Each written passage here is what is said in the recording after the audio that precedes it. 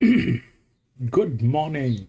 Today is 19th of July 2025, and we're going to be racing today. Today, we're going to be racing at Rosehill. This is in New South Wales, Australia. We've got 10 races here. The ground rating is soft. The last finishing mile is about 408 meters. This is one of the most prominent place after some of the major tracks in New South Wales. It's not at par with Randwick, but it's one of the most prominent places. So this is where we're going to be racing today, and we'll see what we can do here today. There are 10 races, and that's all that we have. Welcome to Grandstand, and we do horse racing, and we do that in two steps. First, we try and identify the best horses through physics, mathematics, a little bit of understanding of horse racing. And once we have identified the best horses, that's when we take a look at the horses at the paddock or at the gates when we get the live stream from the paddock or the gates. If we find that all the horses that we have chosen are looking good and good to go with, we stick to our picks and place our bets. But if we find that there are circumstantial changes or there are better horses at the paddock, we often step out or we make changes with our bets. It's horse racing, so we need to be vigilant. We need to be making decisions that are worthy and in favor of us, and that is exactly what we try and do. Now, this, I have two tabs open in front of me. The first one is where we get to see the races. The second one is RaceNet, where we take a look at the odds and the scratchings. And that's all that I have. And we refer to the winning numbers. If we can't make it through the stream, we go to any of the official websites to get the official winning numbers. But that's all that we have. We'll see if we got the feed. Not yet, but it is looking like we're about to get that. That's what it is. And we'll bring in the chat box.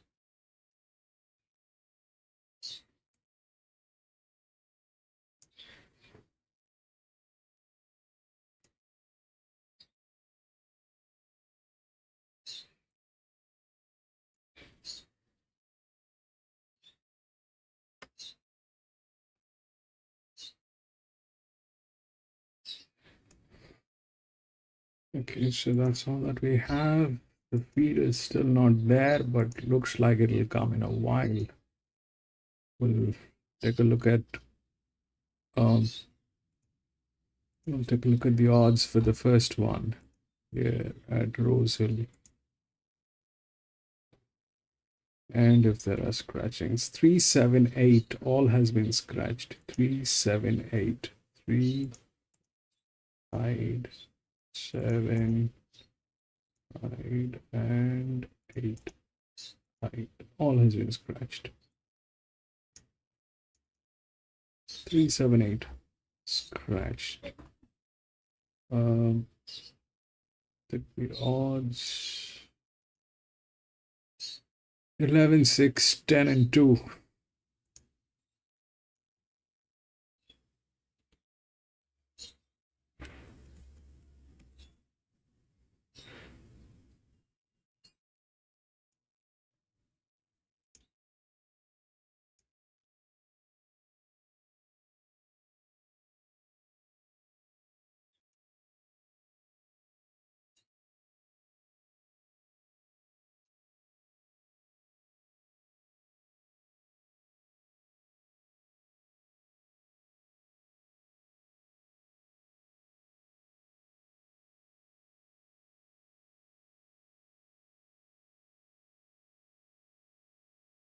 That's not true. They'll give us the feed before that.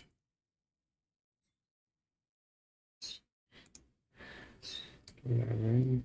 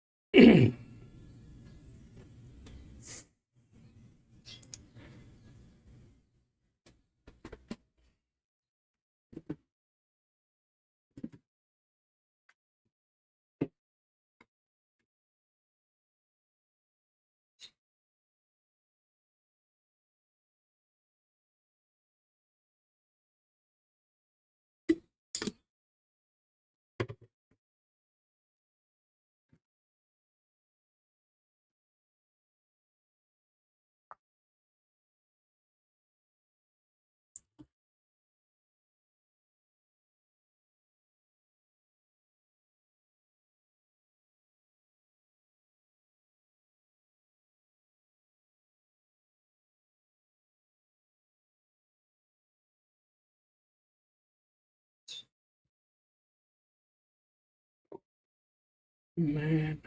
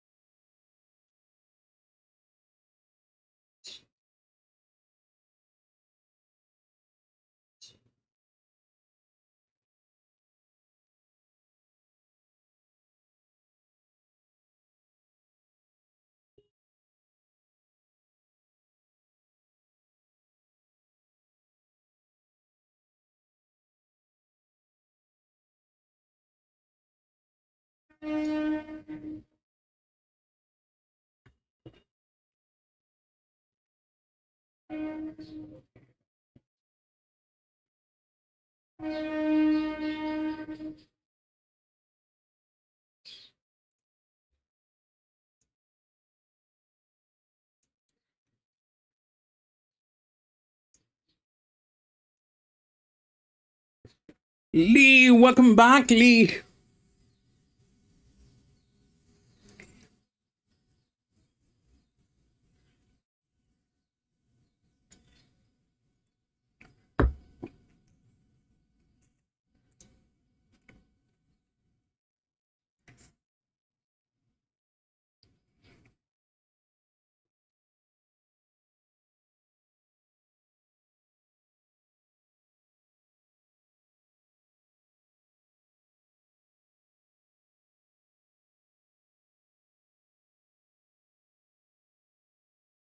I'm just looking at the first one. I'll just share, what I have, you know, while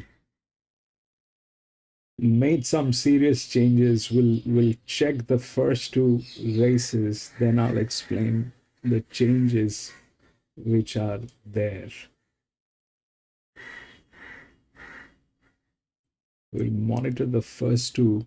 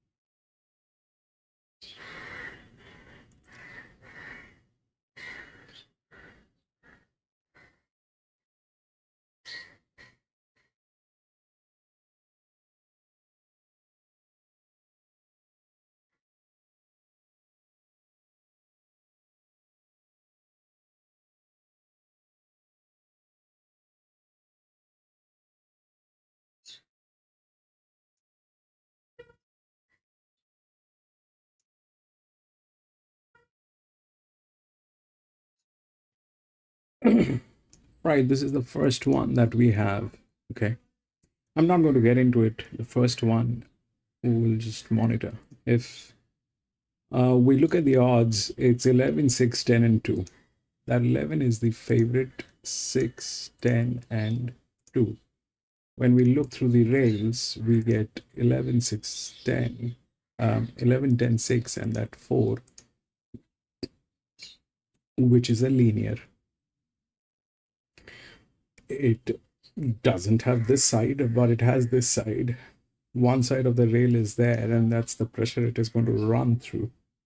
That 4 is a check. Okay, that's now let's understand what we are talking about. The 11 is the favorite, which is an EW, right? It has 2 races. It did nothing in the first 2 races, so that's the favorite. The 10 is the largest outer. That is the largest outer drift. And the 6 had 1 race. It did not do anything, but strong advantage.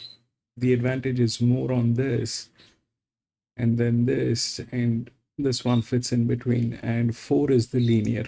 Okay, if we look at what is happening here, we have the spells here, and this is a 40 by 37, and then this is a 38 by 35. This is a 33 by 32. All that is good, but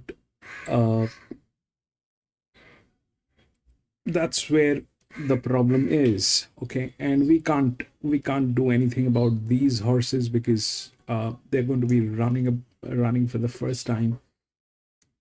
But there are advantages on these horses as well, especially if we look at this side. A huge advantage on 2 and 5. So they have the 2 highest advantages, 2 and 5. Okay, now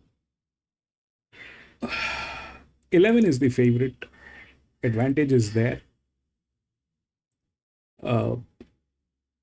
We'll see how it works. It did not do anything in last 2 races, and we have this linear, which is a 338 here, which is here. So we'll see how it works. They're calling it an open race, but this is probably better to be called as a maiden one, because there are maiden horses and all that, which is there. So we'll see how it works. Yeah.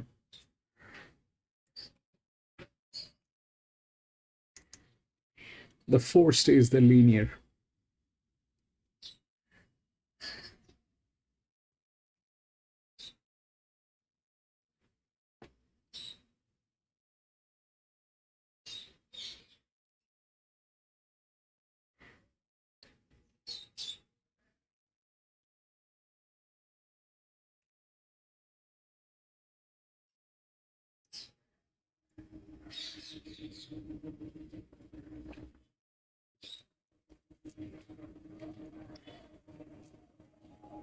So the other thing is, this is going to be a 1200 meter. That means it is a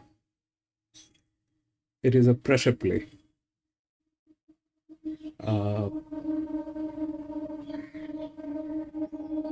It's a 1200-meter open. That's a pressure play, and we'll see.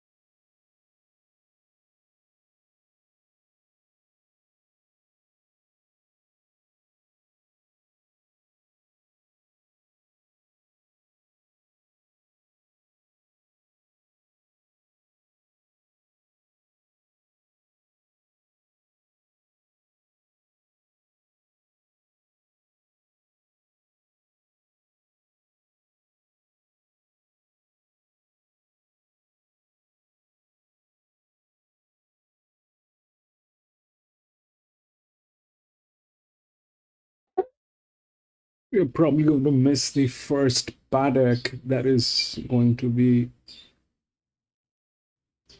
there, probably because it doesn't look like they're going to give us the first paddock.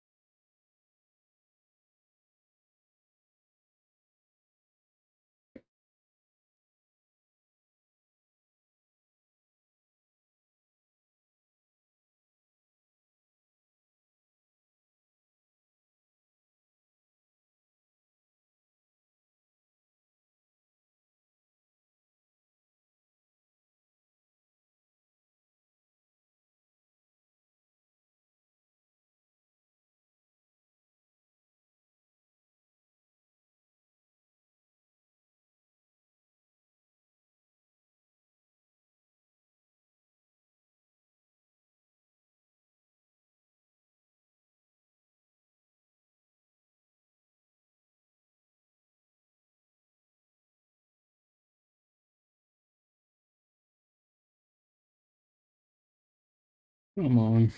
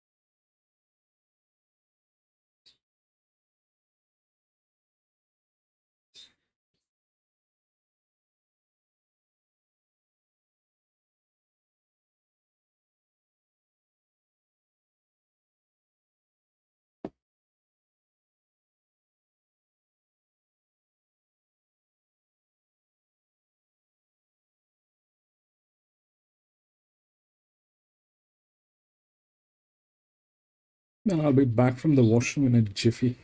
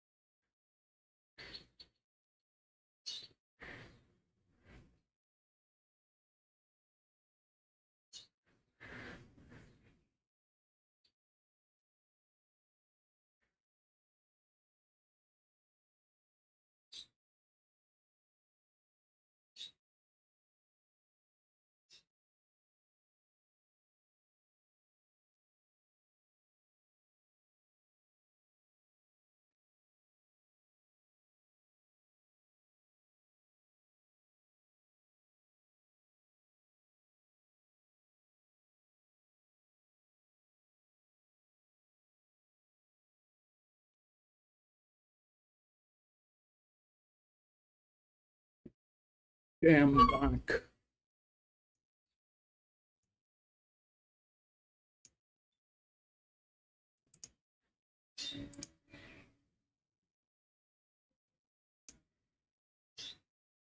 What are they joking with us? There's a stream.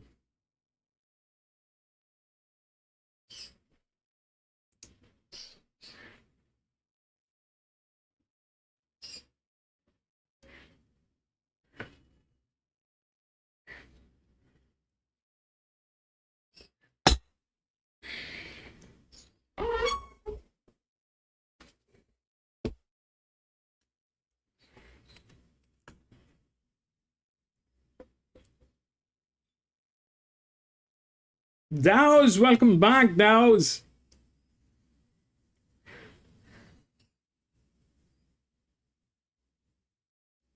11 is the favorite. Dows, 11 is the favorite.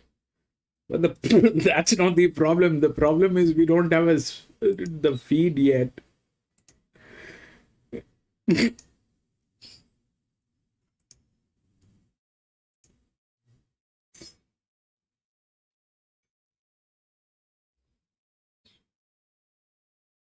There's only 2 minutes left, but they still haven't given us the feed. I don't know why. It's going in circles.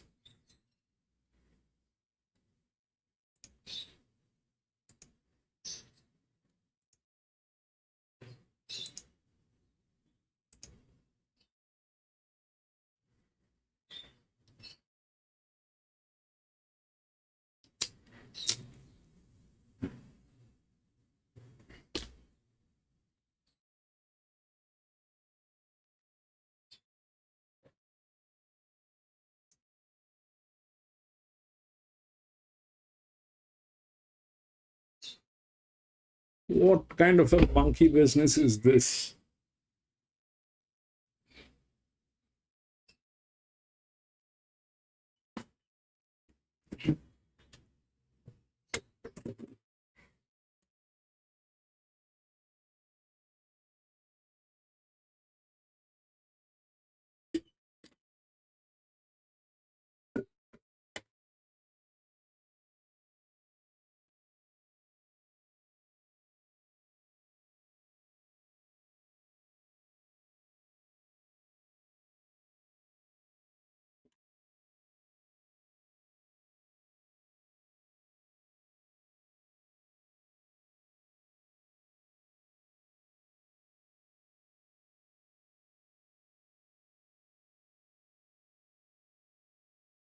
Anyway, I'm going to be out on the first one, but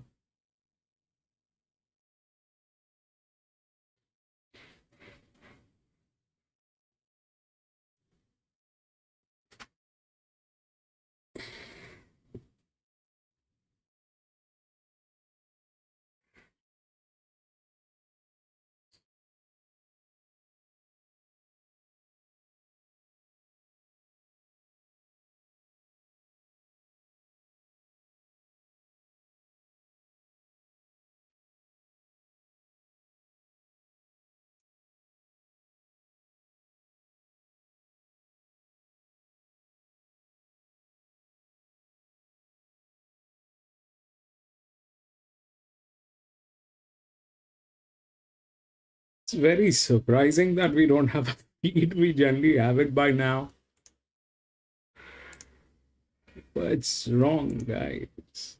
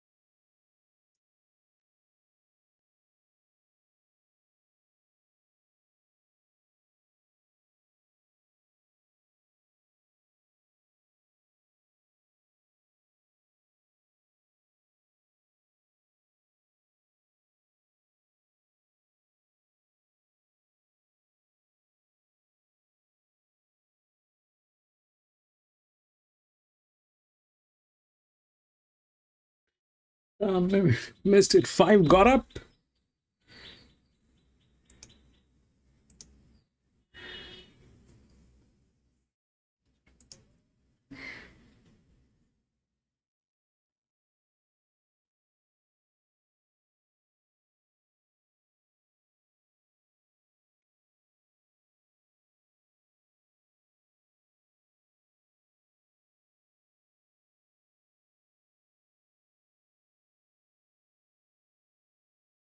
Five and two had the highest advantage there, but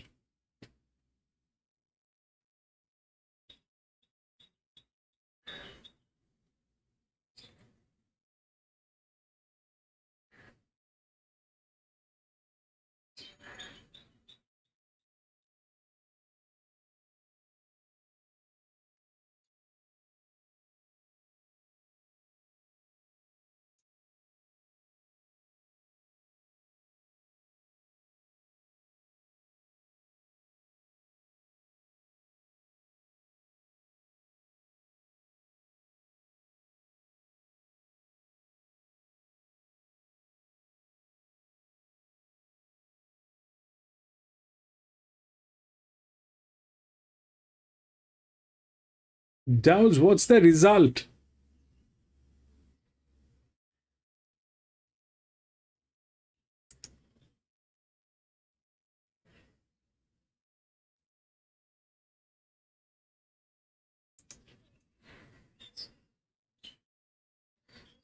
There is some problem because even on the other sites, I can't look at the videos. Even racing.com is not able to stream the video.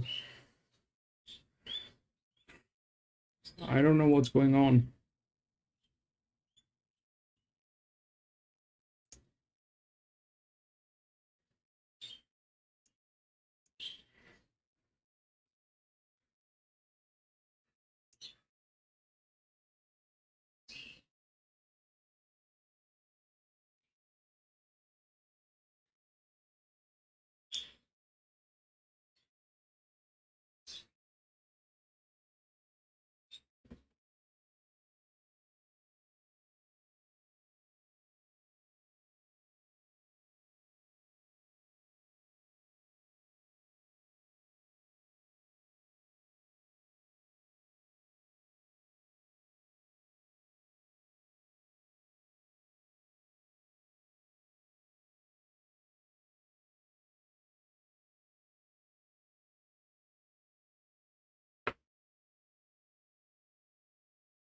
Five, 11, 12, 10.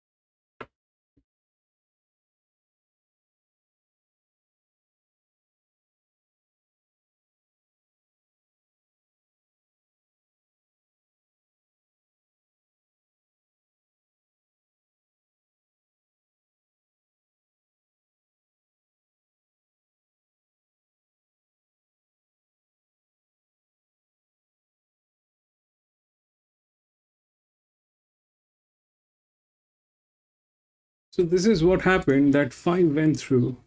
The 5 had no races. We were not able to capture anything. And the 11 came in second. Then it was 12. 5, 11, 12 was one of the best hands. And then came 10. 5, 11, 12, 10. Right?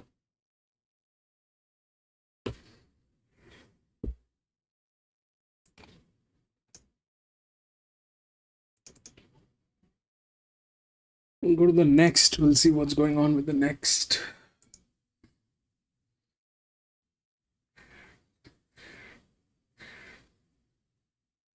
3, 4, 7 has been scratched.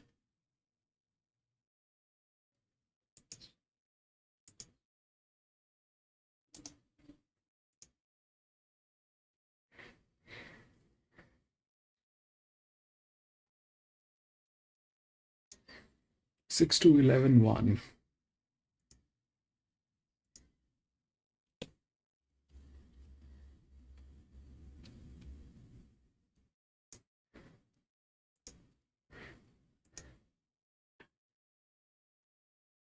Lewis, welcome back. I don't know what's up.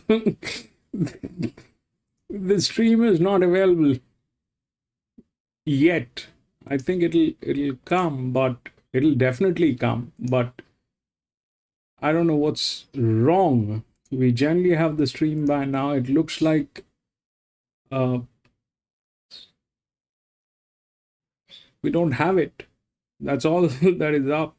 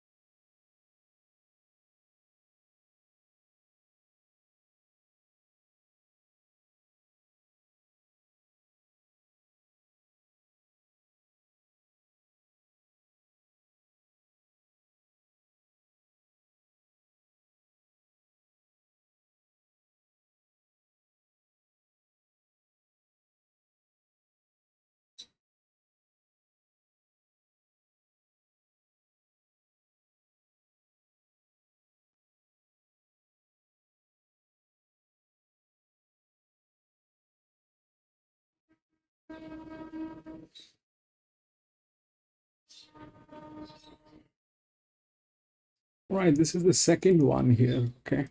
If we look through the odds, it's 6 to 11 and 1. 6 is the favorite. 6 is the linear. Uh,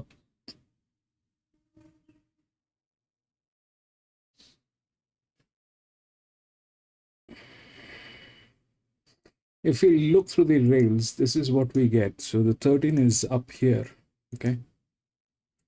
The 13 is up here, but when we look at 13, it is 61 by 55. It is still the highest, and that is the largest outer. But this is also where they generally fail from. like this one failed from here. It should have delivered a second position, but it did not. This is here. Okay. Now the 6 is there. This is also a linear. It's 1300 meters. But here is the thing. The 6. After this race, we will have a little clearer picture of what's going on, because this one was, we did not have any of those numbers. So after this race, we will have a little more clarity on how to look at it. But as of now, that 6 is the linear. We can see a very strong advantage over 1 here and here, both of the places. Okay. That's that. But there are other things that needs to be discussed. We'll see how this thing works as well. The 6 is the favorite, which is a 749. It is open ended. It is open ended. Why? Because it is welcoming. So anything lower than that, for example, the 10, which is here, which is an EW. Now, if you look at that, the 6 is a 52 by 50, which is, okay, good one. The 11 is a 57 by 53, which is better. And we have these two horses here, especially the 12, which is a 56 by 51, which is here. Lower than this, these two EWs are there. They have strong positions to, do that thing. But the advantage with 6 is it has been to a league race. It got qualified for a league race, which is good.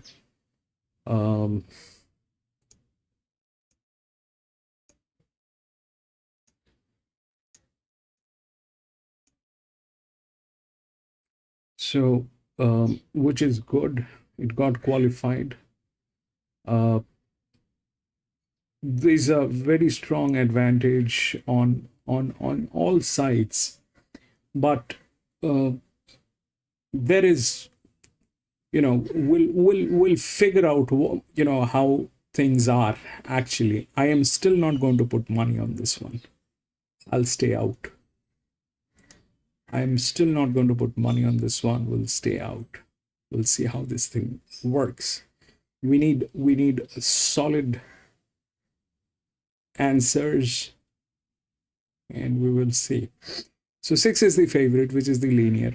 Then the 2 definitely has the rails, one of the best hands, one of the best jocks. The 3 got scratched, so this one comes the other one. So that's probably the best jock on 2. Probably the best jock on 2. The pressure falls here, but the higher, better horse. But we'll see how this thing also works. I'm not going to get into this as well. The 6 is the favorite. Okay, that's the linear. 6 and 11, both of them have been into league races, and for a horse which has been to league race, that's a lot of advantage. This is also a good horse. One of the spells, the 12 fell here as 56 to 51. So that's more or less what we have. The 6, the linear. It definitely has some advantage, but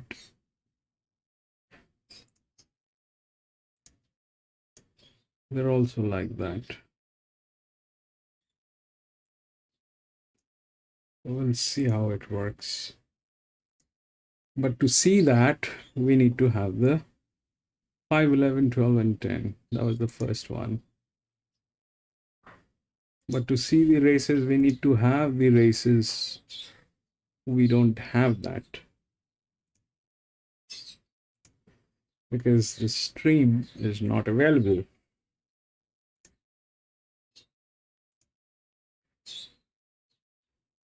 It'll come. It has happened in the past. That I think it's a special day here today at Rosehill. There are some good races. That's why there is a pool to the Asian market, and I guess because of that, we are not able to get it, which means that we probably will get it from the third race.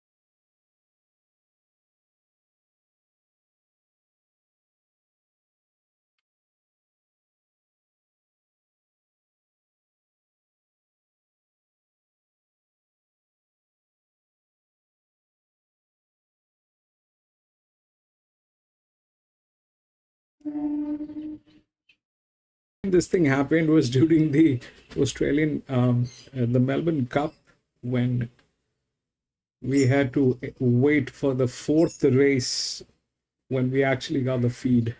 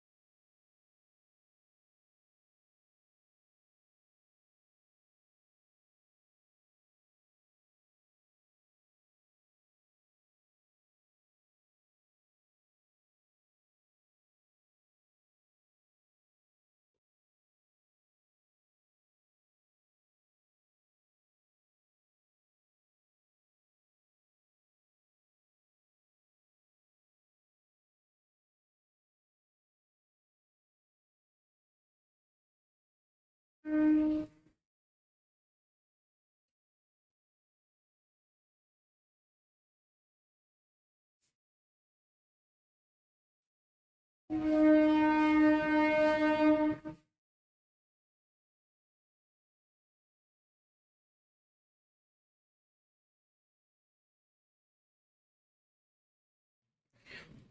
welcome back.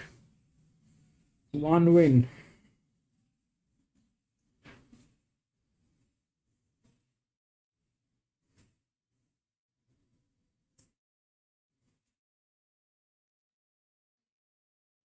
You still don't have the feed, PC.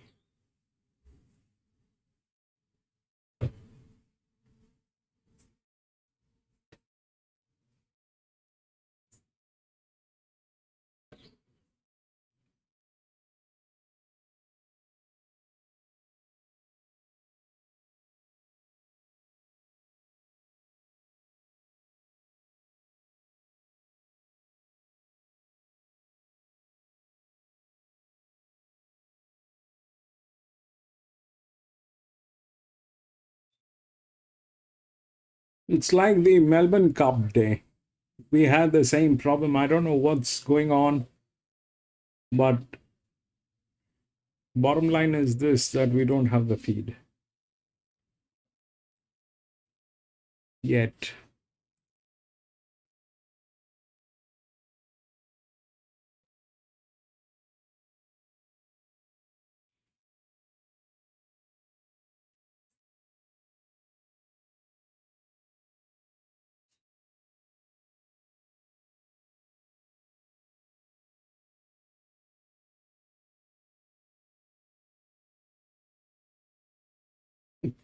Thirteen.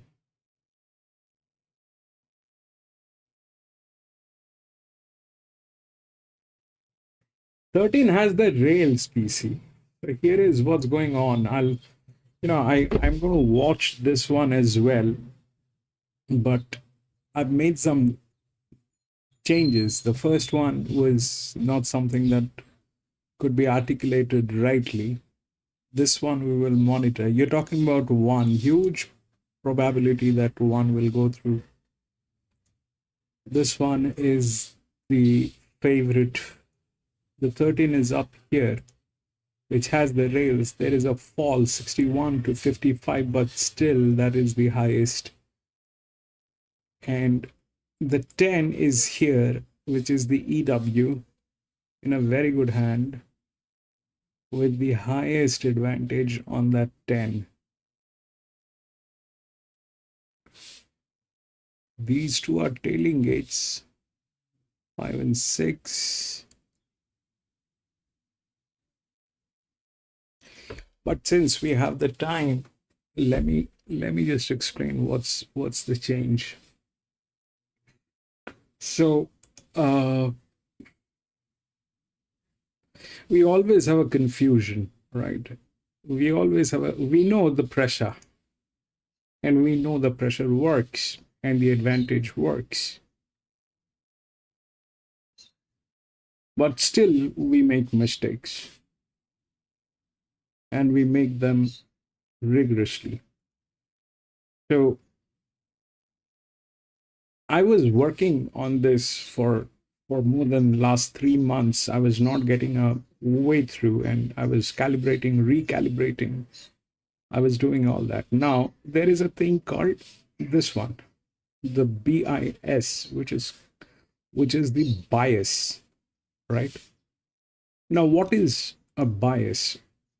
So if we look at a horse pressure, and then we look at the bias, okay? So this pressure is for benchmark 72, what has been designed and laid. But this is the pressure that should have been actually laid, right? The bias is the pressure that should have been actually laid. But what they did is they amplified, or they, they reduced. Now, as of now, I have I have not put it into the regression because I did not have that time to do this. But obviously, this thing has to be put into regression. But I mean, this is where the thing is. So if we look at this one, this is the leverage. So we know there is a pressure. We know there is a pressure that should have been. And this is the leverage in which one comes on top. Okay.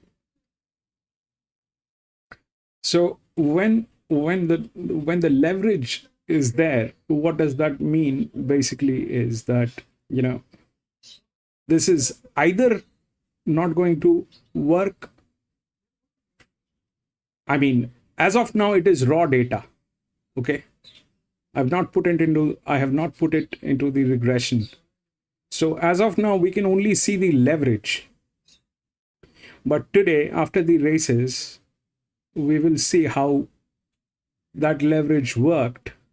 And then I'll be able to put it into a regression model so that, it becomes more accurate. As of now, we know this is the leverage. One has the highest leverage. This is at 26, became 41. So that's the highest leverage. And 6 is here, which should have been 8, has become 13. There are other advantages, disadvantages with the class drift and all that is there. But that's more or less where we are standing as of now. So PC, you are not, you've done your research. You've done your research. You always do. And that is where the one stands. And if we are able to get through this regression model, I don't know how long will that take, because this took a long time. This took probably about 3 months to get this. The bias, I mean, we always knew, I mean, I kind of spoke about this a lot of times, that we know the pressure. But the pressure is on the basis of what? It is definitely not on the win. It is definitely not on performance. It is definitely not on, pedigree. It is definitely not on jockey. It is what? So that's where this thing comes up. We know the pressure. We keep assuming, right? We keep assuming. What we assume is this is a linear. This probably is an advantage. That's what we assume. And that is when we also make mistakes. So we'll see how it works today. I'm going to be in a much clearer vision after today. This is what I have done so far, but we'll see how it works. Davos 2 win, 13th place.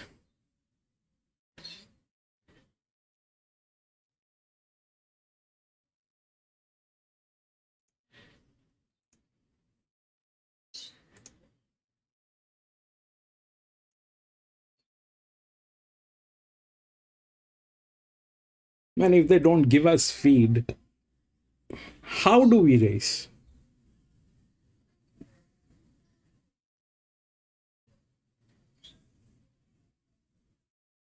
We can't even see if it is a horse race or donkey race or a monkey race.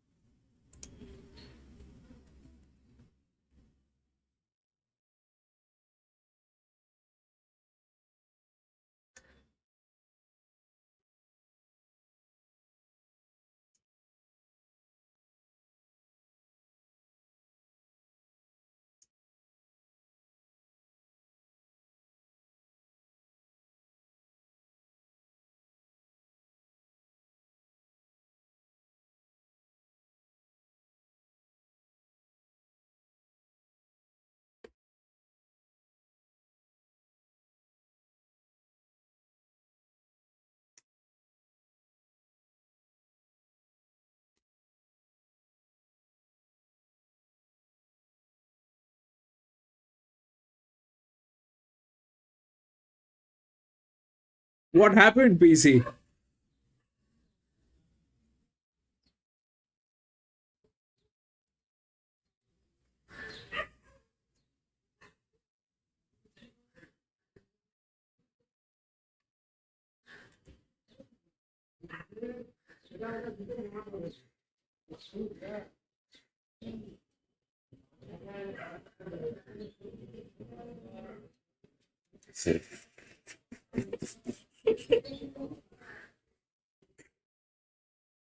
Jocks think they're in a pattern. You have the result.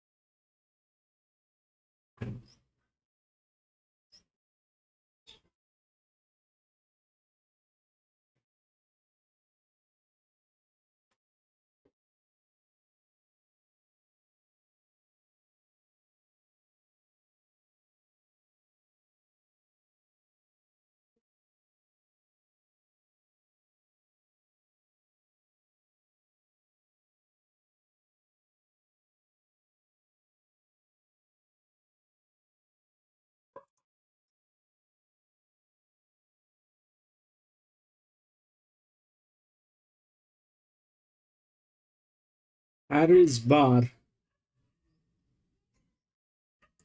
This is Harris bar. 6.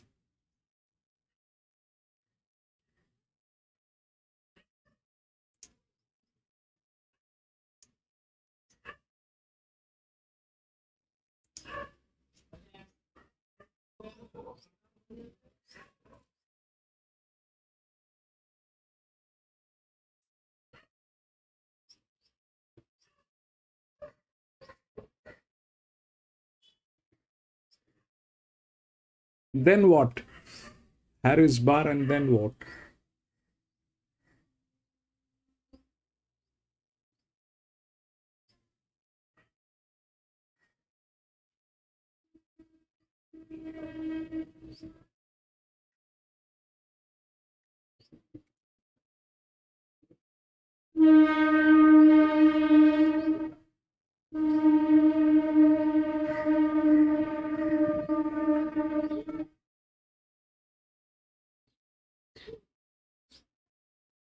Six to 11.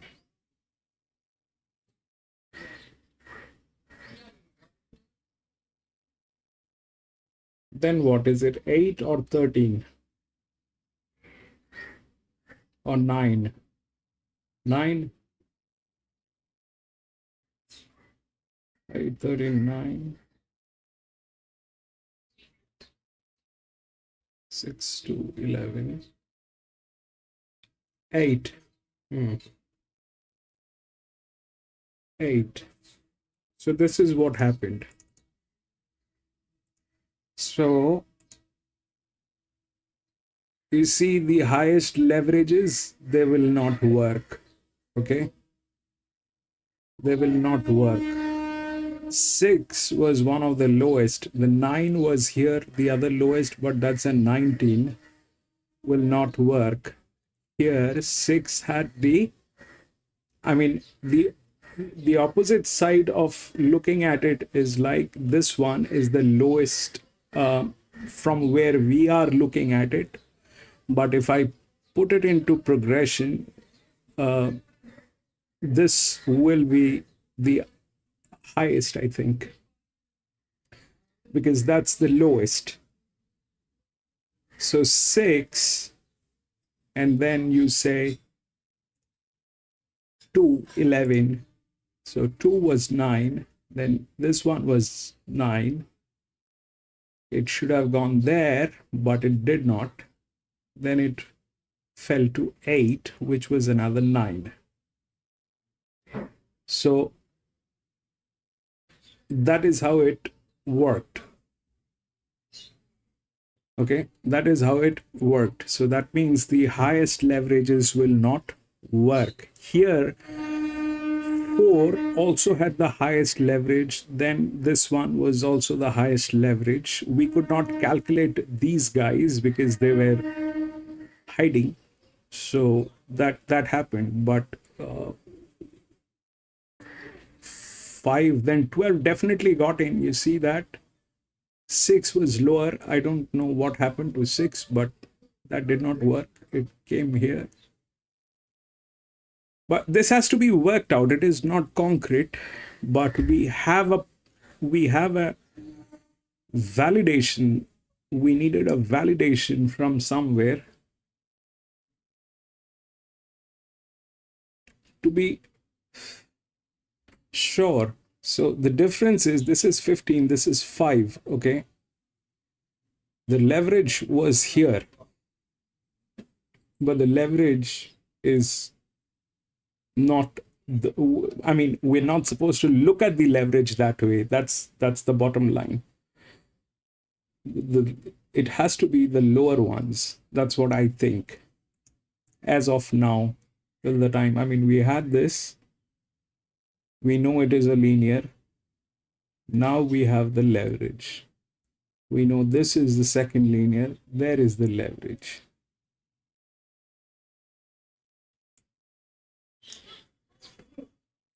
One and 4, Flemington.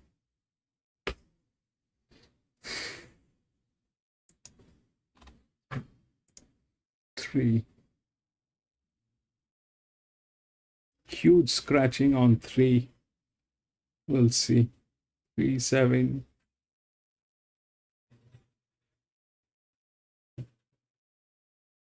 13, 14.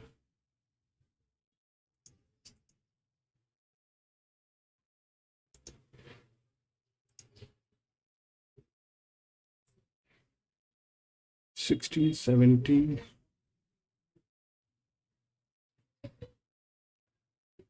19, 20.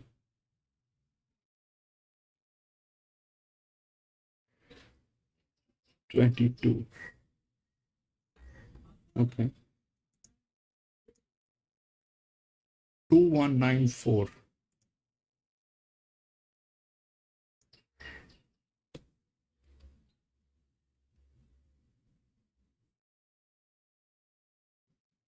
2194.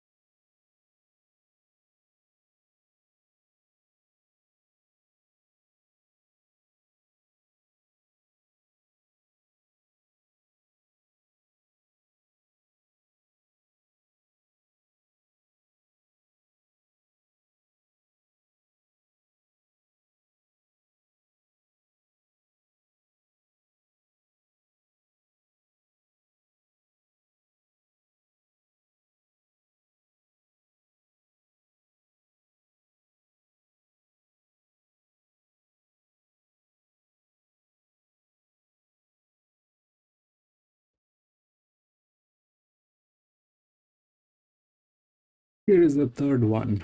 Okay, this is an 1100 meter. If we look through the odds, it's 2194. The 2, then 1, then 9, and 4. If we look through the rails, we get 2 on top. It's a 263.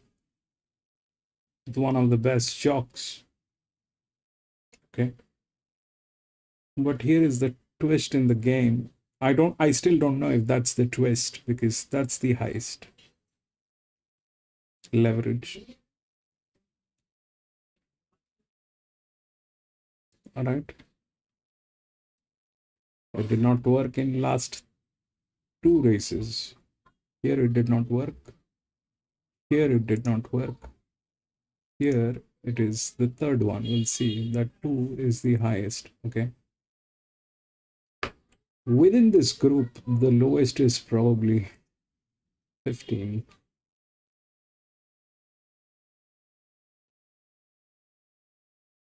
It is there within the rails. It's the neutral which is running.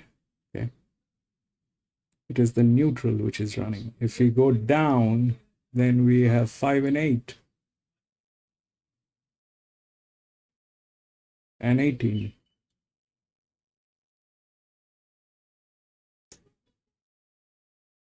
5, 8, 18, 2, 1, 4, out of which these are 31s, 25. This is a 41, 38. This is the highest, probably.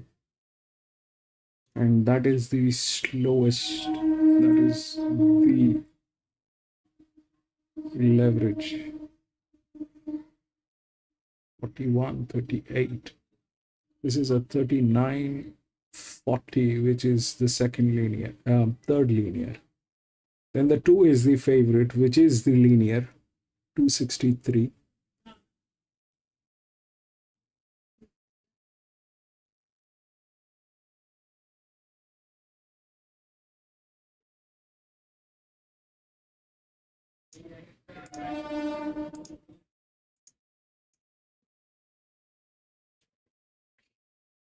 I would not believe this if this thing happens. That's a 263.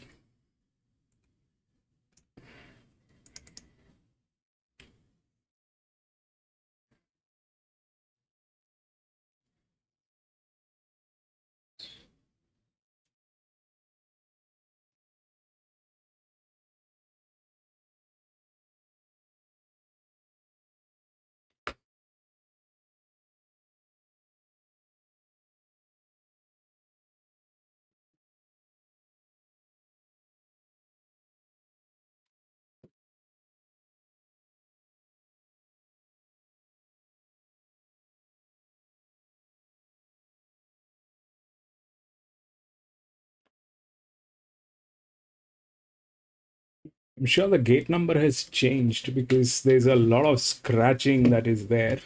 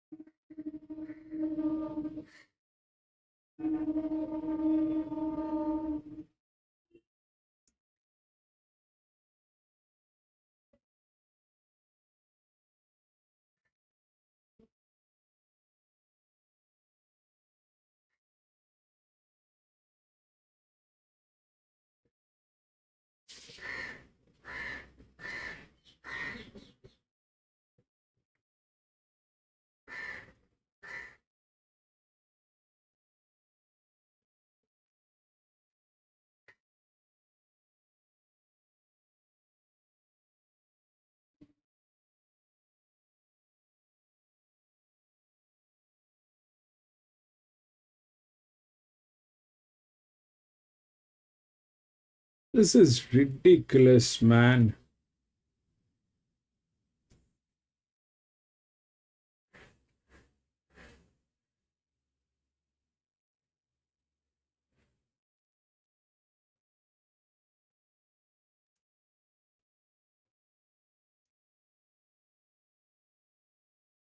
Kept right up to the market. I think 11.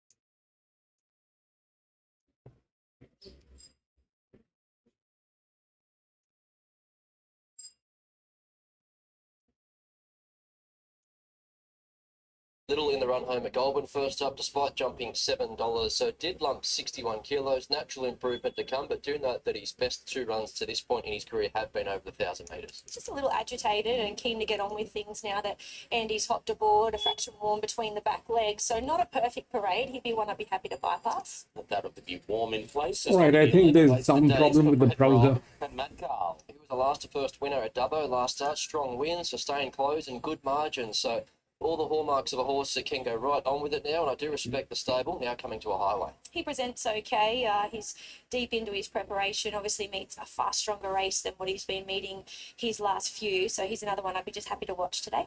Number 12, Poseidon Sun, Cody Morgan, Tom Sherry. I think he runs a race here at double figure odds, so it's hit the ground running for Cody. He's won 2 from 3 for his new yard. He beat Calico Miss first up, this time back a subsequent highway winner, and then was just grabbed late by Tavros at Tamworth. So speedy type, and he'll put himself right there. Yeah, he looks incredible. I had the opportunity to see him first up at Inverell, where he was able to get the job done on that occasion. He parade's much the same, if not a fraction fitter today. What I will say is he's on his toes today. He knows he's here in town, and I think he's here to run a big race.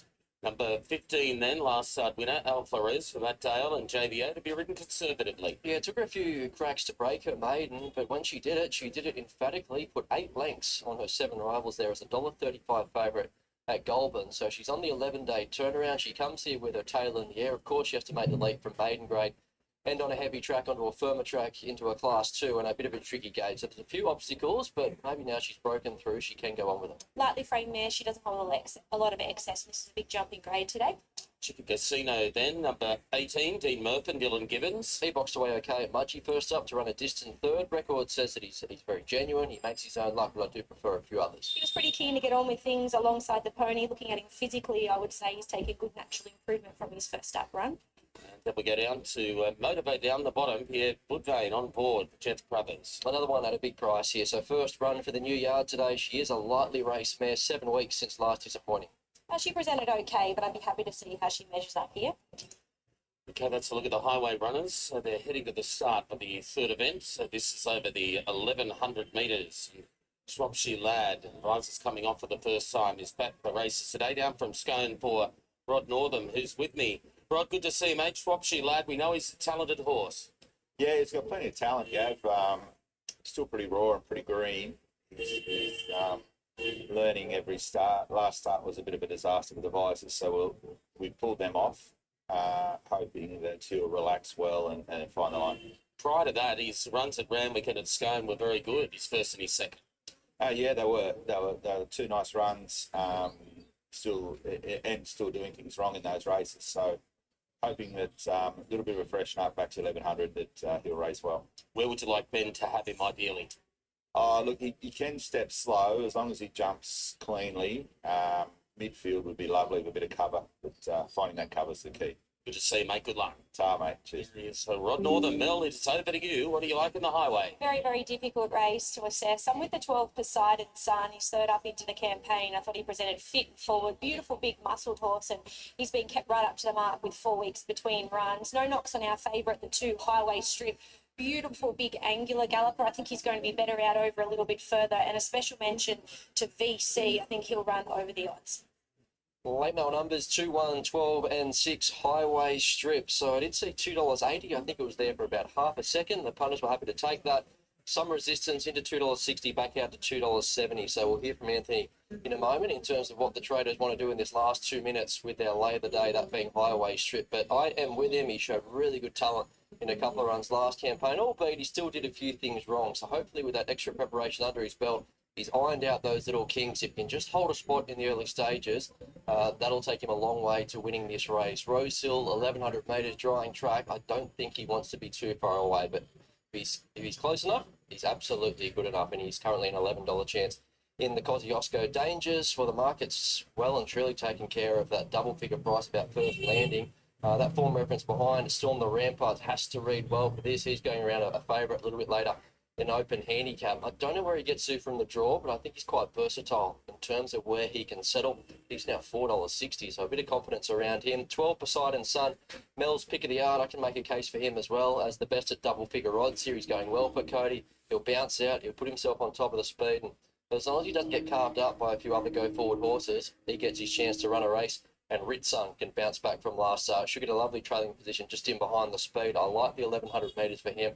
PC Track one. looks to suit, and he does have that strong SP from a few weeks back where he was disappointing, but too bad to be true as a $1.40 favourite. So 2-1, 12 and 6, $2.70 now for this favourite end. Yeah, he's a tab lay of the day. If you like Highway Strip, coming back in with us at the tab, he was 230 this morning when we did our preview. We pushed him to 270. That's comparable with where he is on the tote. He is the most popular runner, still about 54% of all bets on Highway Strip, but we're happy to lay him. He's the tab lay of the day. First landing, best back to beat him as much as 15 earlier on in the week. Bottomed out at 460, back to 5. And Pony It'll Soprano, be very sad if that 2 loses. It is at 263. It'll break my heart, man. Shop for your lads at $8. Poseidon Sons at 11. There's been some money for Ritz Sun. It's $11. But it looks like it's $15 when I got to the races. going to be this morning. tricky. And VC, Mel gave it a push from the yard. This was $101 earlier on in the week, now 34, and there's been specking on it at massive odds. Happy to take on Highway Strip here, Gav, coming back with the tab. Indeed, we'll come back, Anthony, prior to a jump. So when we talk highways, obviously, we talk Kosciuszko's and Highway Strip, already $15 into 11 for the Kosciuszko with those tickets very much on sale. Mel, good to have you in town. You've brought a bit of a crew here. First Landing, VC and Pony Soprano have all come down with you from Port. Yeah, there's plenty. I've had the opportunity to see First Landing. He's a beautiful type to look at physically, and he's just maintained his condition right the way through the campaign. VC is the horse I thought going around over the odds. He's had no luck or preparation. And the other one, Pony Soprano, I think he's the map horse. And there has been some specking for him when markets went up, as Anthony alluded to, and gets some services of Anaropa who takes the 2 kilos off. Brad, just a comment. I know it's early doors on how this track's playing thus far, albeit we've only had 2 races. Yeah, we did see the 2-year-olds come down the middle, and I did know that although JBO was an all-the-way winner there, he was well off the inside, wasn't he? So that looks to be the pattern to this point, maybe just a few off the fence. But we'll get a good guide here. This should be a high-pressure 1,100 metres. Highway Strip, though, Anthony, what is the tab doing with him at this point? No change, still 270, and we can lay him at that price. It's comparable to where he is on the tote, so Highway Strip is still your favourite. No change, 270. Swapsy Lad goes up. So this is the Highway Class 2 this week over the 1,100 metres as the favourite goes in. The previous race was taken out all of the way by Harry's Bar, who was dominant up front. JBO on board for Paul Murray, the 2-year-olds. In the first, without fear, prevailed there for Kieran Marr and Chad Schofield. But here's the Highway, race 3. In Starlit Goulburn, she sprinted them there. Over the great mare Dixie Blossom, she loved Rosehill. There's the light, ready to run. This is the Highway, stand by. Gates are back here. Shropshire Lad was one of the last out. There's plenty of speed. VC's there. Motorboat and now Twin Telepathy is surging through, and Twin Telepathy will take the lead. Poseidon's late second, Motorboat the outside. Then VC, Chico Casino, and First Landing couldn't get in. It's caught 3 wide. There's an incident back in the field. The riders come down on Pony Soprano. So at the 650 metres, Twin Telepathy from Motorboat the outside, then Poseidon Sun, First Landing off the course. From Chico Casino, the middle, VC the rails, then came Never Fails from Ritson. Shropshire Lads well back, so's Highway Strip. It's about 8 off the lead, Twin Telepathy, 300 metres to go from Poseidon Lad. First Landing still coming. This has been off the track, but First Landing takes the lead, gets a length clear. Shropshire Lad starting to charge home, and up the inside is VC. Shropshire Lad going after First Landing. Shropshire Lad and First Landing. Shropshire Lad getting the upper hand, and Shropshire Lad had the better run. Wanted a neck on the line to First Landing. I think VC third in front of Highway Strip, who was really surging the last 50 metres, followed by Never Fails.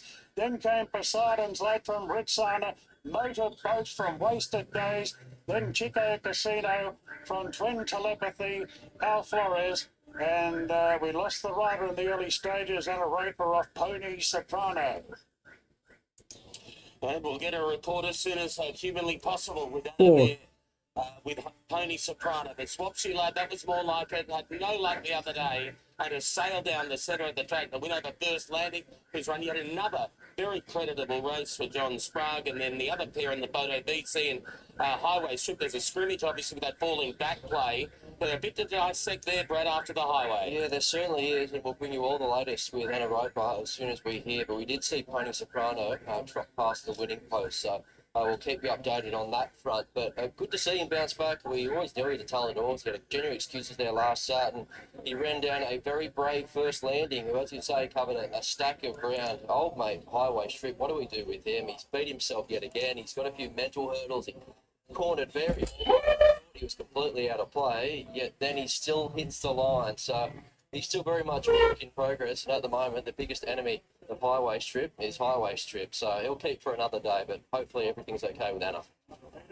Okay, a report very shortly as soon as we've got any news relating to Anna Roper there. We'll bring it to you following the highway. Welcome back to Eagle Farm for race number 2. It's the cutest 3-year-old. What is the result? We don't know the result. Field of 10. The first horse to look at, number 1, Just Precious for Stuart Kendrick and Kyle Wilson-Taylor, has to carry the top weight of 59.5. Yeah, she usually likes to balance up, so I think she's got the right profile for Eagle Farm today, backing up the middle of the track. She was really good first up, though, only 8th at the Sunny Coast. A lot of merit to it. She's hard to hold out here. Number 2, Baresco, meeting with plenty of support for Kieran Murray and Ange Jones, bringing Sydney form to Brisbane today. Yeah, she, like Just Precious, will need them to run along a little bit up front, I would think, because she's generally a back marker and will get to the middle part of the track and finish strongly. I think the 1200 is spot on for her.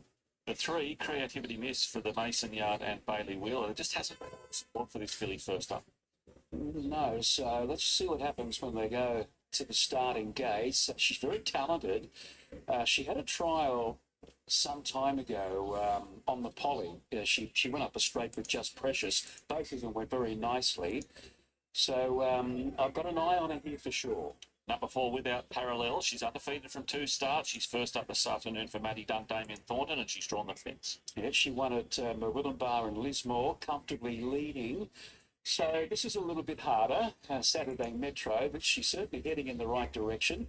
First up, 1,200 metres. Could be a little... 4182. So what happened?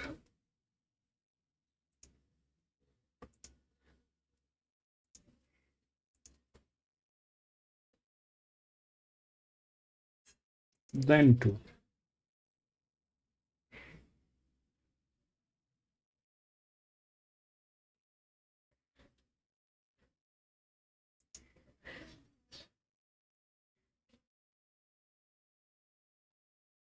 This did not work.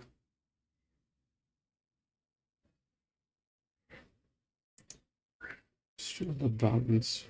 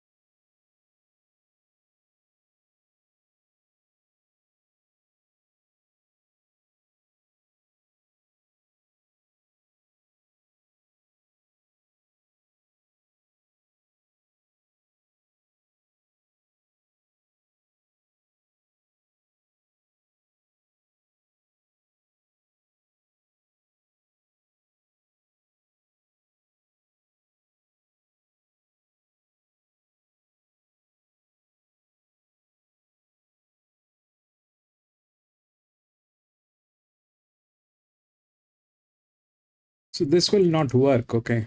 That's the bottom line as of now. But the 4 went through. The next one, the next highest was 9. So these two did not work. This was the third one in leverage. 4. Okay.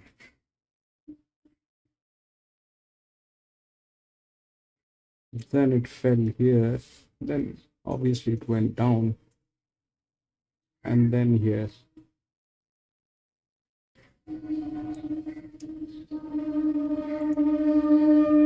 They're doing it very cleverly. They're doing it, I mean, they know their business well more than we do. And they're doing this very cleverly. How, where, what. So this was ideally a 67. The pressure should have been 67. It was 84. It did not work. 21 went to 35. This one, 24, that went to 36, worked. Now, is it because of the pressure, or is it because of how this thing has been placed? All right. It's a very good hand. They did not know what to do. So, though we are getting a balance on this is 35, 37. That's an increment. This is a 37, 37. This was a 35, 37, wherein the 15 was a 41, 38 that we spoke, and it was here, which did not do the job. What happened is this and then this. So definitely these two are bad, right? We'll go to the next. Man, I thought we'll be able to solve a puzzle today.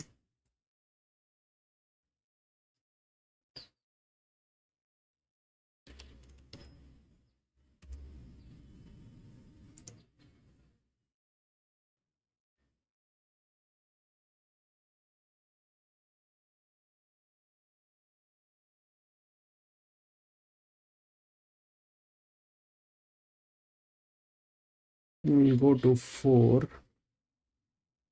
9 and 10 has been scratched.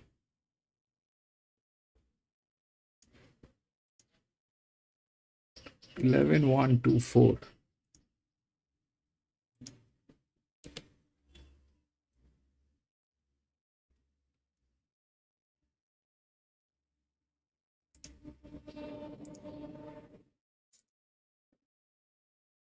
To win Eagle Farm.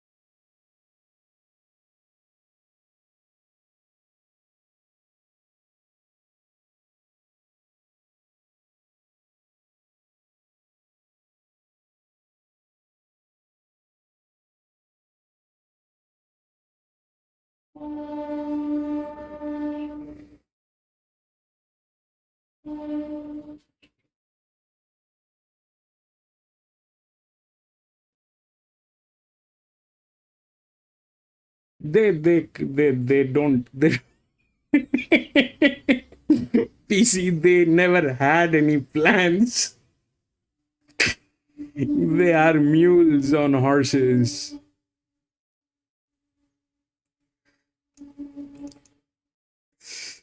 Okay, we come to the fourth one. It's a 1500 meter benchmark 72. So 11, 1, 2, and 4 is the favorite.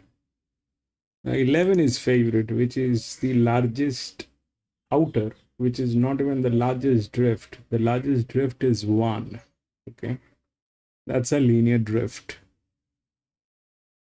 The only reason that I can see at this point of time is it's a jockey thing. On a 1500 meter, it's a jockey thing.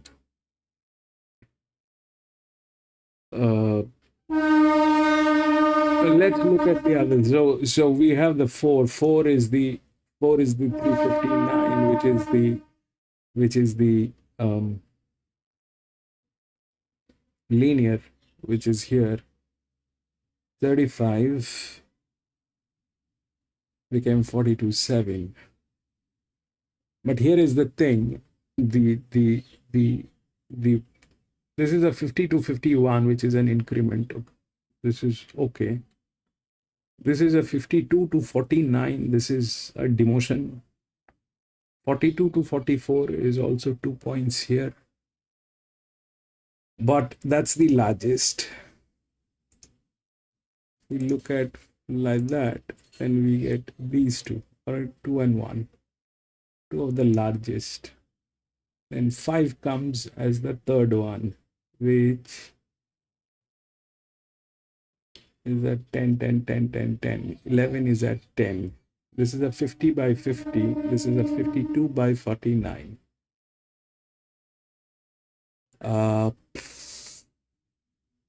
11 is 10. This is 10. Okay. But the lowest is 8. And that thing has been into league races and all that. If we will now we will be able to see the races. So this, if this is the pressure on the horses, okay, this one, the middle one, is the section. These two are the sections. So we will be able to see if they are taking the breather at the right time, because this is where the breather has been given. Okay, the highest one has the highest breather. Here, if you look at what happened is number 3, 4182. So 4 went through. There was no problem with breather. 1 had advantage in the breather. 8 had one of the highest advantage in the breather. Okay. Then this side is there, but we are going to be focusing on this side today. We'll see. So this thing did not work. This one worked because of the breather and the leverage, which was the third highest leverage. Then it went to this, and then it definitely went to the lowest. So here in this one,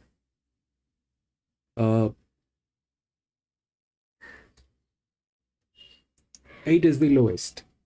Okay, it's well within the rails and everything. What is the advantage with 8 is it has been to league races. It's got one group 1 race and all that is happening.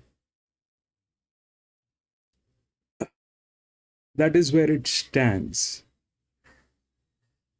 That is where it stands. So 8 is a check, probably a place. That is something that will happen probably.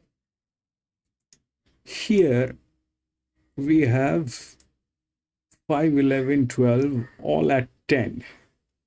So what should be the basis of choosing the best horse? Is it with the jockey? Is it with the performance? Because if we go with the performance, then this is 41. So here, this was the third pressure on a 1100 meter. This is a 1500 meter. This is where this third one stands. Okay, this is where the third one stands. That's pressure. And then we have the other advantages which will come in. So these two has the highest leverage, 2 and 1. So far that did not work. Here it did not work on a class 2. This becomes a benchmark 72. We will again see what happens here. But the 11 is the favorite, which is a 10. I have nothing against it. But they all are in the same pedestal. If we look at the horses, then the 12 is a 61. That became a 57, which is also 10. And that's one way of looking at it. The other way of looking at it is the pressure line. So this is a 50 by 50 which stays stagnant. And it is also the third one. Okay.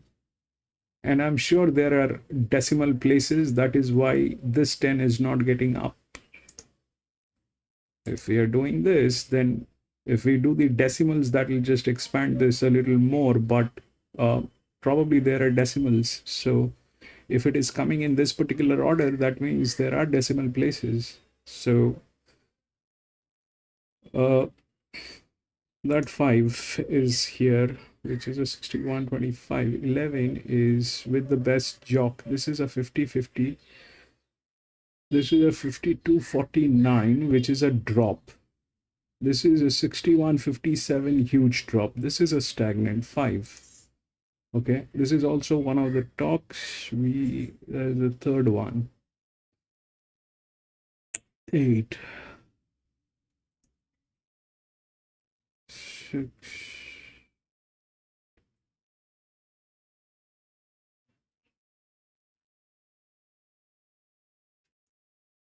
And let's just give 8 EW. This should get a place. This one should get a place. Third place, fourth place, third place, second place. Something will happen to this guy. It's a 55 by 54. It is also stagnant.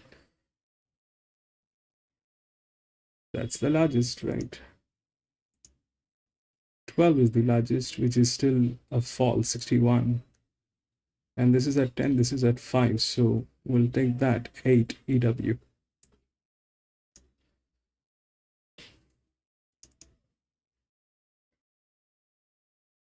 Some venom into the race for the first time. And Sleuth moves up on the outside and contemplates as they run to the 500 metres. Machinations a length away in third, followed by on the inside is Galahop. They were followed next by Mountain Queen working to the outside and Highland Lad within.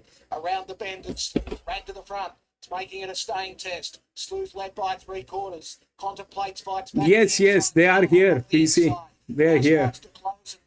Probably a little, I think everybody is a little confused on how things are because we were not getting the stream. And that was a bad mistake. I think that particular browser is kind of a little, not working. So a lot of people might have felt that we will not get the stream. A bit of an upset here in race number 1. Yeah, great ride by Mitchell Bell. Just conserved energy the whole way, and on the turn, that was the horse you wanted to be on. He just came out at the right time and did no work throughout the run. Good effort there by Sleuth making the early move, and also Contemplate stuck on okay. On the favourite, just had way too much to do. There's a screen on the feed. Turning Gosford track. Okay, so Yellow Hot for Richard Litt takes out to race number 1 here at Gosford as we take a break on Sky Thoroughbred Central. Let me just check.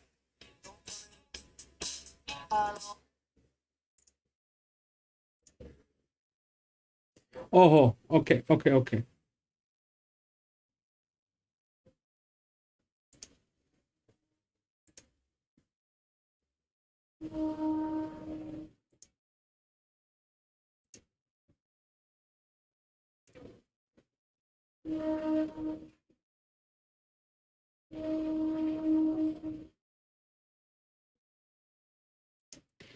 That one is PC. It is because we get a lot of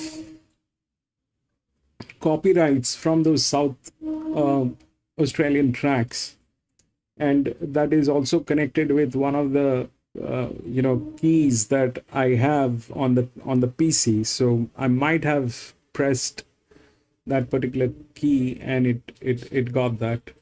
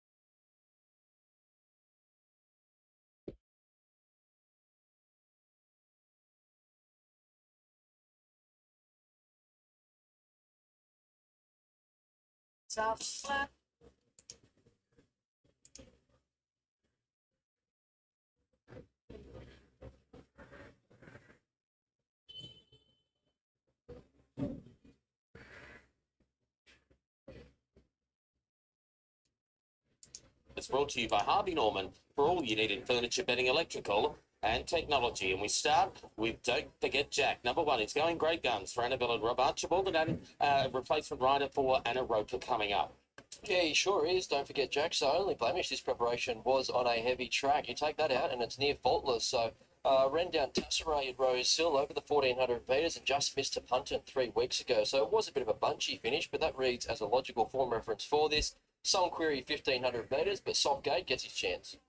I'm just having a look at him. I think they're changing a saddle cloth or something, or some gear with him, but he looks immaculate, this fellow. Beautiful big horse to look at physically, and I don't see why he can't run well. Molly Beat replacing Anna, who's been stood down by the club doctor for the remainder of the day. Now we go to the Victorian. Here's number 2, Mr. Verse, for Tony and Calvin McAvoy and Ash Morgan. He's an interesting runner. I don't really know how to line him up, but the stable hold him in high regard, and they do think he's quite progressive. So against the blinkers again, he was expected to improve off whatever he did there in Queensland first up. That was the sunny coast. He was still good enough to get the verdict. So there wasn't a lot between the first 3 home, but the third horse since won on Wednesday at Doom, but to frank that form reference. So his record speaks for itself, 3 from 6, and he does bring a different form line here, which could be important. Yeah, I'm not saying he's necessarily coming out of the strongest form race, but I love what I see in the yard physically. He's marching around the place. I'd say the blinkers are going to do their job today. He looks nice and sharp, very healthy in the coat, and he looks like he's travelled well. On to number 3, Maori Chief we go for Chris Waller and Ben Osmond. There's another one here deep into his preparation, but continues to hold his form. So only beaten half a length by Punton 3 weeks ago. Maps to get another very soft run just in behind the speed. That does look key to his chances, especially getting back out to the 1500 metres. So it does have to tick off the distance box, but his only previous try was on a heavy track, so he can be a touch forgiving. Yeah, I haven't seen him for a little while, but he's just maintained his condition. He's a strong, robust individual. He holds good natural condition right the way over, and he just generally maintains that throughout the campaign. I think he's a big improver today. Number 4, Hell to Pay, Rebecca Prague on board for John O'Shea and Tom Charlton. He could bounce back from last start. We had an obvious excuse. He was stuck wide and working throughout, so that saw him knock up late, as he was entitled to do. So only beaten half a length by Don't Forget Jack to start right when favourite. So has formed through the right races, and the map is much guided today. Neat and tidy individual. He's not overly big height waves, but he's well put together. He looks well placed with the claim again today, just whether he wants it a fraction softer. Number 5, Tasseray out from Newcastle for Chris Lees, Dylan Gibbons. He looks to be getting out to a big price here. Given his profile, he too has to be a distance query, just stretching that natural speed to 1500 metres. However, I do like the setup, drawn wide.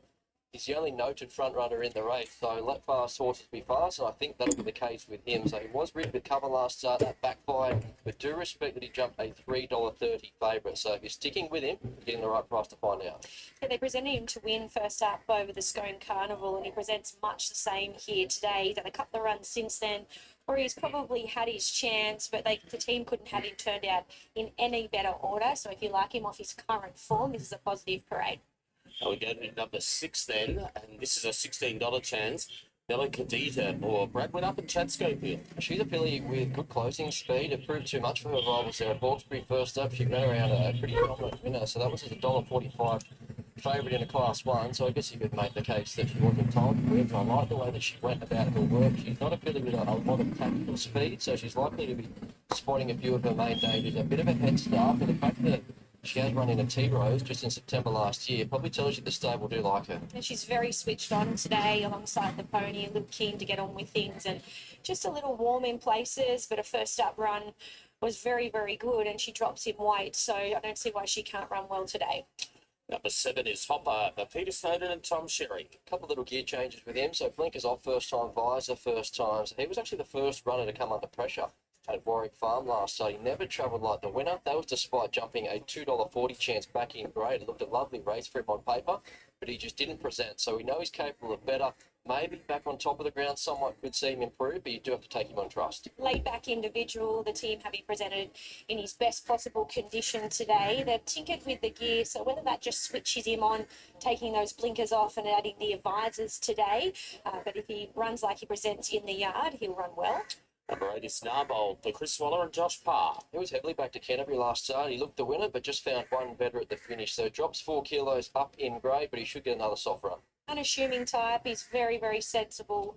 He gets around the yard in a workmanlike fashion. He's been around the mark all preparation, but this race is stronger. Sister Day is a $4.80 chance. Third up, number 11, Chris Wallace at Lloyd. The market likes her today, so she came from last to win her maiden at the midweeks. That was first up, and she beat 3 subsequent maiden winners on that occasion. Then last start just gave away an impossible start. She drew wide. She was 1,400 metres back to 1,300 metres, but no horse was stronger than her. Just that last 200. So out to the 1,500 metres looks to suit, and where she's drawn, she can be a few pairs closer. Yeah, she's a fairly fine filly. She's very petite. She's had 2 runs back. I think she'll appreciate only having 54.5 kilos on her back here today, and she's ready to peak third up into the campaign. And Amusing's been well spec. The one Brad's keen on down the bottom for James Cummings and Alicia Collins. Yeah, so she comes through that same race as Sister Day last start. She didn't get any luck at all, so it was a complete forget. That was behind Diddle Dumpling, and on speed dominated race. She was backed into single figure odds on that occasion. And you go back to what she did in her first preparation. She won her maiden in really good style, third up, getting out to this sort of journey. So she's always given the indication that she'll better as she gets out over further. And I think she's at a very backable price today on an each way basis. Yeah, if she runs up to her looks, Brad, she's going to be very competitive today. She is absolutely she's wandering around the yard without a care in the world. She's ready to peak third up into the campaign. PC. Let's look at them. The 4th event on the program, and Annabelle Archibald is here with Don't Forget Jack. I'm sure that was a possibility, PC. He is. He's certainly building towards another good run, and I think 1,500 should be ideal. Kept finding the line behind Punton the other day. That has to be good form. Yeah, I think really good form, and he seems to be racing with confidence. He's been up a little while now, but he looks terrific. He's holding his condition. His work's been good, and yeah, he shouldn't do too much work from the draw. He won't be too far. But that thing is not hopefully, I just said yet to Molly, obviously a quick bygone change. PC. Hopefully Anna's okay. But I just said to Anna, obviously try and use your draw and get into a nice We spot. might get that Obviously, traction. sort of box seating, We but the might main thing get is just that to get him in a traction. rhythm and have him where he's happy. Yoshinobu back to the races of gelding. Yeah, back as a gelding. It's a matter of time, So PC. hopefully the gelding can be the making of him. Coming here off the back of a nice trial. Looks a sort of open enough race, but he's a nice sort of big striding, big galloping horse. And a little bit of tempo in the race. But sort of horse, if he can get a bit of room, he's winding up late. Cormac TV later always tries hard. He does. He's been terrific. This preparation, we went close last start. He nearly came down here the start. You know what, Like he was PC, the speed. thing So is, he's racing well, and I think probably this is what I strongly feel, that mile and a half now. All the best with him. uh, There's Annabelle Archibald. Mel, over to you. There is a- Head to the gates are the 3-year-olds. Number 11, Sister there is Day a on top for me. super She's third up control into on the this. campaign. Just There is like a the way she super got around the control. yard today, Nothing she was is covering happening beautifully. without a And she's at the reason. peak of her condition now, There is a third up into the reason campaign. for And happening will certainly what suit. is And Weaving happening. another one that presented in her best possible condition. I think Mr. Verse is here to run well with the blinkers We going back on. we just need to Late mail numbers 12, 11, You know, 1 and 5. 12, narrow down using as super much figure as we output from can, the and we Mel regarding figure these out scores. what The music what on is top, no luck what. last start. Like the way that she hit the What line is first up, what? I think third up out to the 1,500 metres from a draw that she can use and park up somewhere midfield. I think she's an easy bet to have at around that $8.50 tab fixed odds. Sister Day, if you're making a case for amusing, Sister Day has to be in the conversation, coming through that same form reference behind Little Dumpling, where she made up a stack of late ground. She just gave away an impossible head start. You know, I like the way she ran through the line. That suggested 1,500 metres looks a suitable progression. So There's she's a using it as reason pick. for Don't forget, each- Jack continues to race well. I can't see that changing here. He gets conditions to suit. He draws to get the right run. He'll need gaps to just open up at the right time, given he has drawn the inside. That's one way of looking at it, PC. But the other way is this, that if you've been with him all the way through, you're getting double figure odds to see if he can bounce back from last start where he did have. they might already know what is going to happen, and they don't put that effort, There's been some money for or using as well. they are not in a position to put that effort. The biggest firmer when markets first went up $10. And both of those things are possible. Now, If they are not able to put in that effort, that is very much possible through physics. $5.50. And if they are not willfully putting that effort because they already know where they lack, that is also possible. Lee, 11. Only when they came into the mounting yard, now 750. Narbold, similar flux, 850 to 750, and amusing. When I got to the races earlier this morning was $11. It's now $8.50. So money for Brad's on top selection. That's there, PC. They kind of, I mean, any professional scenario, if you look at PC, you need to have a roundup. You need to have Okay, the people the 3-year-olds behind them. understand what's going on. In the previous race, obviously, I mean, I have worked with teams, even today, no matter what the project is, I am being told by my seniors that this is the project and this is how this needs to go. If I'm not being told, am I supposed to assume? Lee, 11 is the favorite, Lee. Here is the thing. Here is the thing. The 11 is the favorite, but it is a drift. That is not the largest drift. The only strength that 11 has is probably a jock. There is nothing more to it. There is nothing extraordinary about that. It has the jock. Rolls along, so he'll look the winner here at some point. Maori Chief, Hell to Pay, and Amusing, looking to hold spots just in behind the speed alongside Narbold. Final market update, Anthony, over to you. Best back rate Sister Day here, Gavin, to 440. That's as short as we've been all week. Zach Lloyd on board, Sister Day for Chris Waller. As Amusing, third up. Brad's on top selection goes in. Upstairs we go. Here is the fourth as we go to Darren. Using has been spec'd at longer odds with a light weight, and they're locked and loaded now. Ready to go. Stand by. You're right, PC, but that thing is going to change. I'm telling you, that thing is going to change. It's not going to be easy. Zooming through with the intent of leading here. Narbold is handy. Don't forget Jack will posse up well. Maori Chief in the thick of the action, and all of a sudden Tassaray, who won the start, is caught in a 3-wide position and looks to be going forward. 2 further back to Amusing. Sister Day down on the rails, and Bella Khadijah. Mr. Verse and Hopper last of all. So Held to Pay taken to the front by the apprentice. Out by a length and a half. Narbold strides for a clear second. Don't forget Jack in third. And now Tasseray's been able to ease in, get some cover. 1 out, 1 back. Clear from Maori Chief, Amusing. Then came Sister Day. Bella Khadijah, Hopper and Mr. Verse last about 8 lengths off the lead. So towards the 800 metres they go. Held to Pay after the sharp start. Leads by 3/4 to Narbold. Then don't forget Jack closer in the run today. Tasseray the outside. Travelling strongly Tasseray, moving up 3 wide now and being ridden up. Further back to Maori Chief in 5th. Inside Amusing.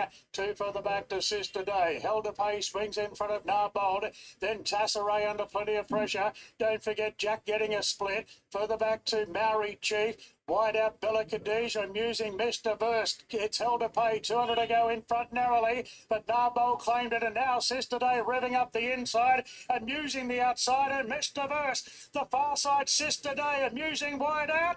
Amusing nailed Sister Day, and a half head away third, Mr. 11. Then Hopper flushing home from Narbold, Tasseray, Maori Chief, don't forget Jack Held to Pay, and Bella Khadijah. No, 12.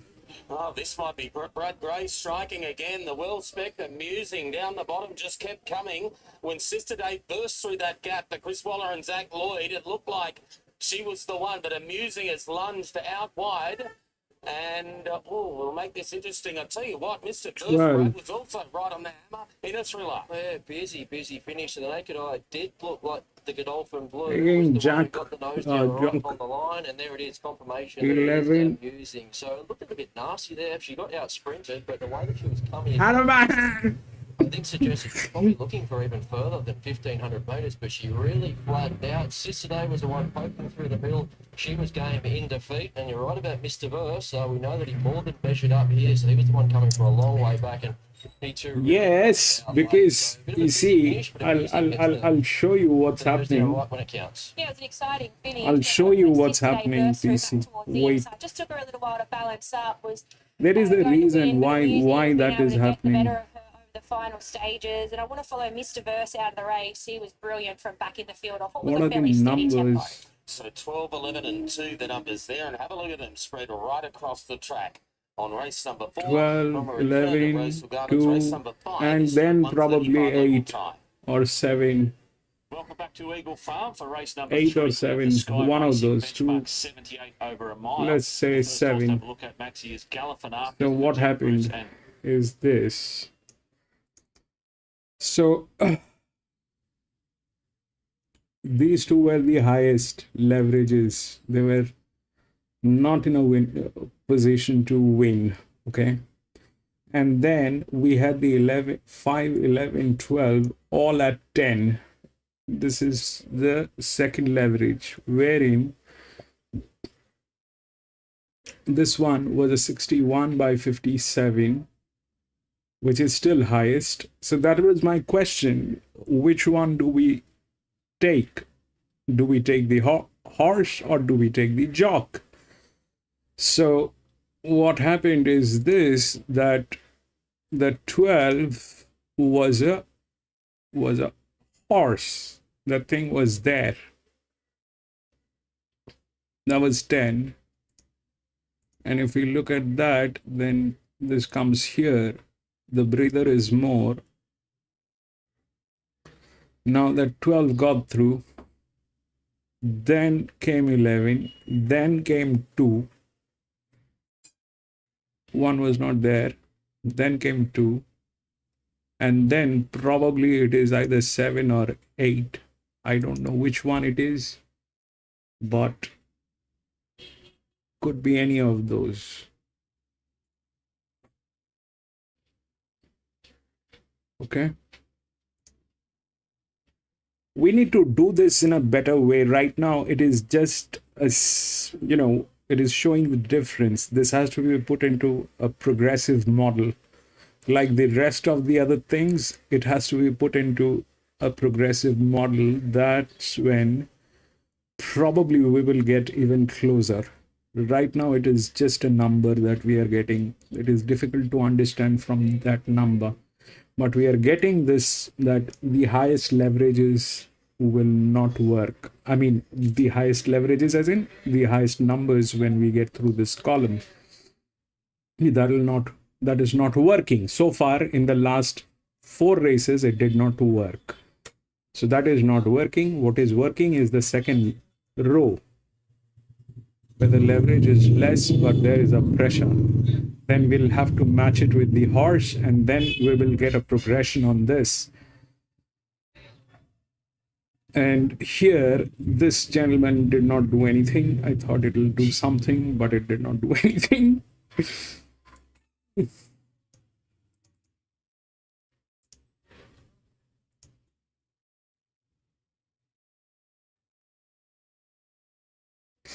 Grant always has brilliant ideas after the races. Bro, the key to this, Adoman, is understanding the losses. If I keep repeating the same mistake over and over again, I will keep incurring losses, and everybody will. That's not what I try to do, Adoman. What I try to do is every race when I do, I look at the mistakes. I look at the reasons why it did not work.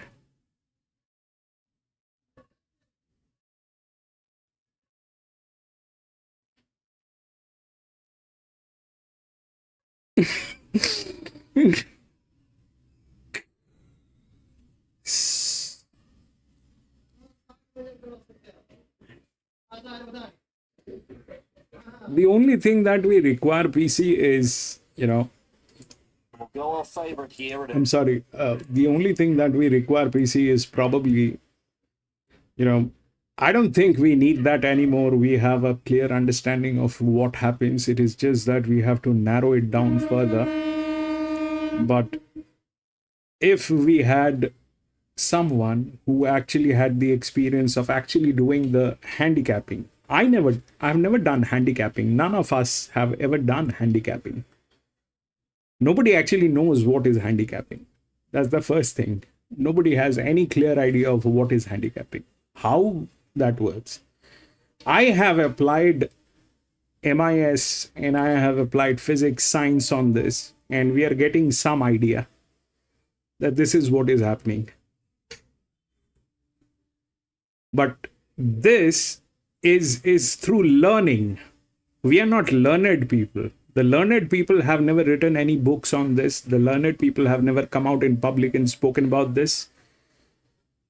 We are learning. We are in a place where we are trying to understand, all right, this happened for this particular reason. In the next race, my effort is to rectify that we do consider the reasons why we lost.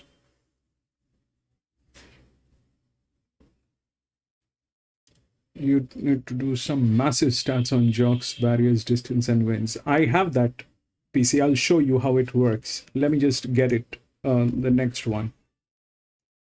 5. 1 scratched from 5.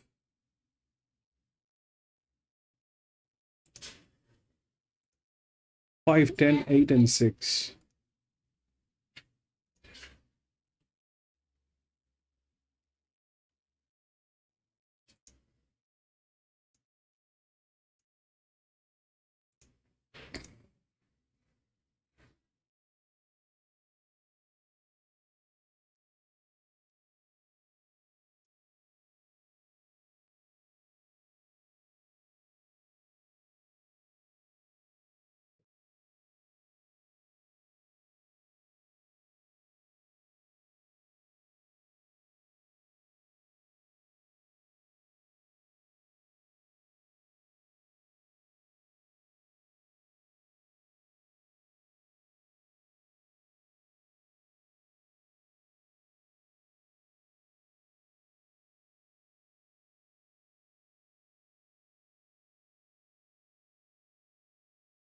Okay, so if we look through this one, the odds are 5, 10, 8, and 6. 5 is the favorite, which is the third linear. 10 is the linear. 8. And there is Mr. 6 up here, okay, the EW. So, PC, you're talking about jock. Now, here is the jock part, all right? There are two ways we are calculating the jock. So, like the horses are handicapped, all right? You have to refer to this like this, that a horse gets handicapped. And then the jockey, because of the jockey, there is a claim, okay? It is not because of the horse that the jockey is getting a claim. It is because of the jockey why the horse is getting a claim. So when we do that maths, that is what here, okay? So this is where you don't have the jocks that are with claims. That's why I say these are the best jocks, okay? The RH. This is where we do not have the jockey with claims. These are the jockeys probably with claims, all right? That's what the number reflections are. These jockeys are like that. And then we have the jockey pressure. Now, what is jockey pressure? Like we have a horse pressure, we also have a jockey pressure. Now, how we calculate that? The pressure on the jockey is through the gates, which gate it is coming out, what is the handicapping that they have on the horse, the pressure, and is if it is an advantage. So the lower it is, the better it is. The orange it is, the better it is. And that's how it is. The other things that work is this side, the pressure. So what the pressure is, basically, when there is a claimer jockey with a strong gait, you will see a pressure. Like for this, number 2 is the highest pressure. Why? Because it is coming from gate number 2 and it is the second linear. So that's why there is a huge pressure on that jock. Okay, this is a linear. The jockey is probably, if we look at number 2, the jockey, Ash Morgan, is not carrying, is not a claimer jockey, but he definitely doesn't have the advantage through the weight distribution. He definitely doesn't have the advantage through the weight distribution. This is as good as being a claimer jockey. So that's what it is. Now here, if we look at what's going on, we have, if we look through the rail, 6 comes on top, 74. Now, if we look through that, then these two are the highest. Okay. So that means these two are in problem. Then comes 4 and 2. Then comes 5. All right. The 4 and 2, and then comes 5. Now, if we look at 4 and 2, both of them are in pressure. It's at 1200 meter. This is going to be a pressure play. And this one is the second linear. Where does it stand? It stands here on top. 2. Okay. The problem is the jockey. Why? Because he doesn't have the adequate weight or the adjusted weight that should be carried from this particular gate, which is number 2. He doesn't have that. So now what is the thing? What is possible? Will that 2 win or 5 win? Which one will win? The 2 definitely has a larger value, but it is not the largest. The 2, 4 and 2 comes here. Now if we take 2 as a win, because we already know that 10 is in trouble, which is the linear. Okay, and 10 is not even the favorite. Which is the favorite is 5. Why 5 is favorite is because it has league races and all that. It doesn't look like it has a jock. The problem with the 5 is this one also doesn't have one of the best jocks, and it also has the problem with physics. If you look at the pressure point, then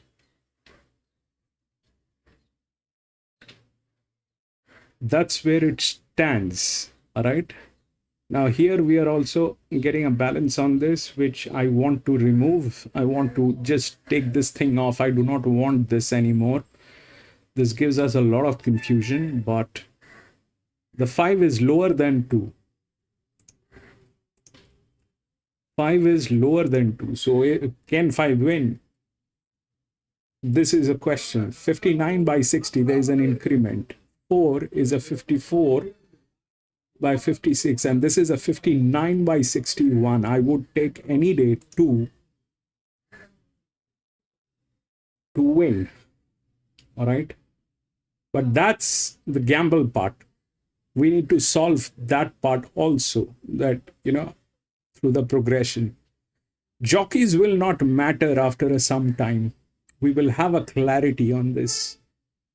Jockeys will not matter. So 5 definitely is in because it is on the lower side, which is the lowest is 6, here 7, which is the largest drift. Okay, which is the largest drift. One of the highest advantages, everything is there here. But the question is here whether 5 will win or not, or the 2 will win, because it is anyway the second linear. The first one is over aggregated. That is 22, 12. These two are in trouble. Any day, if we did not have this, I would have gone with the 6. Why? Thinking it is the EW, and I want to go with the advantage. But the higher advantages are down here, which is here. That is gate number 7. So this is 5. Gate number 6, we have the advantage here with gate number 7, 56, 55, but still 2 is standing here, right here, within the rails, got the physics. The problem is the jockey, and it is not one of the top-notch numbers here. It is the third. Sorry.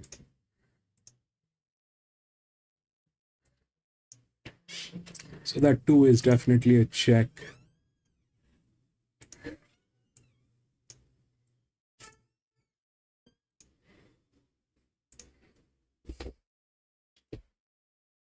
How the jock handles the distance and the barrier, that's where PC, the thing is, the jock cannot handle. The jock cannot handle. It is beyond his capacity. So that is the design, the layout. See, PC, I have not designed this. This is not designed by me. I am just, deconstructing it. I am deconstructing it. Somebody has constructed this with a very, very specific intent in mind. With a very specific intent in mind. What I am doing is deconstructing that and trying to figure out what could be the intent. So if you say jock, but that's, PC, the thing is, jocks are, you have to treat them as just one of the tools. I don't know how to explain this in simple language, but jocks do not control this. This is already controlled. Jocks are playing a part. Jocks do not have the ability to control the outcome. They do not. They are a part of a drama that we are watching on screen. They're just a part of drama. They're They're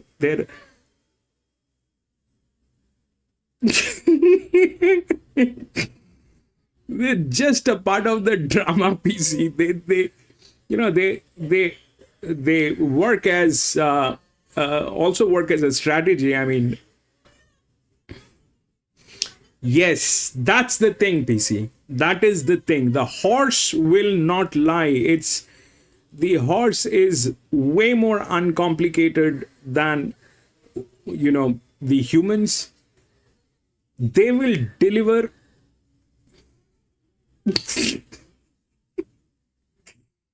They will deliver, PC. The horses will deliver. It is just that, how this thing has been,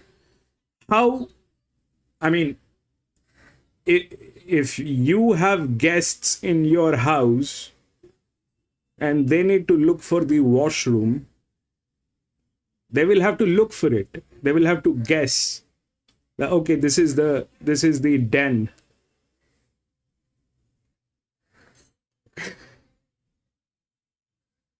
Nah, PC, I don't. It's jockeys generally.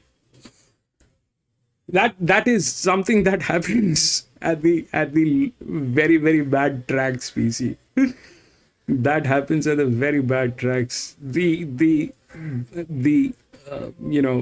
thing is, they apply a very smart mechanism. They apply a very smart mechanism with a very specific intent in mind, and everybody is playing a role. It is not that. It is intentional. Yes, and here is the reason why that happens, PC, because of some kind of an arrangement on that horse. The jockey is helpless. That could be one of the reasons. The jockey is absolutely helpless, that he cannot control that outcome. I mean, if you and I are racing on a track and you have a Ferrari and I have a bulldozer that looks like a Ferrari,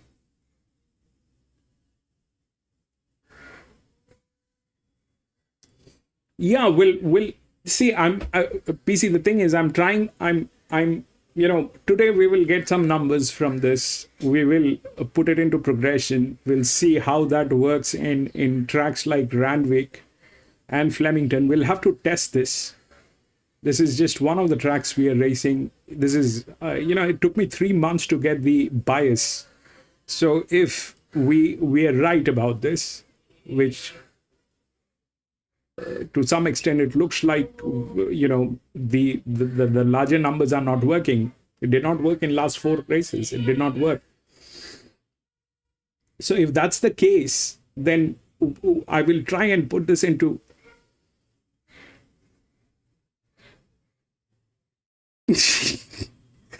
yeah, if the cars are all the same, PC, that's the condition. In that case, you have to take off the weights. You have to take off the weights of the horses. You cannot have a handicapping. You cannot have the weights on the horses. If that happens, then the jockey wins. We spoke about this long time ago. What you're looking at, what you're talking about is a very, very, a kind of a situation that is exactly the opposite of where we are sitting. Why they have the weights on the horses is a simple thing, to control the race. Why they have the weights on the horses is to control the control the race. It is not a free will run. Yeah, the jocks, what will they do, PC, if they I mean, there's no clear answer to this, PC, but what will he do? What will I do if my Ferrari is that looks like a Ferrari, but inside the hood it is like a bullock cart? The arrangement has been made as a bullock cart, so no matter how good I am,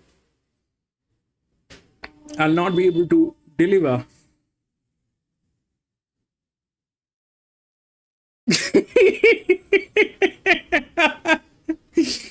Yeah, PC, that's true.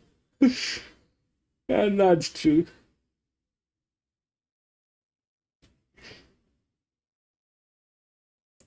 That was as a $51 chance. So triple figure odds today, but he did improve sharply to win second up before winning 3 on the bounce at Canterbury. Didn't have the opportunity to see him first up here, but just looking at him physically, I'd say he's taking a good natural improvement from his first up run. I'd say one more run will top him off coat-wise, but he runs really well for the girls. He's got Molly on board today. One of the Goths are gelding to go, the great Houdini for Greg McFarlane and Josh Parr. He's going well, isn't he? He's won 2 from 3. This time back, fresh in 5 weeks since chasing down Punton at Canterbury. A horse has gone right on with the job since. So maybe keeping him on the fresh side is key to him, given his form that he finds himself in.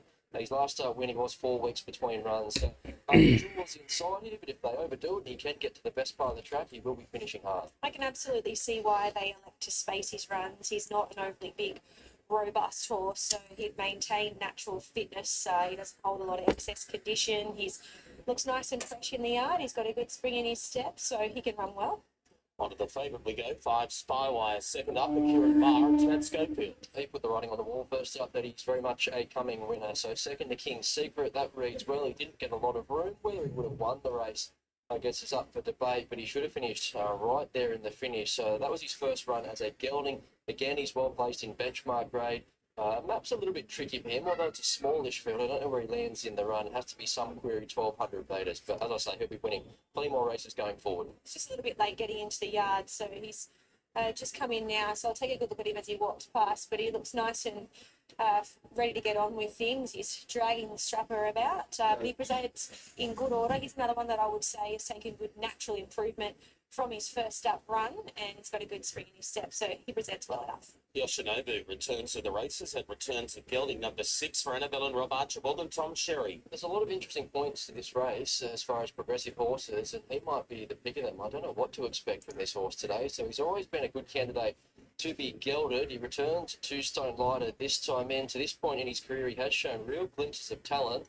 But in 3 runs last campaign, I'm not sure how genuine he became. So you isolate that run in the Roman Console, went 3rd to Switzerland. We know he's got that in his locker. I think looking at his trials, there is some intent to be read into them in terms of getting him to do something first up. So I'm just keeping an eye on the market, and there is some support for him. I'd say he's hit or on well, Brad. Resumes a gelding today. He's a horse that could get quite hot in the past, but that's not the case today. He's wandering around the yard, nice and relaxed. PC, it's not just you. I mean, in the skin of see, what he's done at the any trials, so given he did day, well today. I mean, Number 7 is Iron Man. that's the choice. At any given day, BC, you see what's going on is that 10 is the linear, all right? That 10 is the linear, and that's like that. But the condition is this would have been at 58, it is at 80. This should have been on 58, it is on 80. That's the highest. Okay, that is the highest. Needs a bit of speed up top. On the other side, disadvantage to be coming down the middle of the track, so that might offset the map here for him. These two are the strongest closers. I like the way that he on the highest. Sprint home here 3 This is not great looking. And then you see that in a drift He's a really neat, compact type. He's with the actually lowest. strengthened since I We saw him knew the 15 characters. races ago. He's a horse We that knew the benefits pressure. from galloping room, so the middle draws. Now we have to figure out where the biasness is. He ran as well as he could here a couple of weeks ago when 3rd. He stormed the rampart. The timing is right to try him again. I mean, 1200 metres. Both of his if this was any other day, I would have said, you know, the 10, the same thing as you're doing. Nice and relaxed. Why? Because it is the linear. I would want the linear to win. I mean, my support would go to the linear any day, for that matter. There was always going to be natural improvement in terms of what he did there. But so far it did not work, PC. So far, that arrangement did not work.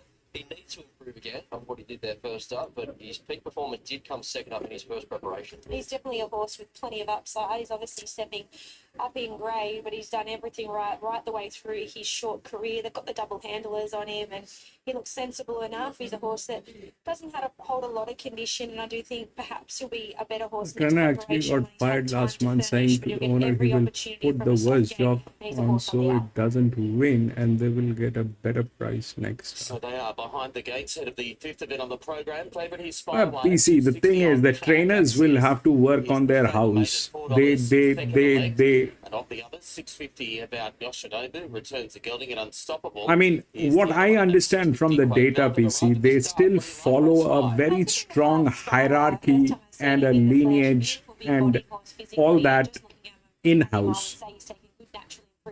This is what is very evident from the data. If the trainers are not prepping up the jocks with the actual strengths and the weaknesses on that race that the horse has, the jockey has no chance. This one, I'm in the corner of Flying Destiny. The jockey doesn't, I mean, he's very soft in betting. So 2, 5, 10, and 6. Do concede that there's a it never worked in any industry. Forget about this is one of the most volatile places. It did not work in a preliminary school. 23 starts and he's finished top 3. If you go to a preliminary school, even there they have meetings where they pull up the teachers and they tell them, all right, you are the class teacher for, you know, class 1, and in class 1 you have these kids and this is their talent and weaknesses, and this is the subject that you're going to be teaching. That happens in a school. If that doesn't happen here, was a good gap back to third. then Axios, the they start seriously need he's to got work on similar their upside, house. so I like the race through. 4 career starts, 2 wins. He got back on the board there on the Kenzo first. Only getting improvement to come off that. I like the way that he maps here. He should just pop in behind the speed.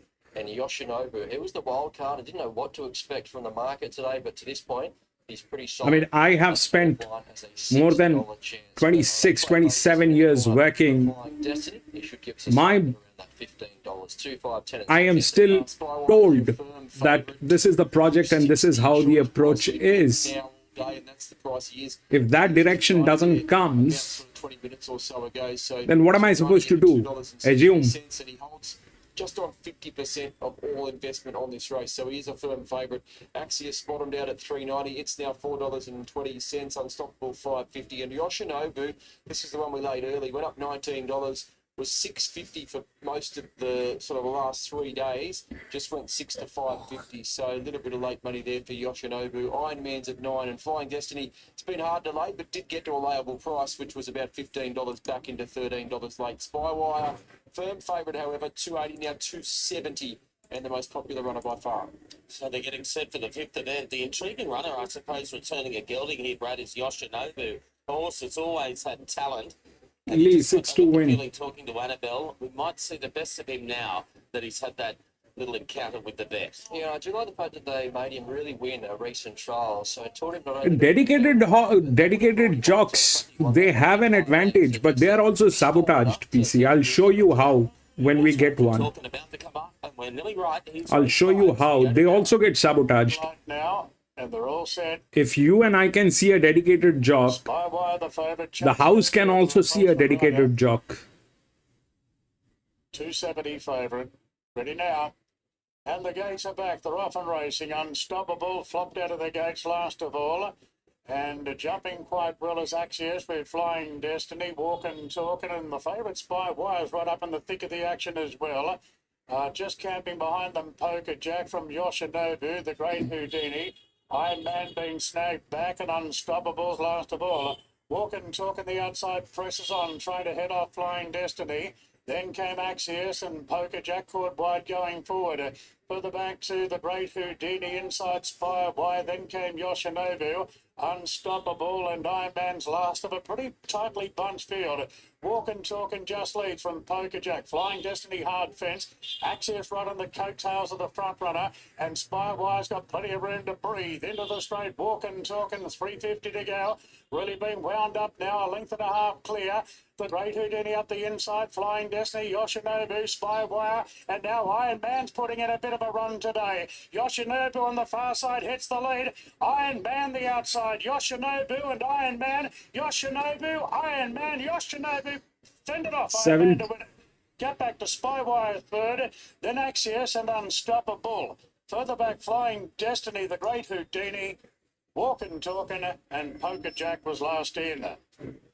6. And he comes back a gelding, and he comes back a winner. Yoshinobu for Annabelle and Rob Archibald and Tom Sherry. Beautiful Lee. Three runners, but it looked like Iron Man had been 6. off the winners list for nearly a year. It looked like today might be his day, but the inside one or back towards the inside will get it. There's Annabelle on screen. 6 will win it over Iron Man. That was better from him today. And then Spywire, he got caught deep but did have cover and looked to travel okay at Axios, was further astern. But Yoshinobu, first up, is a winner. He certainly is, yeah, nicely done by Annabelle. You could see that smile. I think it was a mix of relief and excitement going forward. 6, 7. Being a talented 3-year-old in that gelding operation, it's a good advertisement for it because he's shown talent. He's never really put it all together. That might be about to change. He did a good job there. He's giving away race fitness. You saw Iron Man loom up down the outside and you thought he was going to make a race of it, yet to the credit of Yoshinobu, he pulled out plenty and did it pretty nicely. So no real excuses for the rest of them, just too good on the day and keen to see where 5-10, I think. Yeah, I think he's in for a good preparation. He did everything right in the yard today and he transferred that to race day. Win number 3 at start number 9. Numbers here, 6, 7, 5 and 10 on race 5. Welcome back to Eagle Farm, race number 4. So what happened is this. These two were the largest. And the 10 did not get there, but the 6 got through. 6,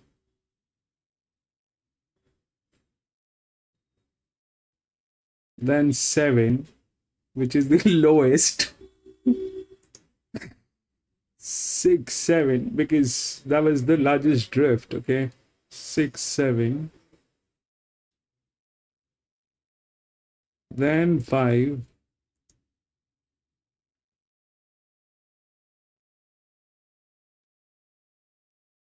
then 10. That still is not going to work. How did that 6 win now? How did it win? Is because it's a 74 by 75. So like I said, this thing has to be recalibrated. We are so far believing just the numbers, but this thing has to be recalibrated. It has to be put into progression. So we'll have to watch this section as well. All right, we'll have to watch this section as well.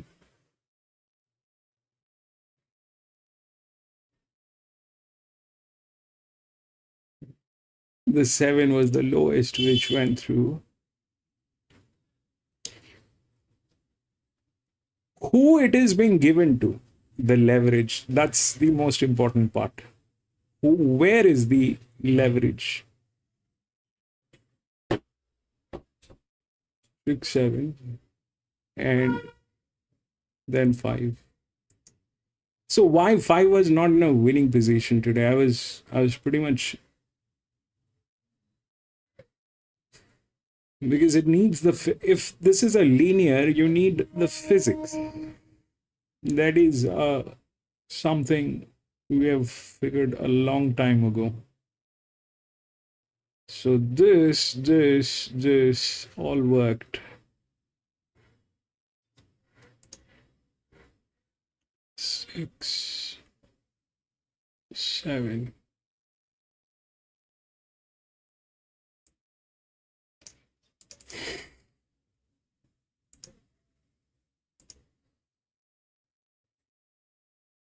So we'll go to the next. 6.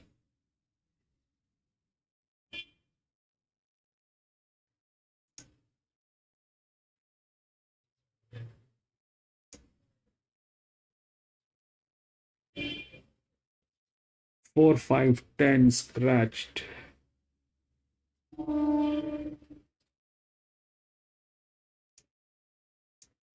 7196.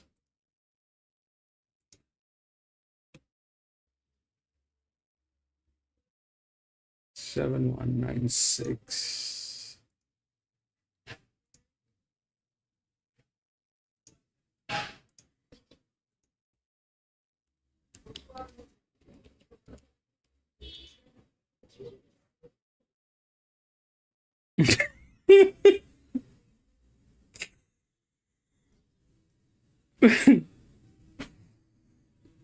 No, PC will do a better job. I'm sure we'll get that opportunity to do a much better job, PC. We will do a better job than that.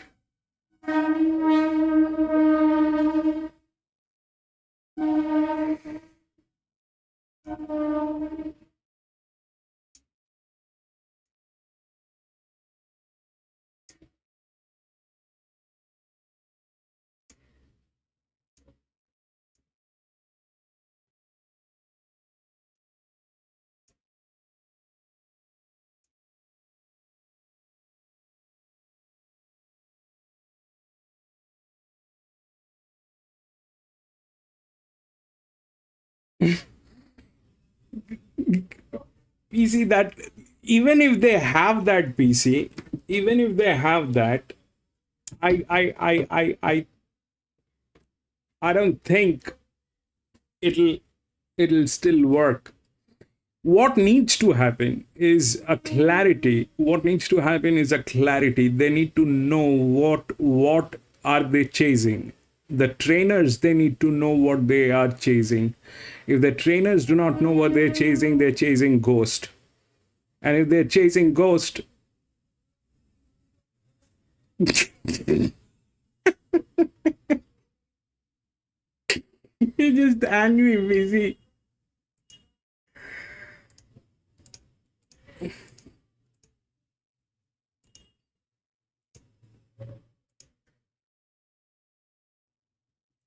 Four-win plays Eagle Farm. All right, let's watch Eagle Farm. They are. Cosmic Vegas firming up late into $4.40 with Tab. It's been the late firm to knock off this favourite. This will be the one being both double figure odds. Maxi, you like it. Yeah. Not a single favorite came in today, yeah? Not a single favorite. This is the sixth one. He's been waiting patiently over there under Cody Collis. Christ, all waiting to go into the gates. Maxi, a little birdie told me something today. I better bring it up with you while we've got a spare 30 seconds. 15 years at Sky, would that happen to be today? Is there a milestone there that you're aware of? Not that I'm aware of, no. Well, the little birdie told me 15 years, Maxi. So thank you very much for your service, not only to Sky and to TAB, but of course to the Queensland racing industry and of course the racing industry all around the world, Maxi. What a good achievement it is, 15 years. Thank you for that. No, I didn't know. Gee, they let me know when it was at 10 years, and that seemed like it was only a year or two ago. Yeah, time is going by pretty. As you get older, Maxi, time slips away faster, doesn't it? I'm in the same boat there. All right, they are loading up well here for race number 4 at Eagle Farm. Mitch Manners is calling the action today, so let's get to Mitch now. With a three-pronged attack here, and they're looking for back-to-back races after Yet He Moves was successful in the previous first up. So the Drover about to come forward with a deal of humour. Paul and Michael, so last two coming up now. The Drover about to get ready. The deal of humour. Innocent Rides. Race 2? Morning in the week. Shower of Goba. I don't. Now, I haven't Deal written of down humour, the the outsider of the field loads results. away, and Just we're do set it. to run. Ready, and they're racing now, and the Drover missed it. Missed it a length and a half. This will be the one, was clearly the first out. Chicken Mojito's going to drive through underneath it now. Yeah. And shortly after the start, Chicken Mojito's going 6, to lead. 2, This will 11 be and the 8. one. Kibosh will tuck in for the trail third. Brookhaven a little keen 4. The Drover's picked up to be fifth, the inside of a deal of humour. Then Cosmic Vega and last. That's the only one. So Chicken Mojito at the 1,200 metres mark. She's going to try and do it all here today. She leads 3/4 of a length, the race favourite. In second spot, this will be the one, and Kibosh with the nice trail in third. 1 length away in fourth, Brookhaven, who's settled a fraction better now at the 1,000 metres mark. The Drover is 50 inside, then a deal of humour. 1 3/4 away, Cosmic Vega, and Chrysaor is last of all. And would spot one of his stable mates about 7 lengths at the halfway point. Chicken Mojito in front, 3/4 clear. This will be the one as they back it off mid-race. Third is Kibosh and fourth the outside, Brookhaven. Then followed a deal of humour and the Drover tucked away the rail. 2 lengths away, Cosmic Vega and Chrysaor. Approaching the home turn, 500 metres left to run, and what shapes is a dash home. Chicken Mojito's in front, leading by a length and a half now. To this will be the one, Kibosh in third. Then followed Cosmic Vega, the Drover. A deal of humour, Brookhaven's been eased up out of it. 200 metres left to run. Chicken Mojito in front, but all out. Kibosh is the challenger. Then this will be the one. Chicken Mojito's about a half clear, but Kibosh is going to it with every stride. Kibosh moved up to Chicken Mojito, and Kibosh is going to be too strong. Back-to-back wins for Wooler. Kibosh beats Chicken Mojito. Third, this will be the one. And fourth, Chrysaor. Cosmic Vega next in. Then followed by the Drover, a deal of humour. And unfortunately, Brookhaven has gone a miss at the 200 metre mark right ahead dismounted. 4. Yes. Well, Chris Waller with another Brilliant. win. And with the same rider up, Kyle Wilson-Taylor, Kibosh. Lee, Beautifully coming down. congratulations. On the bit and ready to get out after Chicken Mojito, who she'll 12. get a better opportunity to win a race. This should be the one handed up to Right, this is the sixth one. It's a 1,200 meter again. And the odds are 7,196. So 719, 719 and 6. Okay. 1 is the linear. If we look through the rails, that doesn't have the physics, that doesn't have anything, but that is the lowest. This is the highest.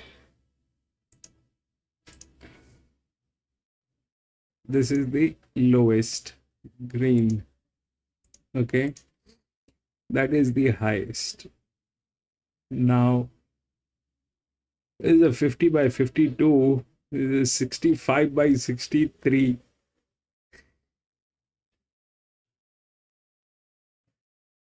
And the difference, let's see. This was a benchmark 78. This is also a benchmark 78. This was 1200. This is also a 1200. This was gildings, and this is all ladies. Okay. So on a benchmark 78, the 10, which was the linear, was supposed to be on 58. It was 80. Did not do the job. The 6 should have been on negative 19. It was there at negative 6, 12. Still, advantage goes to this guy. Okay. So the 6 wins. I understand that. Here we have the 7, which is the favorite. It should have been a 23, which is a 45. It's a 58, that was 80. So approximately 58, 80, 60, 22. All right. Here it is more than that. It is more than that. 23 to 45, it is more than the pressure the 10 had. So that is where it stands. The 9 should have been at minus 10. It is at 4. The 6 is the other one, which should have been a negative 18, is at negative 7. Still has the advantage, 60 to 58.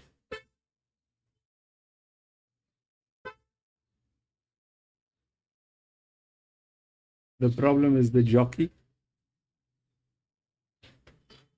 And we have this 3, which is here, which is a 50 by 50, and the 1, which is the linear 46, 426. Okay. This one is a dedicated jockey. This one is a dedicated jockey PC. And everybody, this is a dedicated jockey. So out here, this is more. We can, that is through naked eye. I mean, if we compare this one, 58 to 80, so we're talking about 22 points here. Here, we're talking about 23 to 45, which is what? 20, which is about 23 points. Correct. Here it was 22, here it is 23. Simple. We have already done that. So this is 23. It is more than this one. Then the 12 won, which was a negative 19, 12. All right. Here, this is 14. This is 6, is 11, which is in a very matured hand. 6 is in a very matured hand. And the 1 is the linear with the lowest.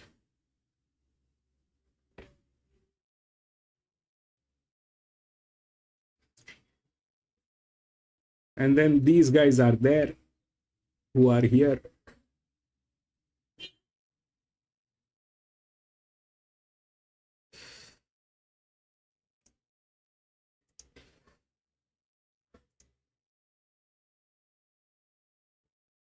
PC6 wins Flemington.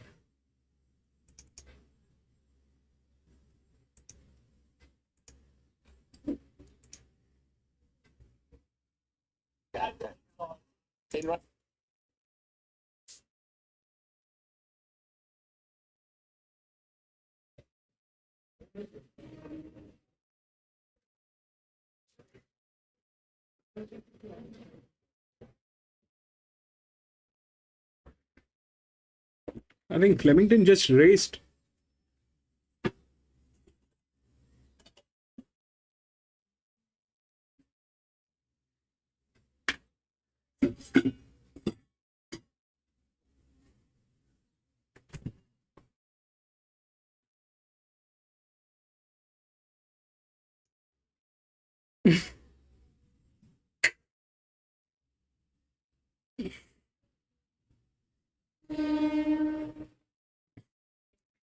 PC, don't take a chance, PC. Today may not be the day, PC. Today may not be the day. Play low, play low, play low. We'll get them, PC. We will get them. We will get them. But the one is a 6-year-old. The six is a 3-year-old. Yeah, that's good. 6 is a 3-year-old. I thought you were talking about the one. Yeah, the only problem with the 6 is the jock. The only problem with the 6 is the jock. That's all the problem is.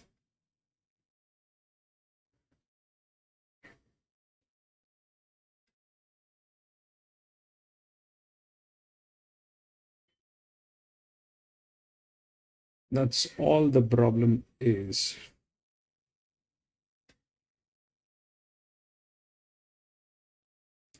Yeah, he did, but he also. So here is the thing, PC. So this M1 is basically showing the number of wins that the horse had. Okay, the jockey had, which is 33%. And the number of times they rode is about 3%, 3 times. So that means it won once with this horse, the 6. Okay.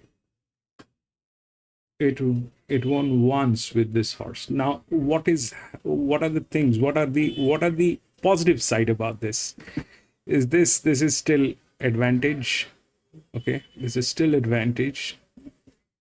60-58 is something that we can still digest, because the others are 6-year-old mares. This thing is a 6-year-old. This one is a 6-year-old mare. The 7 is under tremendous pressure. The 9 is under tremendous pressure. That's that side of the story. This has advantage. The jockey has ridden this. Plus, it has also been tested on this distance here at Rosehill. So that is the MA, all right? This means that this thing has been tested here on this ground on the same distance. On the same distance. The problem side is this, that this jockey is today not in a great shape. That's the only downside of this, that the jockey is not in a great shape.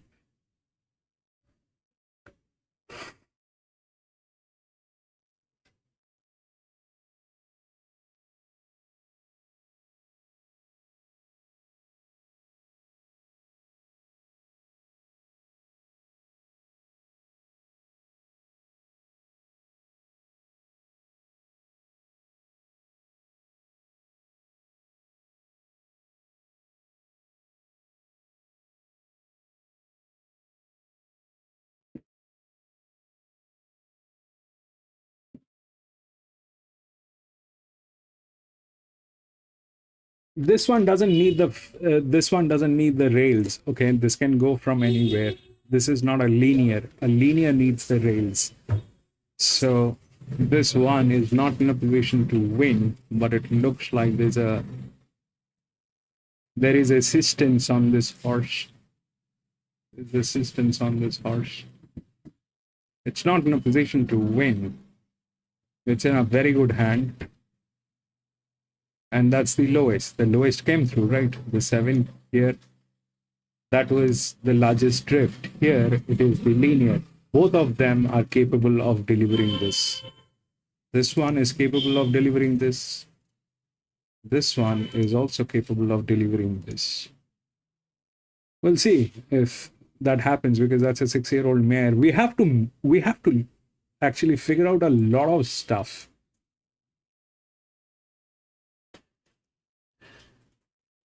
You could say 2 out of 3 wins, really. Okay. Probably PC. I mean, see, I don't I mean, I have those stats, but I can't fit them in the screen. I cannot fit them in this particular screen. So there are things that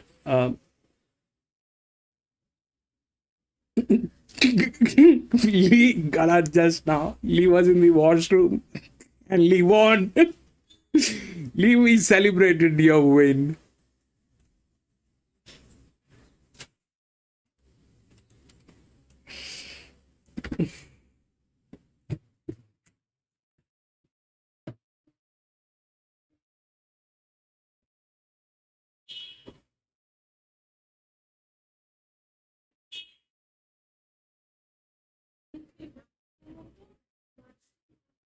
Today's jockey race.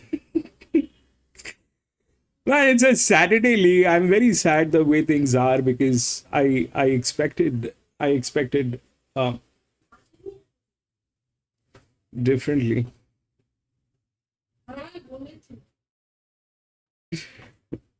Yeah, I know a lot of people are that, Lee. You're not the first one. My entire family, there are so many people, Lee, that who have been with racing. I grew up in that environment. I I've seen it all. One of my uncle, he used to bet on the horse number 1. It doesn't matter where that horse is, whether that horse is a donkey or a monkey. I had my uncle who would just bet on the horse number 1. You ask him which horse, he'll say number 1.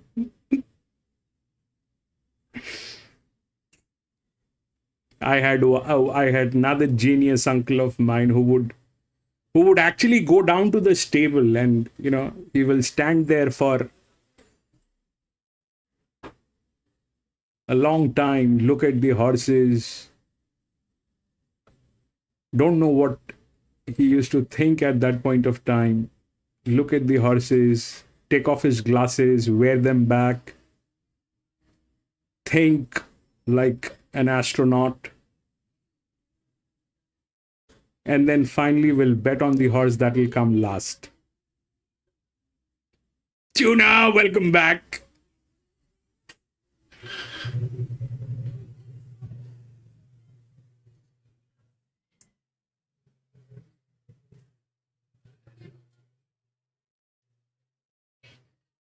I've seen all that, Lee.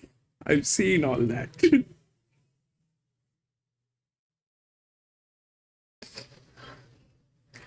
I still think horses from 1 to 5 after scratchings win the most.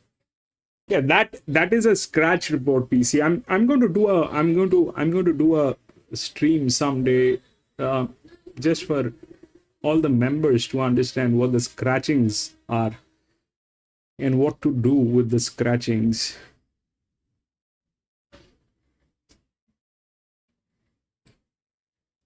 Find the pattern and follow the pattern. Yeah, that's exactly what I'm trying to do, Lee. I'm trying to figure out the pattern. I mean, see, no matter how smart these guys are, okay, no matter how smart they are, there is a blueprint.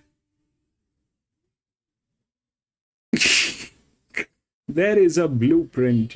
This is not a chaos. It is a very well organized sports. It might look like a chaos, but it is not. It is a very well organized, very well designed, and very well thought.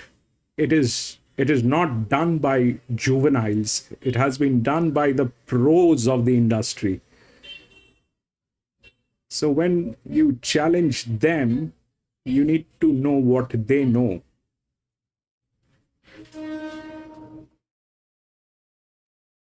You need to know what they already know. She's a horse that doesn't hold a lot of condition naturally. She's still got some improvement to come in her coat. Second up into the preparation. She's a winner here at the track and distance, but she's one I'd be happy to bypass today. The $1.80 favourite Tuileries, number 7 for Peter Snowden and Tom Sherry. Well, all being equal, she looks better than this grade. Originally, one of the knocks was the barrier. I don't think that's quite as scary now after scratchings and how we've seen Rosehill play. So you can, she can offset that. What she does have to do. Yeah, PC, you may want to put it that way. My mind doesn't work at times, PC. Now, I go sleepless. I go absolutely mindless at times. I get agitated. I get very angry on people where I have no reason to be angry, but I do get angry and I tell them things that they don't deserve. I do all that, but it's, and she runs up to her form from last preparation. I can't explain how and what I am going through. She was back in white here last start in a sprint home, so although she ran 9th, I don't think the run was as bad as it reads on paper, so it can be a touch forgiving. Only beaten 3 lengths by Sacred Rocks, back to the 1200 metres, and a smaller field suits giving her pat. She's a consistent mare. She's a horse that doesn't jump out and grab you in the yard, but she's another one that presents nicely. She's very, very fit without any excess condition. Happy to risk her today, though.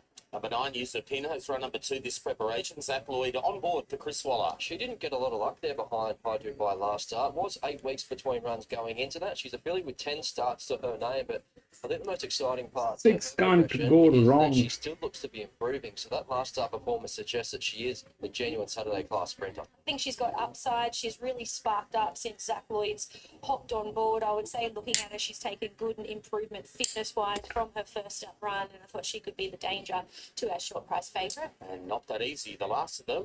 Molly Burke on board for Jason Coyle. First ride today for Molly Burke aboard this mare, so she's So frustrating. the thing is, PC, let's understand the arithmetic on this. So just that flat spot If you really put costs money her on, as she gets if into her you career, had but very backed the confident favorite, place.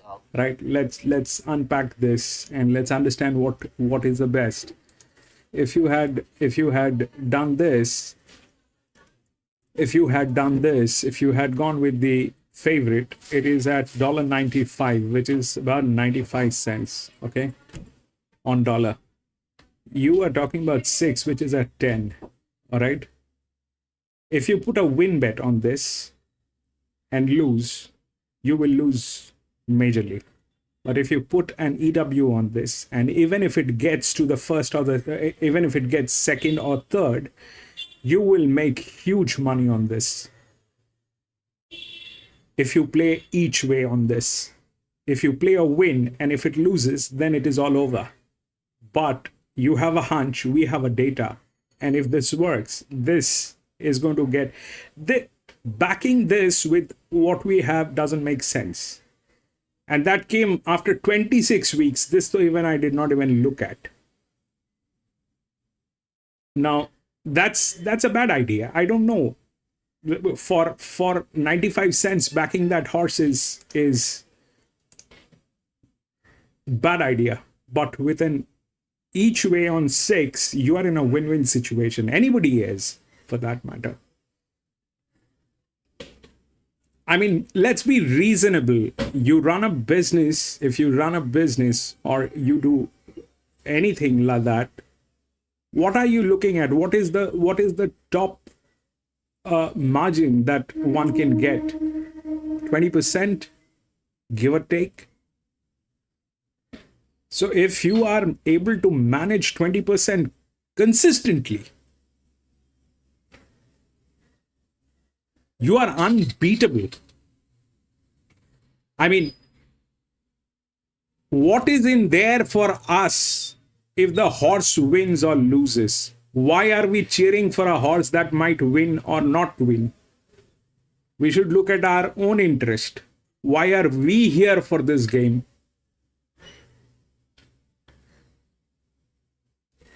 Rating a 71.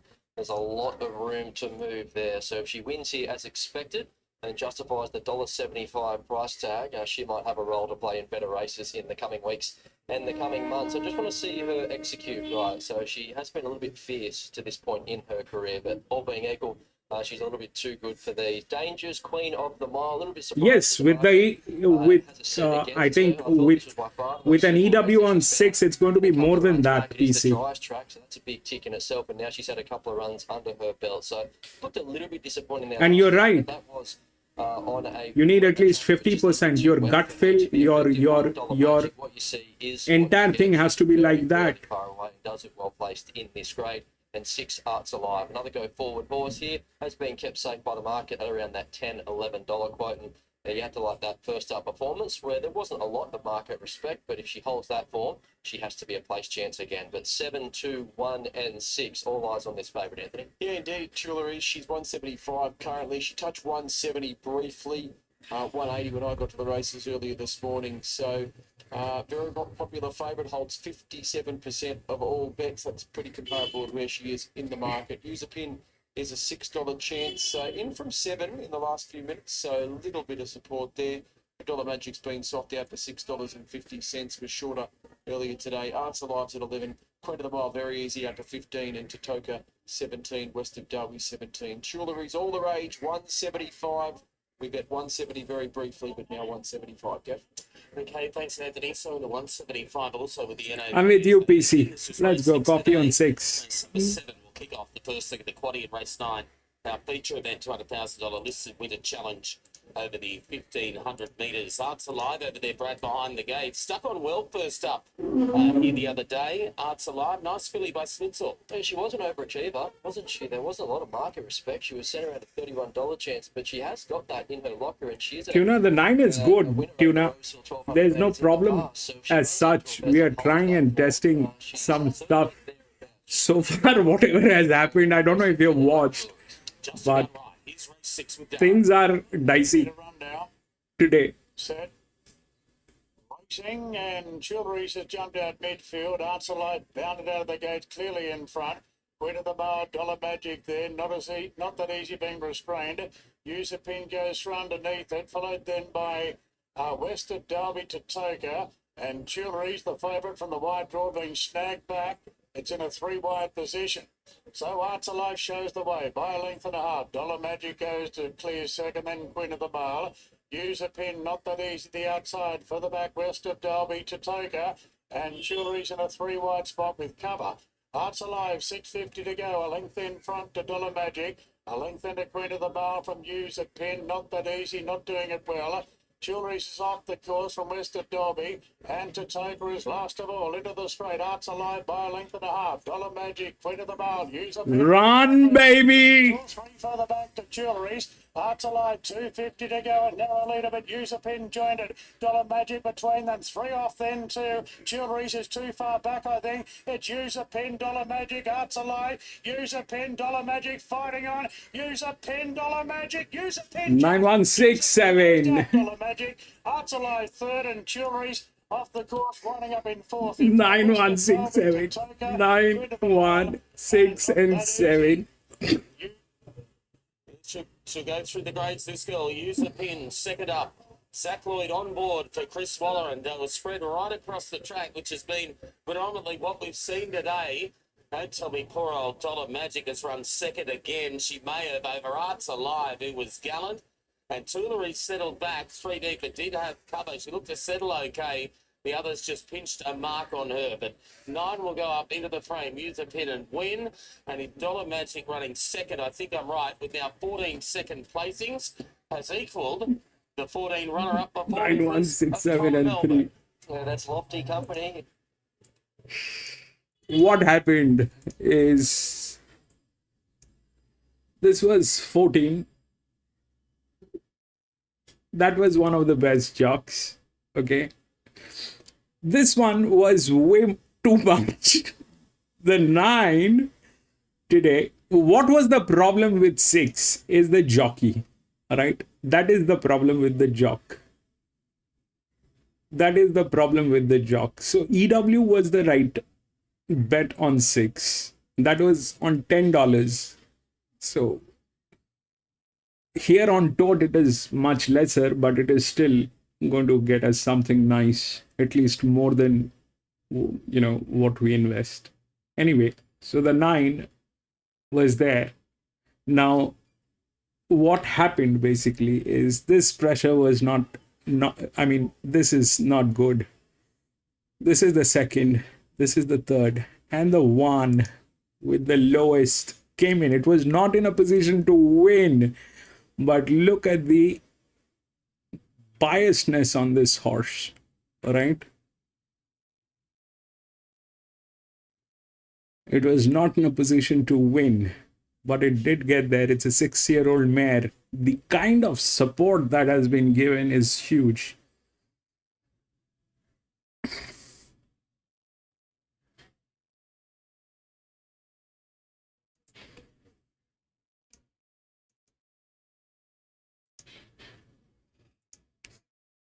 Tuna, 9 wins. Boom.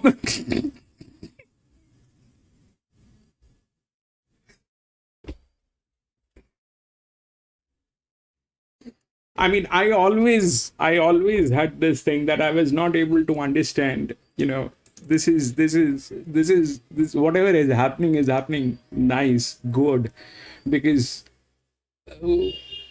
when do they win? That's the biggest question. When do they win? The neutral horses, when do they win? And this is when they win or lose. That we know when not to bet on this. I think one thing is for sure, if we had a lay, I mean, I don't have a lay. I can't lay horses in any of my system. But if I had the opportunity of laying, I would have been laying all the favorites so far. But this is where it stands. So 9, 1, and then 6. This, the problem was the jock, PC. That was the problem. That jockey, that horse, that gate is a disadvantage. It will automatically happen here.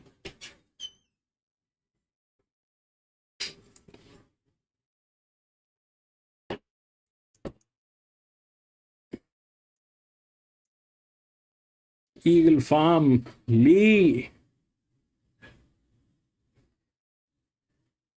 8 win in place.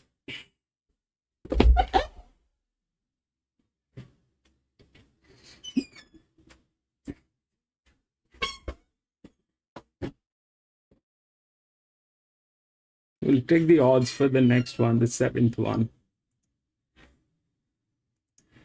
7. 4 and 11 has been scratched. There are no 4 and 11, I hope. 3, 9, 2, and 7.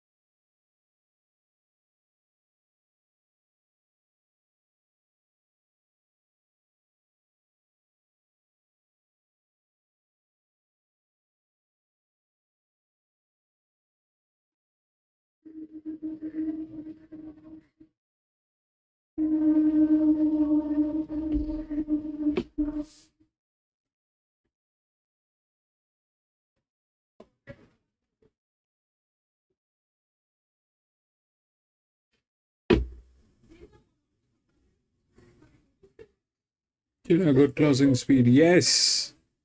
4-win Eagle Farm, bigger bet.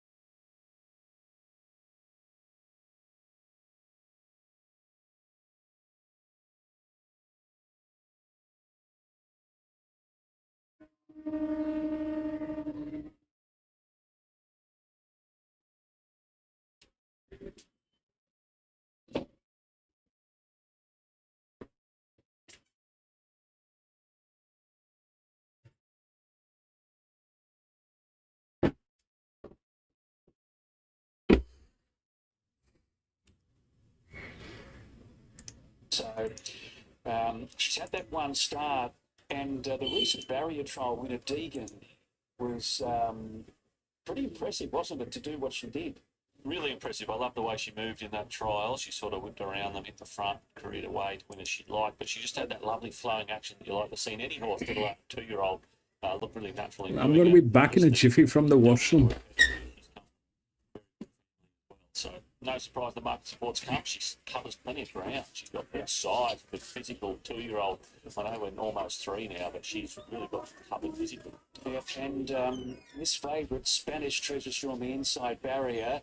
First few races, clearly they were wanting to come up the middle, and that's probably the preferred place today. But I just wonder, is it, is it a no-go zone the inside? If you were riding, would you sort of give it a crack? If I was riding, I'd have to lose 50 kilos. But apart from that, look, I don't think there's that much in it, and I don't think you want to be making those wide runs earlier than you need to, because you are covering ground to get out there. I think Kyle's shown us in the last 2 races, he sort of sliced off the fence in the previous race, and the race before that he trucked up 3 wide with cover before getting into the sweet spot. So, you've still got to ride these tracks well. I don't think you want to be hard up against the fence if you can help it, but you don't want to be 4 or 5 wide from the 800 either. No. So, ideally, if you can sort of cut the corner a little bit and then extricate to the outside, clearly up the middle, and that's, when we have a soft track and a 1 metre rail or true rail here, it's been the pattern where they get off. So, but I don't think it's all that bad towards the inside, nevertheless. No, I don't think so. We've seen a couple of horses make some ground up against the fence. Galifianakis was one of those earlier in the day, and it's just been, as we said, a couple of tough races. Chris Waller's first up stayers, they haven't trialled. They both come out around that double-figure mark, and they've won. Just 2 sharp, sprinted 2 well at the mile first up. Great training performance by the Waller team, but hard to find. Especially when they haven't trialled, you're sort of just guessing where they're at. You're using the market as a guide. And the market probably hasn't steered us into them. The market more said Chicken Mojito would win, and the stablemate. And she slipped home in 34.3, and but he was travelling strongly behind Kibosh, and he looked terrific to that. He can do that, Kibosh. It wasn't a surprise, but I think most of us thought at the weights Chica would be able to get the cash. Well, funny thing with racehorses, Maxie, when they forget how to win, it doesn't matter who they race against, they find a way to get beaten, and Chica today. All right, they're loading up well for race 5. Good luck if you're having a bet. Let's head up to Mitch. Inside gate, Spanish Treasure. Deceitful Miss goes in now, and we're set to run. 4-2 win. Ready at the 1200 metres. Spanish Treasure right up to it, drawn in close. Bit of movement out wide. Pierre Target, the one on the toe. Tender targeting with Spanish Treasure, who want to sit on the back of the gate. Right now, they're racing. And Spanish Treasure left well off the inside. Pretty well tried. Alpha Sophie will have to circle the ball or come through in between runners. It's last. Topping the straight. Pretty dubious with the shades on. Shows up by a length. Spanish Treasure back to the far side with better luck next time. Stick to the script. Alpha Sophie's run up behind them and is about to get the split now. She's coming home hard. 150 to go. Spanish Treasure hit a slender lead. Alpha Sophie about a head away. They're going to fight the finish out. Alpha Sophie might be going home a bit the better. It is. From last to first, Alpha 11. Sophie, a big win. Beat Spanish Treasure. Photo third, Deceitful Miss. Stick to the script or Special Artist. Then further back to Britannia Rose. Next in Pierre Targa, Stras Dance, and Pretty Dubious was towards the tail end of the field. 11, Well, that's 8. been some performance, Alpha Sophie. She couldn't keep up through the first half. She was stone motherless last, and then all of a sudden, she's on heels at about the 700, really trucking into the race. She had to alter course, and she's managed to get up and score, reminiscent of Mum, who used to be a powerful finisher as well. So I think Jason's got a pretty smart filly on his hand here. 11. Right, this is what we have for the 7th one. If you look through the odds, it's 3, 9, 2, and 7. 3 is the favorite, 3 is the EW in a very good hand. We look through the rails, we do get these gentlemen up here, wherein 2 is the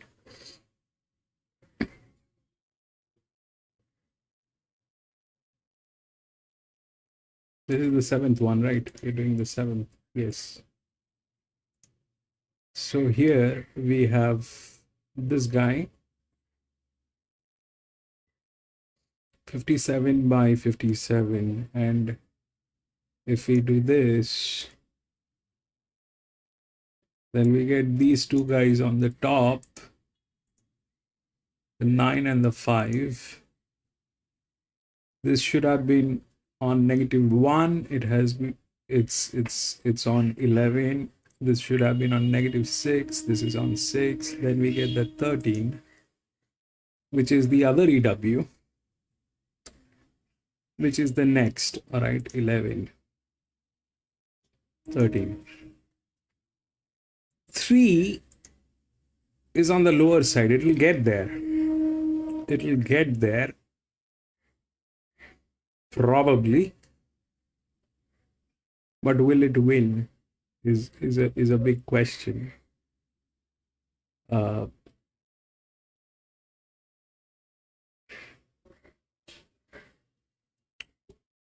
So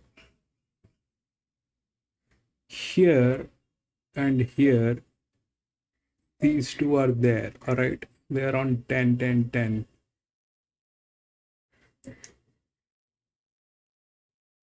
This is the largest outer, and 11 is with the best jock, very strategically placed on the best. That's the best jock. Okay, one of the highest advantages and one of the best jock on this 13. That's a check. But will the advantage win, or will the pressure win? Now there, the 3 is a 57 by 57, 7, 2402. This is the linear. It has the physics and everything, and it is not among the top ones. Okay, this is not among the top ones. This is the linear 2.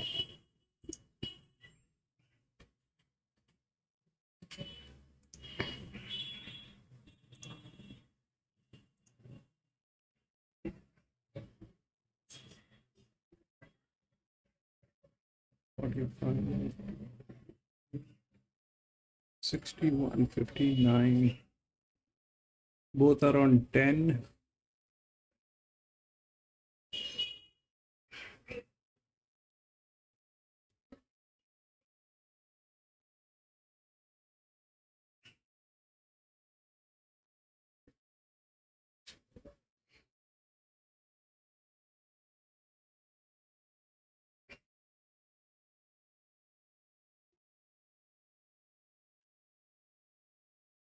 45.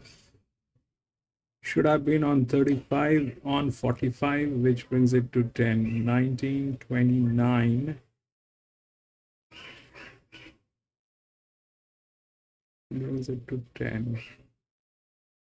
3 is probably going to get there, but winning doesn't look like happening because the lowest ones are getting into, but they are place. Okay, they are place.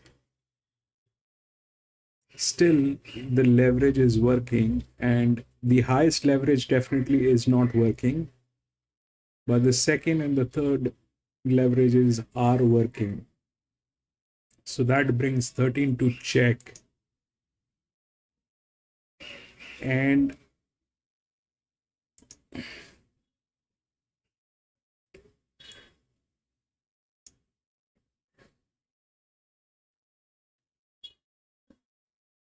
the 59 by 55, and this is a 57 by 57. So there's a drop on 13. 7 is a 15, 61 by 59, and this one is a 59 by 59 stable.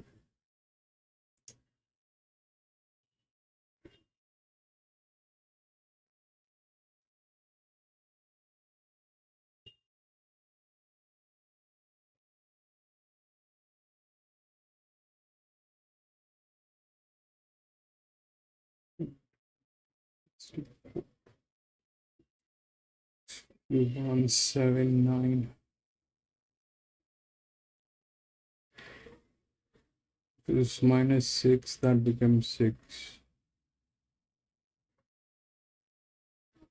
14, 27, 29. This is the highest advantage. This is the highest advantage which is there. This horse has been to league races and all that and actually got one. That is there.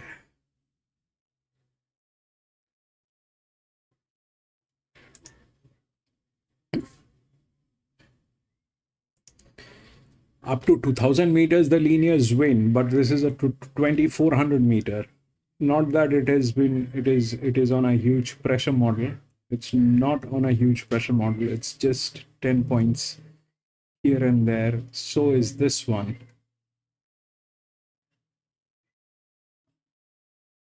But we'll have to figure which one is it. Is it the horse or is it the advantage? This is the best jock. Okay, the best jock is on 13. That's a 59 by 55. 3 is a 57 by 57. Still, this is higher. 10. 7, 2. Out of these two, I like the 7, definitely. Out of these two, I like the 7. This is still staying there. The 9 is there with that pressure. This is also there with that pressure. So if the 5 is the largest drift, okay, this is supposed to be the second horse in a given situation. So which is going to be the first one? We play linear. 10, 29, 7. This is a 5-year-old gilding.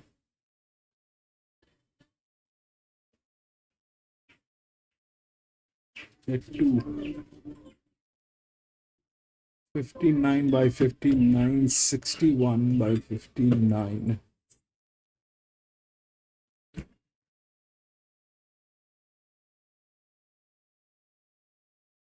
That is the highest pressure. That is the highest, but it is 10. Okay, that's only 10 points. This is advantage. This is advantage. This is good. This is also good. None of them are bad. But here, I think a long shot 13 is good, I think. A long shot 13 is good. And The two, probably. There has to be some logic, correct? These are on 10, this is 11. So this comes third. Does it have advantage? Yes, it has. It has also one of the best jocks. We'll see what they have to speak about 13. I like 13 and 2.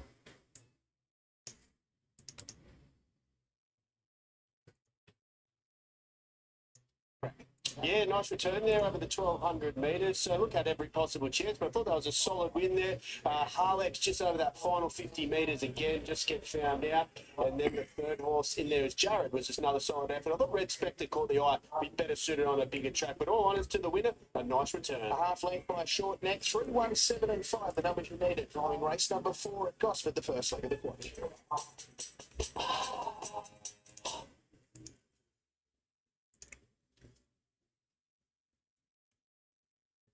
Even Flemington is playing I don't have the data on Flemington today, but it looks like things are out of control today.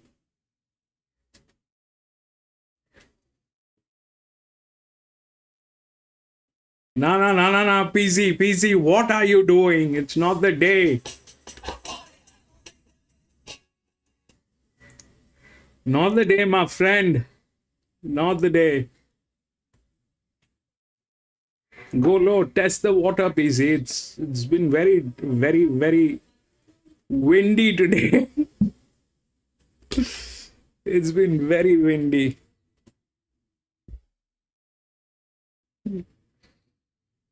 Yeah, but if I put that, they will give me a copyright.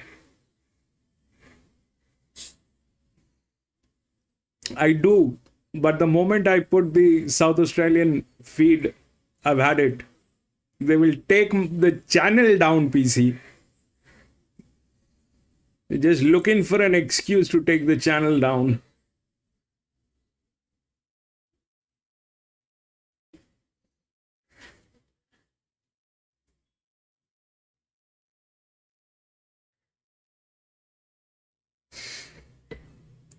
Him, and he's now found form, so I don't see why he shouldn't hold it. Number 2, Cormac T for Annabelle and Rob Archibald and Tom Sherry. He's holding his form really well this campaign, so did have excuses 2 starts ago, but bounced back to his best form at Rosehill last start when finding out the finish with good banter. So was a bunchy finish there, and you can watch that race a number of times and want to follow different horses from it, but what you see is largely what you get with him. I like the step out to the 2,400 metres. He's only raced once over the 2,400 metres in the past. He actually won. That was in Queensland, so he should hold his form. He presents neat and tidy here today. He's coming off that last start placing. He's been around the mark all preparation. He's probably one of the map horses for mine, so he's definitely here to run well also. On to the 3 we go. This is good banter. Ben Osmond, the new rider for John O'Shea and Tom Charlton. Last start winner, she broke a run of outs there a few weeks back and just edged past Cormac T. So it does look well set up out to the 2,400 metres. She's had 4 runs under the belt. If there is a niggle in the context of her price, it's probably the improving track. She has been a touch more effective on wet ground in the past, but did run third at Randwick over 2,400 metres on a good track back in December. That was behind Gilded Water. So I think she does handle all conditions, but I'm just scoring her down a touch. One of the smaller mares in the yard. She's not overly big height-wise, and she holds no excess condition, but she's nice and healthy. She'll put her best foot forward here today.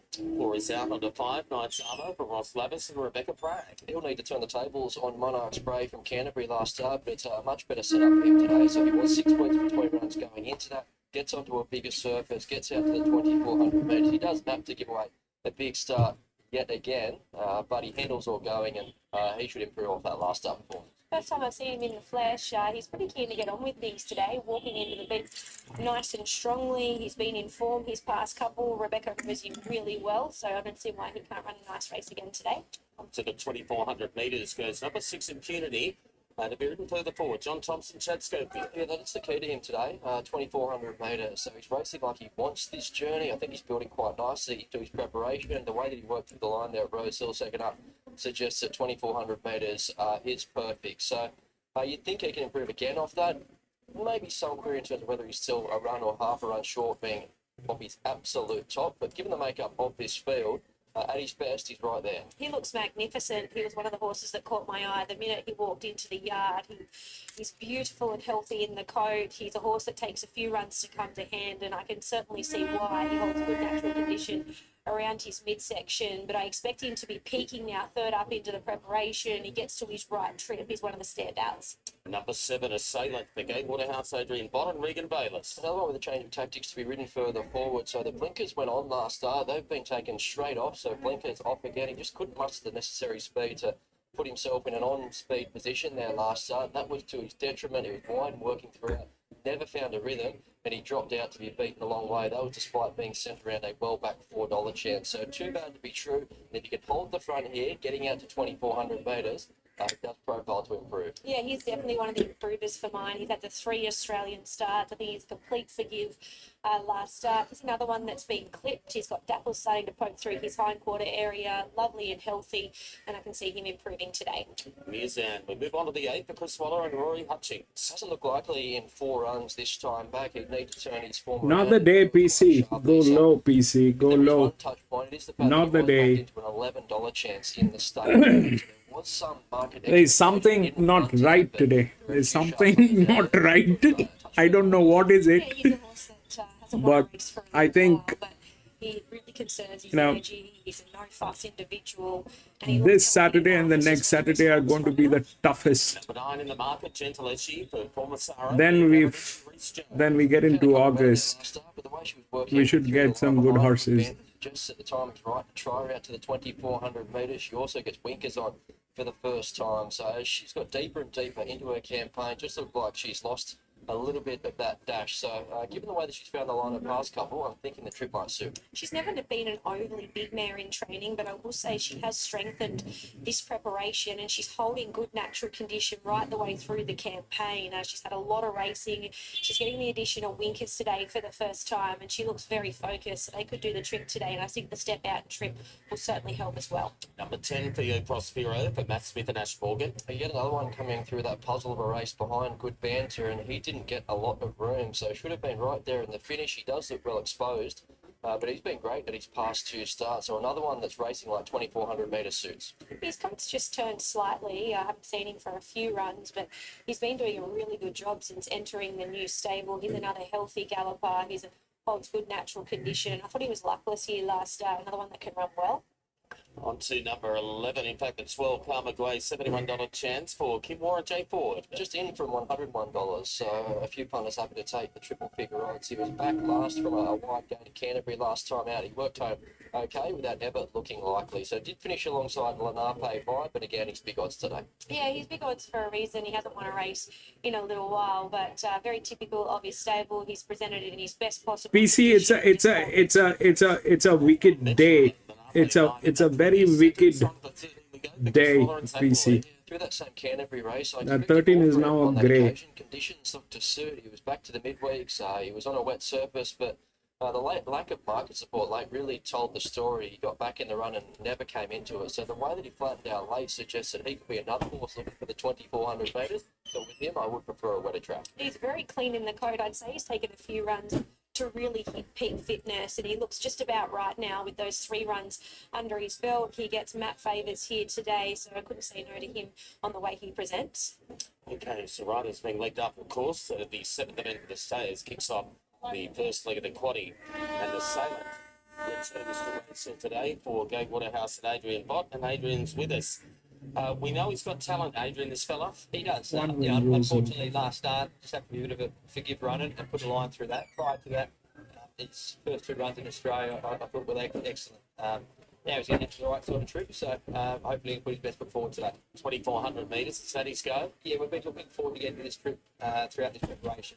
Last start, it was still short of his best. We tried the blinkers there to try and overcome that last start. They come off today now that we're getting up in trip, but we've got a much better draw to contend with and just naturally the tempo of this race. Hopefully he can see himself just find a better position today. So a little bit further forward, so utilise that gate a bit. Yeah, ideally I'd like to hold a position there. I said I think the tempo of this race might allow him to do so, but he was a bit tardy there last start from the gates and just didn't really show much tactical speed. So as I said, that might have been just Lincoln's first time, but today prior to that, it certainly showed a bit more than that. And if we can get back to those couple of runs, he should be handy this speed. A bit later, base is loaded, third up, and you've got fully lit going around as well. Yeah, I think it's a lovely race. Base is loaded. He's been building towards a nice performance. He does have to improve once again, but I think it's right conditions today. The race with less pressure, and he's up with more people true. Fully lit. Yeah, he's been knocking on the door. I think he didn't have much luck the last start. He just sort of got held up final stage of the race, but another one getting out trip should be positive. Good to see you, mate. Good luck. Thank you. There's Adrian Bott. Well, as we head to you ahead of the sevens. Happy to be with the 6 here, Impunity, in what is a very, very open race. He was the first horse that caught my eye when he walked. Okay, so let me just explain what's happening, okay? Here, the 7 did not win because that was way too much. The 9 was actually at 14. But now, the 6 got in with 11. Now here, it dropped, okay? It dropped to 12. And the benchmark is 78. This one was also benchmark 78. It dropped to 12. And it's the same thing here. This was a neutral, and that was what it was getting at 23. Here it dropped to half on 9. 9 is the linear. All right, 9 is the neutral. 3 has advantage. There's no doubt 3 has advantage. But now if we try and understand what's going on, this thing is probably the 9. That's the highest. 68, 65 still. 9 is the highest. And the pressure on this is half of what it was here on a 1200 meter. This is half.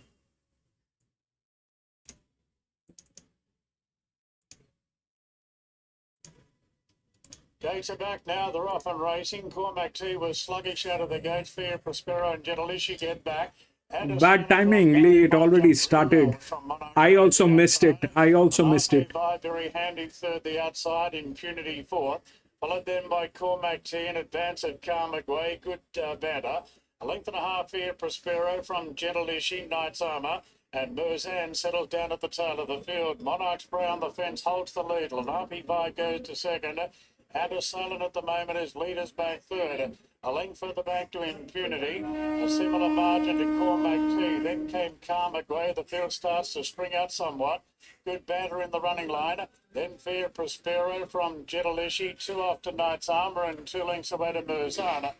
Monarch Spray leading up today, as he likes to do. Inside the mile mark and Monarch Spray in front. By a length on the grey Lenape Vibe. Sufficient speed to hold that forward spot with a tail trail going to the back straight. A length further back to Impunity. 2.5 to the post-time favourite Cormac T is kept in on the fence by Carmagway.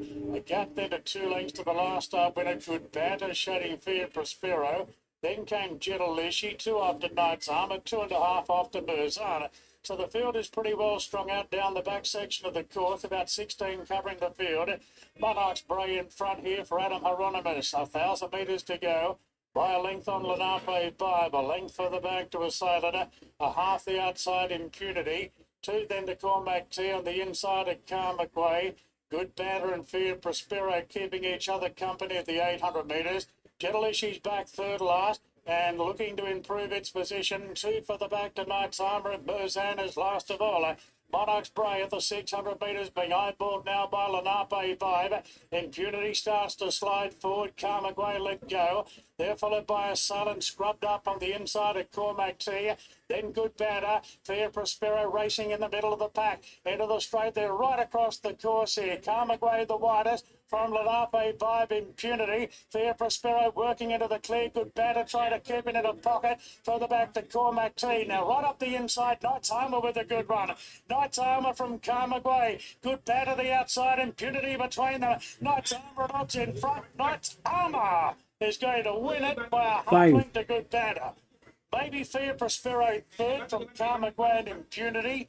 Then 5. Assailant. Yes. Gentilishi. Some of these favourites have been most disappointing. A gap back to Merzan and Monarch Spray, the leader, has finished last. Well, they were spread right across the track. That's been the order of the day, but all the way up from Braidwood, Knights Armour. They settled back in the ruck, and then pinched runs nearer to the inside, but they really fanned down the home straight here at Rosehill Gardens. Boom, Lee. That was a long one. That is a long one. PC. Lee. Chances Good Banner has proven that her run here a fortnight ago was no fluke. She's run on pretty resolutely. Theo Prospero was the one diving between runners. And Carmick Way at any old odds has run a pretty cheeky race. But Knights Armour, Rebecca 5-3 and Ross Lavis combined to win the staying race. And what an amazing horse. 5-3. Not only Ross, but also Rebecca. A lovely ride, just taking the shortcuts up the inside. Ultimately, that proved decisive with 5-3-10. to chase him down. But I know he's a 6-year-old. He's not getting any younger, but 10th career win today, and he finds himself in really good form. So Ross just has the one horse, but when your one horse is as good as Knights Armour, you don't need many more.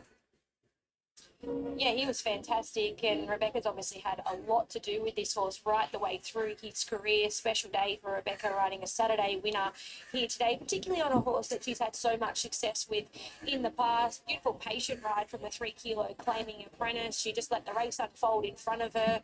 Gaps appeared at the top of the straight. She was able to cut back towards the inside, and he gets another win on the board. He's been a marvel for his connections. Win number 10 for Rod Lavis. Yeah. Catch up with the winning trainer. Ross is here. Wow, he's a little beauty. Oh, he's going great. He's going unreal. Yeah, no, he's tough as nails. This horse.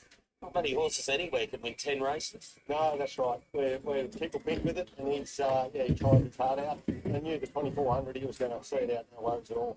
5-3-10-6, I think. Yeah, no, she's great. She's just unbelievable. She knows him well. Knows just how he travels, and she does a really good job with him. This fellow is just an out-and-out stale.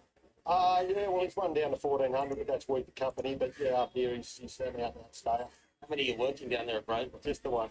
You only get the one, eh? Yeah, that's all you need. Well done, mate. Thank you. Great job. There's Ross Lavis there. And Rebecca Brumman Prague combining 5, 3, 10 and 12. So it's a 5, 3, 10 and 12. Strap on trainer. I missed this one. I couldn't get in. So what happened is this. Largest, okay. 9 was there, but 5 today it knocked it out. Why? It was one of the largest, and this one should have been on -1. It went to 11, so even it is a 12 point, that is bad. This one was -6. This one also 12, but 6, and a very good hand. Okay. The 13 was next here, which did not work. So 5, then the 3 definitely with the advantage got in. The question, I mean, it was pretty evident that these guys are going to get a place, right? It is still going to be here. We just have to do a little more adjustment here to understand who is where. And then what happened? 5, 3, 10 and 12. 10 was here, which was a 10. Now what that worked is because that's an advantage. 5, 3, 10 and 12 again with the advantage. 12 again with the advantage. 7, 7. Okay.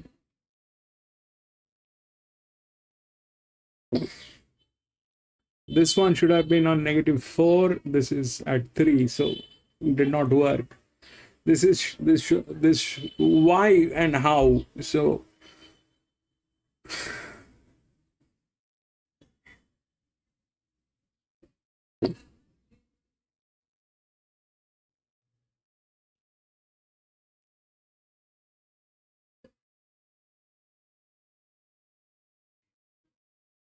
there are loads of other things also. I'm not able to check everything. I'm just focusing on this particular angle today so that we know what we're doing. If you look through the heat map, then this is where it stands. Okay. 7 is here, then 3 was 0. So 3 definitely had a lot of advantage. Then it is here 12.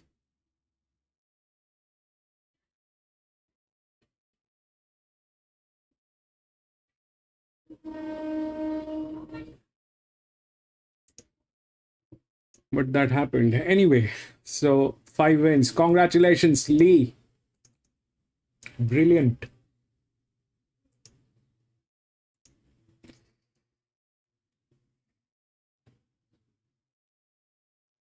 Look at the next one. 8.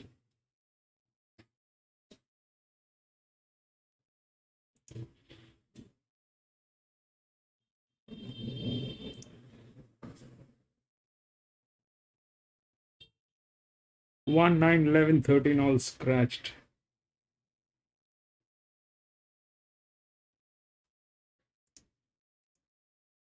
8, 12, 4, and 3.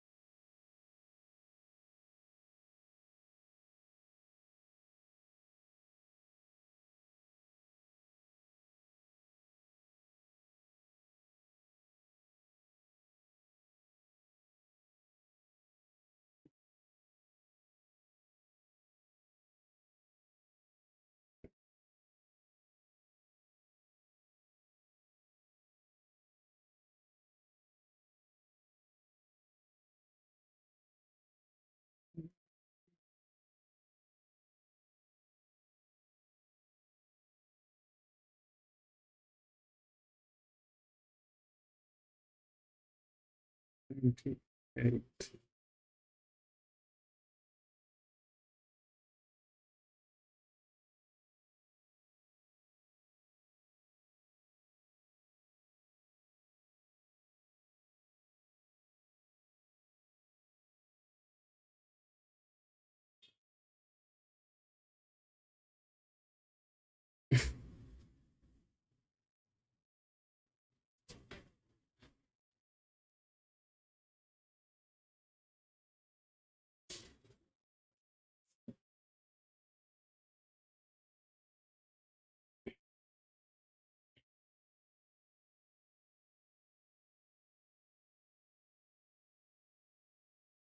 All right, this is the 8th one here.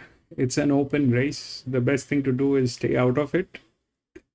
Now, we have 8, 12, 4, and 3. 8 is the favorite.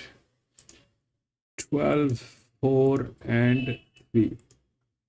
3 is there. It is the lowest. 3 is there.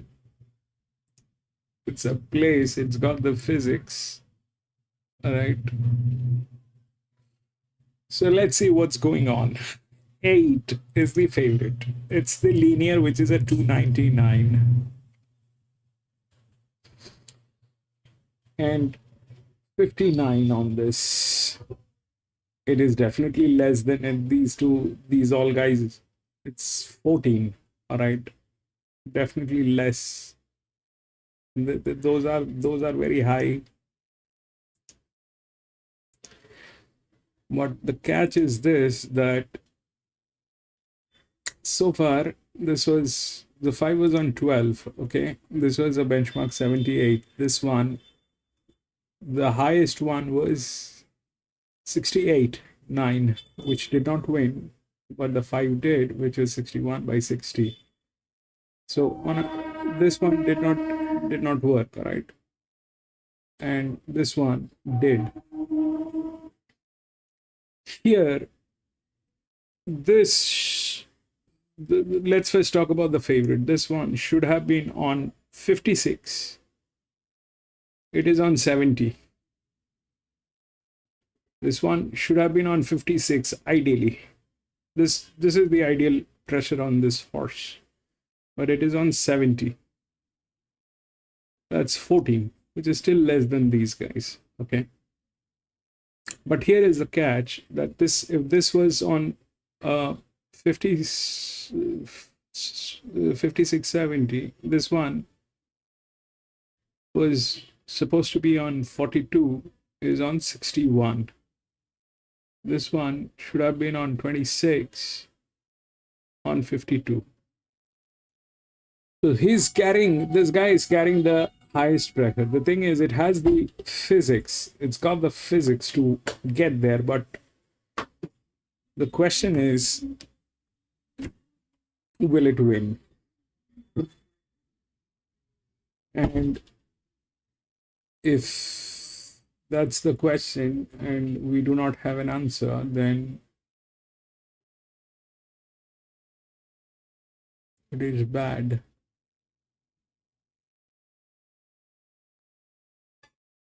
$26 definitely not happening. That is bad idea. These two, 4 and 14. Okay, 4 14 19 19. This one is a bad management. Forget about that. Then we come here. This is the largest inner, so that is probably a place chance. The 7 is the EW, which should have been on 13. 30 is on 14. This is also a good hand. This is also a good hand. But I don't know if it will fall that far. The game is here. This probably is not it. Then the 14 is bad management. 4 has group 1 races, league races, and all that. Is 41. It is the next linear. Is the second linear, right? If this is the linear, that's 70. This is 61. Should have been on 42. Is on 61. Still high. And this is lower.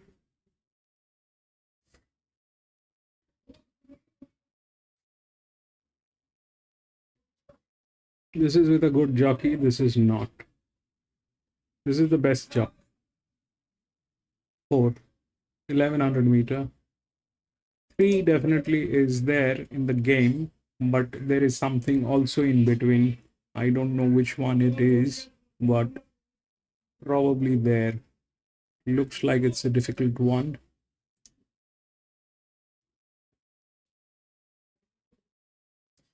That's the top pressure not working, right? The next one. This next is 58% bleeding, 14. 5 is the largest outer, which is 17. Then it is this, then it is 8. So they're thinking 8 is going to win from gate number 5. It doesn't have the jockey to do this. The horse is good. 12 is the best. 82, 81, it is here. 94, 90. 3 is 69. It's probably 4. I'll put a EW on 4. Flemington 8 win place. You said, Mick, did SP hard in the market that day, so I do want to take that into consideration. Look, he was found to be slow to recover, but I actually don't think he was suited to the heavy surface. 8 When you really look at his definitely. action, so- I mean, see, Tuna, the thing is it a good horse? It's a brilliant horse. It's a 299. It will get in. It will get in. And it is also on the lower side. I mean, it's not that it doesn't have the winning chances. It does. It does. But the problem is that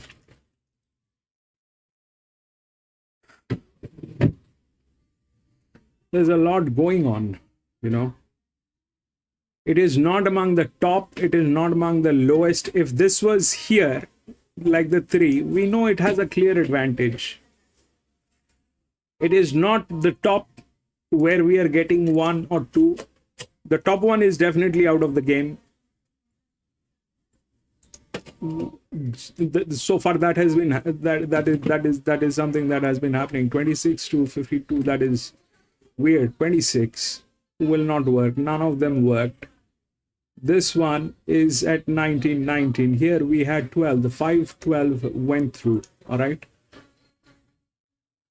If I'm looking at the other one, the 14, it has a management problem. The only one thing here on the 4,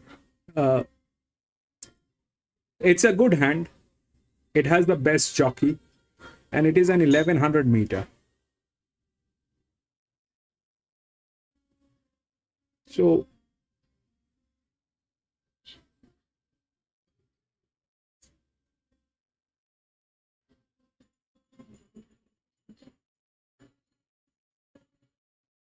it is among these 2 horses, ideally, 8 or 4.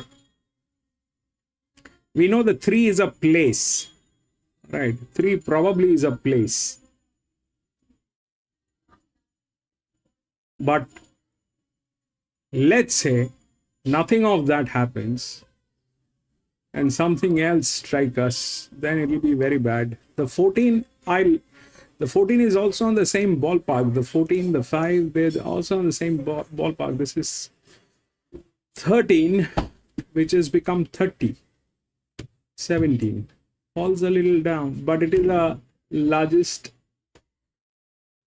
It is the largest inner, which is supposed to get a place as well, right? It cannot win, but supposed to get a place. So, I mean, having said that, that's the character. Now, then there's this EWs with the advantage and all that is there. So,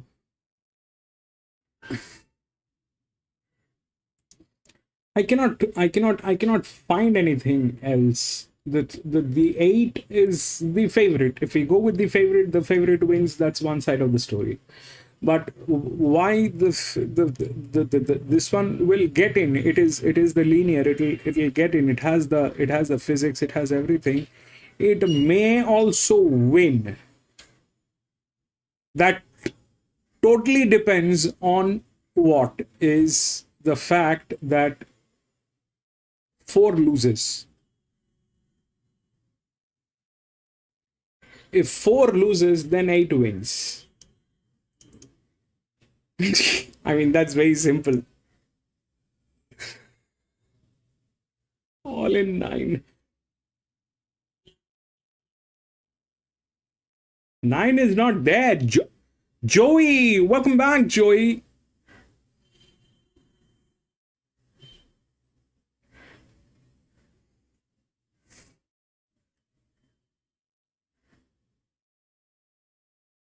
Now Election decides to win. 9. I think Ryan Charlena could be a big improver, as you say, on a firmer track today.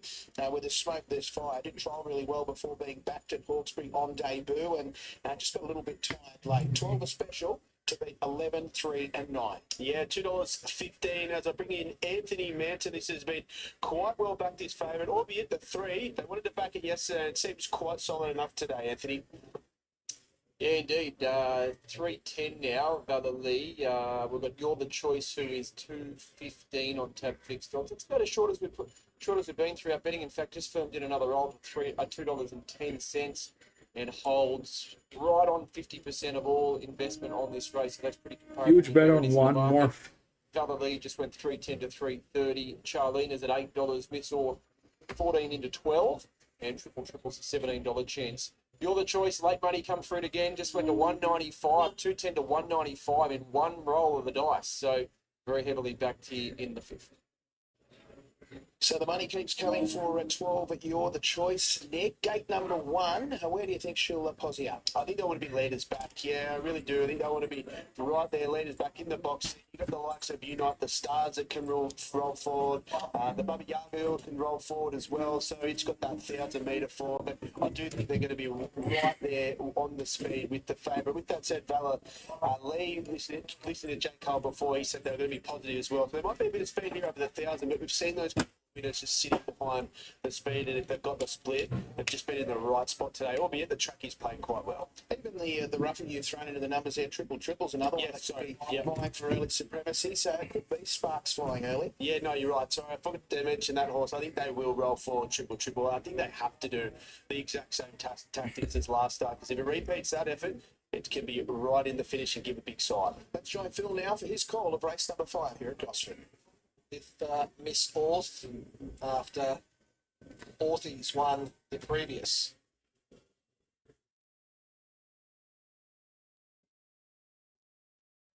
So we're just about set. Miss Orth goes up. Red light. They will draw on the inside. That 8 horse. Quite nice and did You're the Choice. Charlena out wide away nicely with Unite the Stars and Miss Orth. Valiantly driving up as well. And now You're the Choice is pushing up to be just behind those in the early stages. They were followed by the Bubba Yaga in the centre, a little break in the field to triple. Well back as Grey Belief, and Blue Suede Hoops on its outside, or inside I should say, now goes past it to second last. So Charlena crossed over and led as they run towards the 500 metres. Charlena by a half length, second is Valley Lee. Third on the inside is You're the Choice, getting a lovely run. Miss Orth, it's outer. They get away now from the Bubba Yaga, triple. Blue Suede Hoops. Further back Unite the Stars and Grey Belief around the bend. The leader Charlena being tackled by Valerie. They get away 2.5 lengths in front of You're the Choice, and then Blue Suede Shoes. They're clear of the others, but Valerie goes for home inside the last 100, racing away from them, and Valerie comes on for a big win. Blue Suede Hoops got up for second. Wow. You're the Choice got third. Charlena fourth. And then triple, followed by Unite the Stars, Great Beliefs, the Bubba Yaga, and Miss Orth. Valerie, much too good. Never for catching. Was just going so sweetly and turning for home. He was the only horse you wanted to be on. A few people have come up to me around the track today and suggested that he was the one to beat. And I guess he's got out a little bit on the totes late in the piece to pay around $4. Blue Suede Hoops, very good at a price, has worked home into second spot. And You're the Choice, after being a little bit slow to begin, was able to get into that nice stalking spot, but was no match for the first two. Yeah, 4-year-old making its debut there. So nice winner for Jay Cole, who, look, they went at a genuine speed. He got the nice run in behind, but just completely dominant there. So he can only go on with it. He looks a nice type moving forward. Good to see an improved performance by Blue Suede Hoops, but it's all about the winner here. Very nice return. Yeah, healthy margin in the end for Valerie. 4 1/4 lengths by a length and a quarter. 3, 1, 12 and 9. The numbers following race number 5 from Gosford.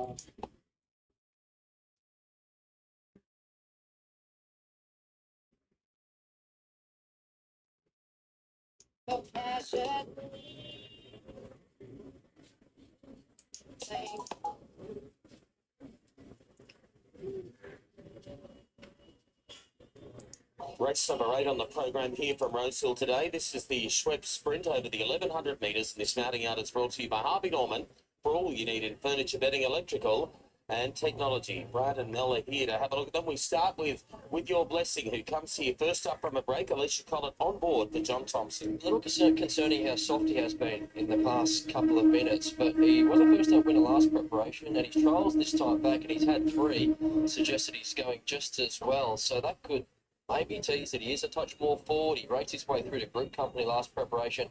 It actually split Iona Merck and Gringot, so he's good enough, and I'm thinking how this track is playing. He gets the chance to balance up and really charge. Yeah, he got under my guard first up last preparation. He's a big body horse, and it was the first time I'd seen him in the yard, but he presents much more forward in the yard today off those 3 trials. He's tried up well. He's just got a good understanding of him. I think he's here to run well today.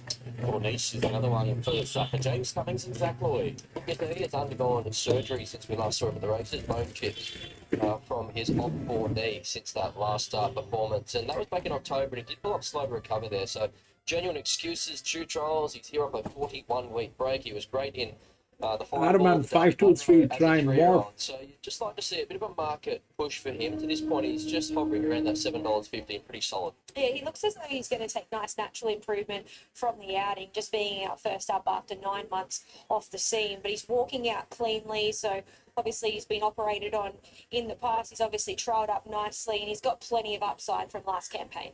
We go to our Kobe's son. Here is number 4 for Ange Davies and Josh Barr. The 4-year-old reads 7th, but actually thought he stuck on quite well there at Eagle Farm first up, given he was 4 deep the trip, so not beaten far at a busy finish despite that torrid run. He's been given a 6-week freshen since then to come back from that. He's also a really good record at Rosehill. Yeah, he looks sensational today. He's very strong through the hindquarters. I'd say he's taking a good natural improvement from his first up run there at Eagle Farm, where he was luckless. He needs luck from the barrier, but he's got a good second up record, and he's another runner that'll find himself well acquitted in this grade.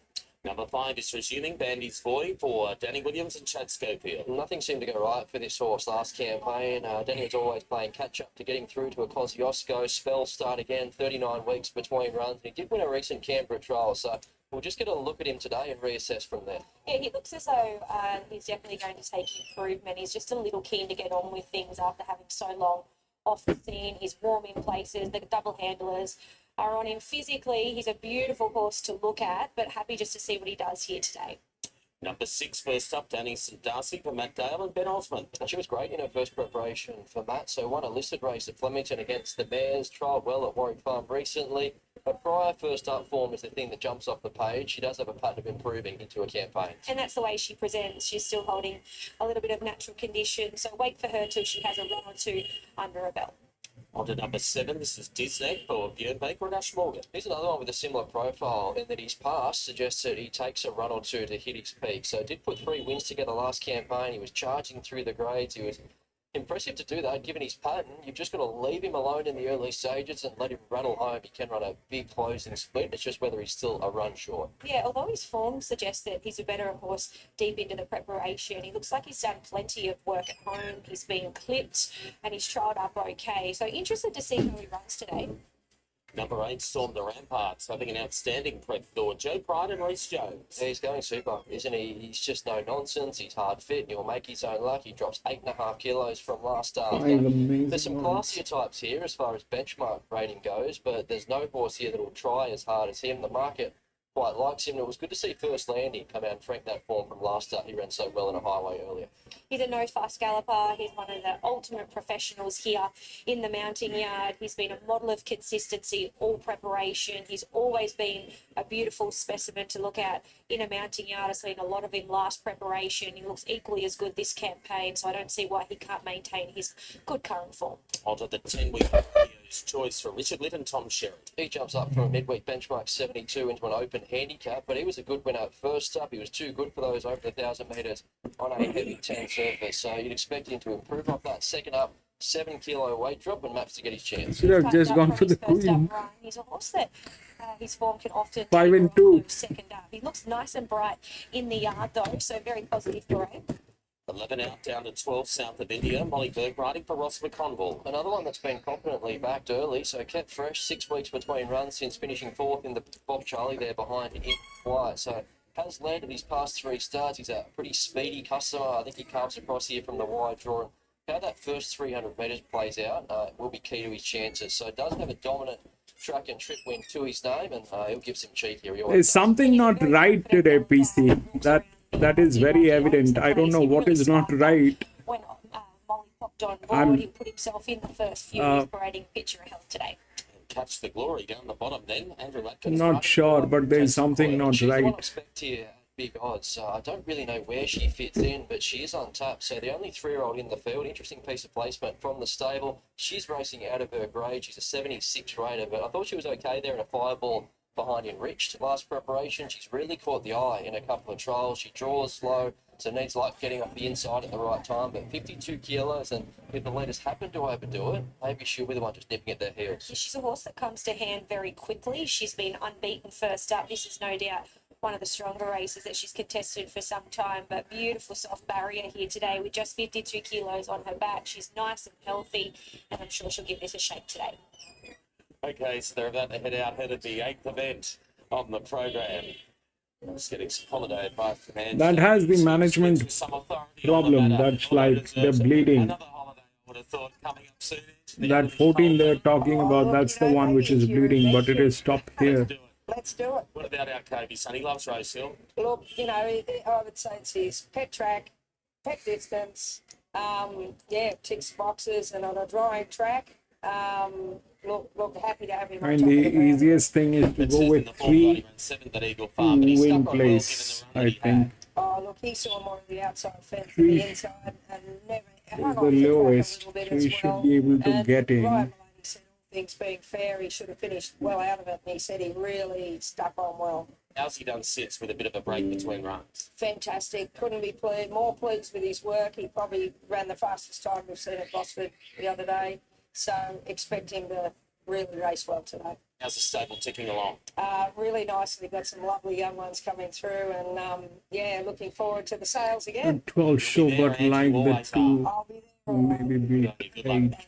It's Ange Davies with our Kobe son, Mel. Over to you as they head to the start. This is race 8. Yeah, I'm with the 2 with your blessing. I had the opportunity to see him last preparation where he was very good to win first up. And I think off 3 trials today, he presents more fit and forward in condition. He's just got a good understanding. 4 the map looks kind to him looks here good. today, I think he'll be figuring I mean, the finish. 4 is good. All right, no numbers. I'm also with your blessing. So And 2, 2. 8, 14, and 3. A little bit concerned by the drift here, but the market hasn't gone on with it. Did get out to $10 and just back into $9.50. I just don't want to see his price blow out any further than that. So a pretty tight market again So here. 2 has become the favourite. At the moment. So I've gone the way with your blessing. I think he runs well. I like the fact that the track is playing the way it is, because that was the the query coming into it, given Rosehill 1100 metres, drying Rosehill 1100 metres, you typically don't want to be too far away. 8, So he'll 12, settle 4, 3. probably No, worse than midfield, but he was a first up winner last preparation, and I thought he went to a whole new level last time in. So we'll see where he gets to this time. But if he runs a race, there's a chance that the two will get in, but winning probably is Storm the Ramparts. What you see is what you get. He's so Lewis honest. He's a 12 very is the likable horse, highest a very one. backable Lewis horse for 4 punters because probably. he'll do his thing from out in front, and he catches a few of these on the hop in terms of them being early in his preparation. So if there's any chinks, he'll find them. 14, Catch the Glory, right down the I'm gonna bottom. go with Impossible to line up, but I do think she's a talented filly, so keen to see where she fits in after today. And Corniche goes in as the 4th pick. He's pretty firm in betting, which is encouraging, given his first. No, that is about 2.5 hours flight. South of India is far. That is south. I'm in the western part. $3.90. Still the most popular runner, holds 36%. 4 and 3 place. South of India was $4 for much I mean of the day. coffee. It's only been in the 4 last and 3 coffee. 5 or 10 minutes that it's gone $4 out to $4.80. Our Kobe Sun, as short as we've been all week, $15 on Wednesday, $6 when I got to the races, now $5.50. So good support for him. Corniche, likewise, as short as he's been all week, he's now $6. With your blessings, $8.50, as Brad said, got to as much as 10, just back into $8.50 late. Romeo's Choice at 10, Disney at 14, Catch the Glory 21. So Storm the Ramparts now 420. So just a little soft late in betting. What did he think of this? Storm the Ramparts about to come up, and in goes South of India. Looks to be a go forward horse without Kobe Sun, and Disneck will just about be one of the last. Here's race 8 as we go to Darren. Disneck is a good name. I've heard that Disneck did win a lot of races. Back they're off. Corniche second last out. Dennis and Darcy out the back. Jumping particularly well is South of India, pushing on to lead.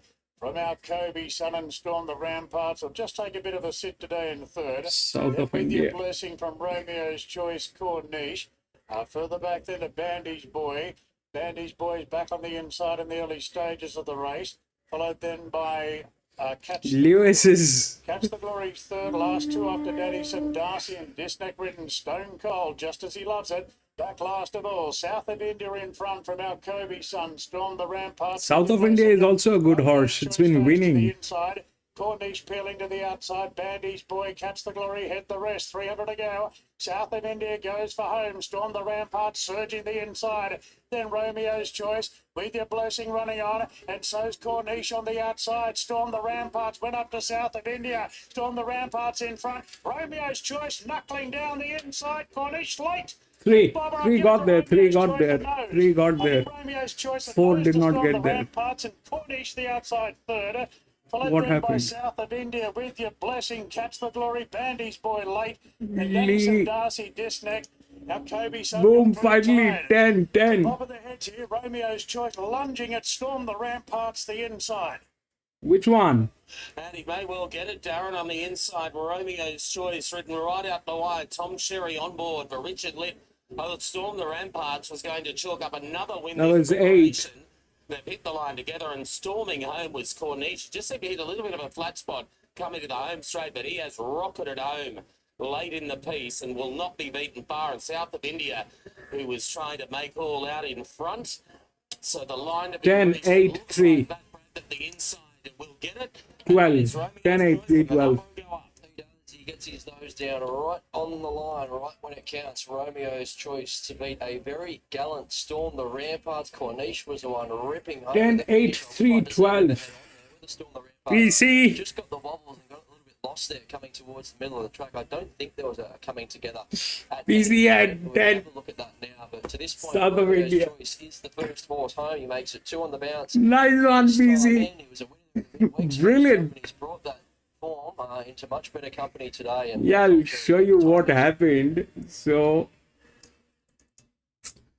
the result is 8, 10, 8, 3 and 12. Okay. 3 was the lowest. 10 was above that. 10 was above that. Then came the 8. And then came the 12 finally. The 4 did not get there. But it went here. Why? So this one was still less, right? This one was high. That's all. Those were very high for them. For these horses, those were very high. But for this guy, this was very less. 10. Brilliant PC. Brilliant. 10 was sitting here on the rails. 10 was sitting here on the rails. Brilliant.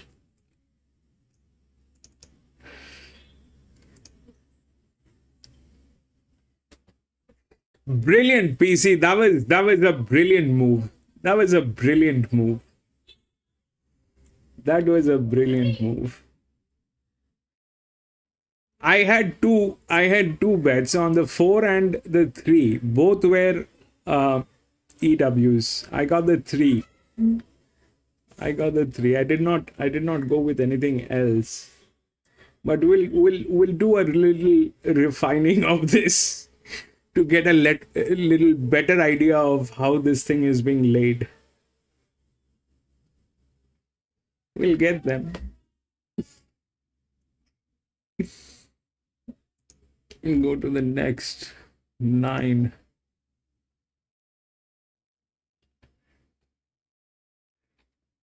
Six and 12 scratched.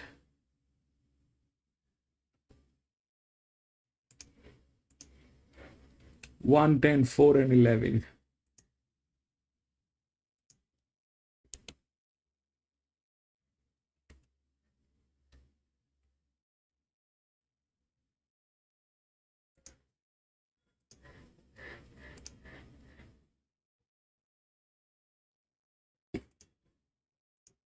No, that horse, the south of India, has been doing very well.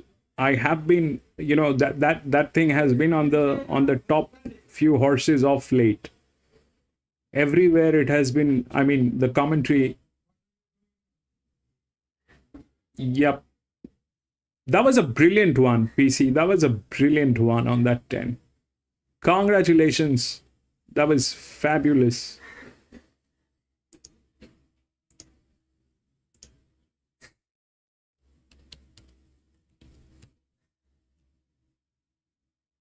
So there's just one favorite that they have given us today. Just one so far, the second race. There's nothing that has happened with the favorites today.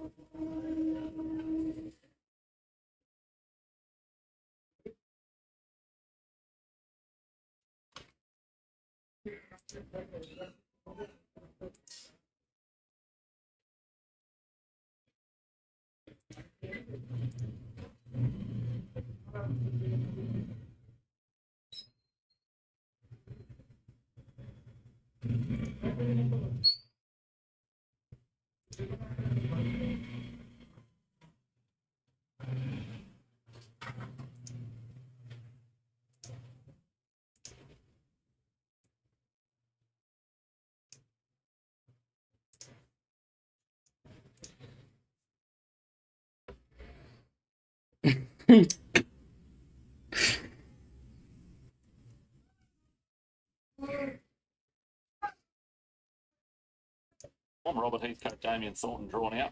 Yeah, blinkers are off, but we need to see more. Number 15, Dream Lantern, gives Lindsay Hatch a chance for a back-to-back double. Kyle Wilson Taylor shooting for a treble today. Yeah, been drawing poorly, this girl, and last start she was forced to do too much work up on the pace and then been tired. Just a little query over the 1400 with her. I've tipped the 17 on top here. Holy Flash for Paul Jenkins and Jaden Lloyd. I liked his win at Ipswich after doing a lot of work, and he maps well here. Yes, yeah, I agree. He's got a chance to run top 3. Number 18, Cho OU. Big finish in that race at Ipswich we were just talking about, Maxie, for Barry Lockwood and Luke Dempsey. Yeah, didn't have a lot of room in the home straight. It was fairly tight. I don't know that he could get a full head of steam up, so I think he's going to run really well here. I like him. Robert Heathcote's got another one here in number 19, Flywheel. Our jockey is Robbie Dolan, and he's on the back up after catching the eye last Saturday. Yeah, in the race won by Rostonica, and I like him back in trip to the 1400. He races well around this distance. And number 20, Ringer's Reward, Kevin Kemp, Monty Sabatino. Yep, they had a very, very tough run last start. Was wide. Didn't really look comfortable the last 200 Yep, metres. that was huge. I think the 10 was huge. And number 1, Liberty DC. Steps, has come into the yard. Maxi, Nat McCall and Kobe Vittler. Kobe shooting for back-to-back wins. He'll take 3 kilos off. And All right, I like so the Sunshine Kobe. this is the 9th one here, and the 1 is the favorite. Okay, if we look through the odds, it's 1, 10, 4 and 11. 1, 10, 11 and 4, right? If we look through the odds, we get 4, 10, 1, 11 is here. That's the linear. So now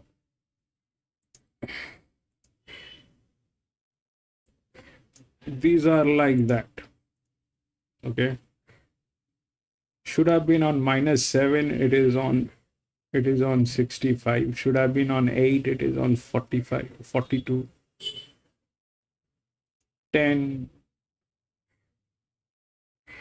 should have been on 23, is on 22, which is okay. But 1 should have been on 33, is on 3. Should have been on 33, it is on 3.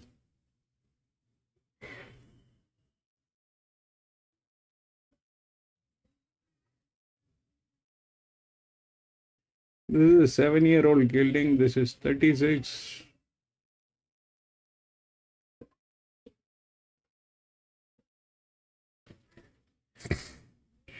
So this is a weird one. This is just the opposite of what was happening. This is a weird one. These two are at 72, 33. All right. That is not happening probably. Then we have the 10, which should have been on 23, is on 22.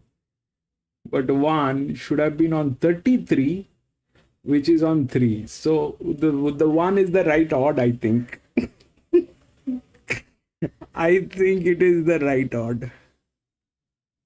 It should have been on 33, but it is not on 33, it is on 3.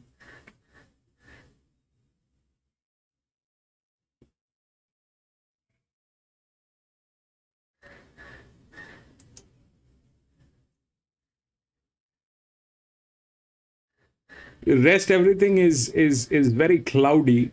I can't make out from that. In this way, it is not possible to make out which is an advantage, which is not. But we know these two are the highest,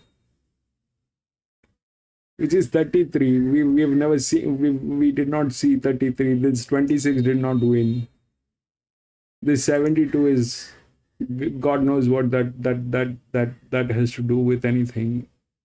This one is 33. 10 is still okay.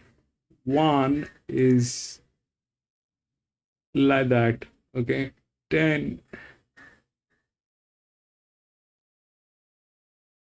Now the question is this one. The difference between the 1 and the 10 is this is 102, which is a 98, and this is 79, which is an 81. There's a difference of good freaking huge difference between these two horses. But that is the favorite and that is the advantage. Huge advantage. It should have been on, apparently if we look at this should have been on 23. This pressure is about 23. Should have been on 23. It's on 22. But this should have been on 33, which is on 3. Third Pivotal Lad, Canberra fourth, Flywheel or Bindy's Choice, then Dreamlanded, Holy Flash. Dowds 1 and 18 got there. Those Liberty Steps towards the tail end, Hoot and Holler, Sharn Star and Central Park. 18, 10, 7 and 19. Boom. 19 five wheel will get that fourth. And in fifth spot will be Bindy's Choice. Cho OU, trained by Barry Lockwood, written by Luke Dempsey, has been able to get the money. He put him right up there on the speed today, whereas last start at Ipswich, around the tighter turning track, he was back in a little bit of bother, finding the line late. But today, Luke had him right up there, up in second, third spot early, and he's been too strong. He's out toughed them at the end of the 1400 metres. So a good clear-cut win to number 18, Chayu. He's a 5-year-old by Territories and had a little bit of a freshen up. Don't know that he ran the mile that day, Paul, at Eagle Farm here. Freshened up, good last start, and even better today. That's it, Maxie. And no doubt Luke Dempsey putting the horse into the race. PZ, you should write a book, man. Been flashing a few stories, but You should write a book. today he knew tough through the line. People will love you. Dominated by those up mid speed. So 18, 10, 7 and 19. The numbers across the line. I'm just looking, Barry, but he's not here at the moment. I know he was down at the Gold Coast earlier today. He produced a horse called Insane, which won by about half the straight down there earlier today. So Yes. he rode Insane and made That thing has to be there. I'm just not sure if Barry You don't win, no money. at the moment, but we will grab Luke when he comes back in. Do we know if Barry's on his way back or not? No? No, that's all right. It's all right. 18, 10, 7 and 19 the numbers across the line, so we'll just wait to speak to Luke. They ran 123.69 when they came up at 35.89. The margins were 1 by 1. Good dominant performance, Cho OU, on what's expected to be set hit a high of $12. I think went off at about the $9 quote, so a good little late go. Yeah, but they will. That is a very high hope, PC. Although That's a very high hope. I'll tell you. The thing is, these people who are doing the commentary, they have a lot of liabilities. They have a lot of do's and don'ts. They cannot go beyond that book. Zev is way good to disrupt everything that they have built. That is way too good to disrupt everything that they have built.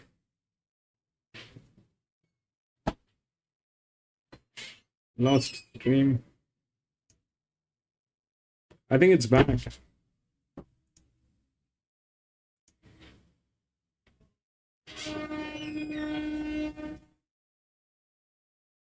Did get disconnected for a brief moment, I think. It's back.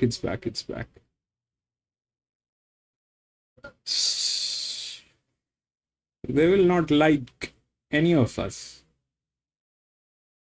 Why will they like us?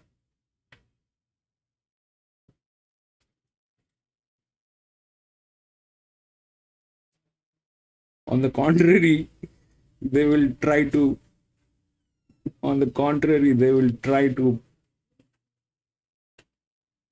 beat us out.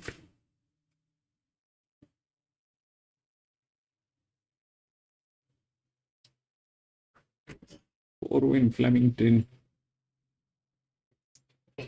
He's been a consistent type ore prep and racing well on the Metro Provincial. I'm going to be back from the washroom in a jiffy. Last start at Tari, he started 5s on or $1.20. He was suited, always facing the breeze at a slow pace, but he put that race away in just a matter of strides. He was eased down late to win by almost 7 lengths, so he maps well. He brings a very strong ratings profile. He'll be up on top of the speed, and I can understand why he's likeable. I know you're keen on For Heaven Bound, Brock Ryan.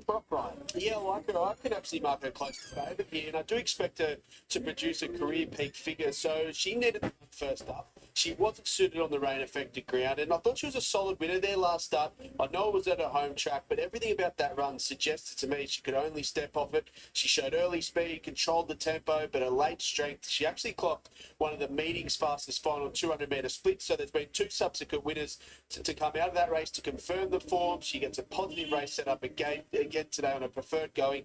I expected to take some catching just purely at the price on a day where there's been a few shorties. I thought she was the best on the program. 5 Etched in Time, a likely improver on a firmer track today. Richard and Will Freeman, Keegan Latham. He was the other one. I don't want to lose on the race just at the odds if he does win, but I do expect him to improve sharply here, finally getting back onto a drier surface. He had excuses and factors against all prep, but he just sets up so well here from gate one. And you isolate all his 1600 metre runs, that's where he produces his best, and his figures back that up. I think he's a chance here from the inside draw.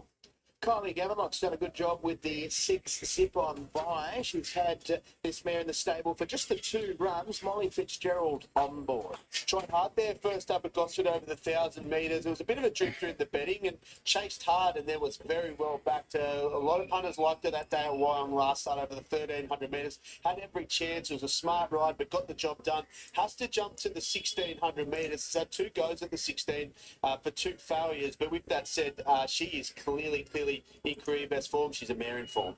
8 Shadow Park is first up from a spell today. Jason Coyle, Mitch Bell. Yeah, first up with a couple of trials and just went to the line untested in that latest. And I just suspect he'll improve from the run. Is much more suited when he gets out to that 2,000 metres plus. Welcome back to Gosford. Just going back to Rosehill race 8, that is protest dismissed. Protest dismissed. So re-going through the numbers, it'll be 10, 8, 3 and 12. Romeo's Choice to beat the 8 Storm the Ramparts, Cornish for 3rd and Sharp of India 4th. 10, 8, 3 and 12. Protest dismissed, race 8 at Rosehill, Mick. Lay-bar numbers here in race number 6. I've got 3, 5, 1 and 6 putting the favourite on top, Charleroi. Taking out the 5 starts for 2 wins and 2 minor placings.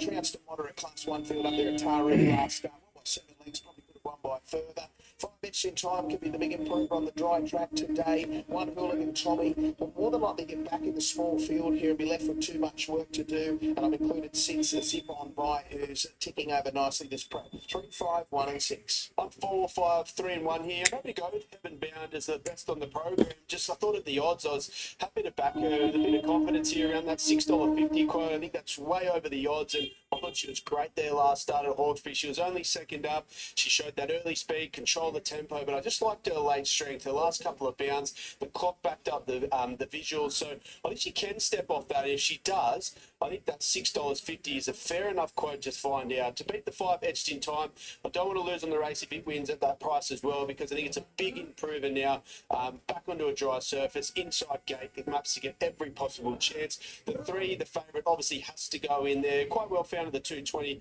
but I can understand that's the strong dominant ratings profile to a couple of these, and it's been consistent all preparation. So if he repeats what it did there last start at Taree, has to be in the finish. And Hooligan Tommy, he's going to be the one on the quick backup, making that long, wide, sustained run, and will be charging home there late. But at the price, best bet on the program now, $7, 4, 5, 3 and 1. 3 Charleroi is your short price favourite here for the 6th event to Gosford. His trainer is Sarah Ryan, who caught up with Nick moments ago.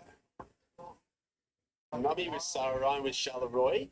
He was great there last start at Taree. Yeah, he certainly was, and I didn't even use the whip on him. She sit and steer job. It was very, very easy to watch that race. He's been so consistent all preparation. Do you think the 1,600 metres is his best trip?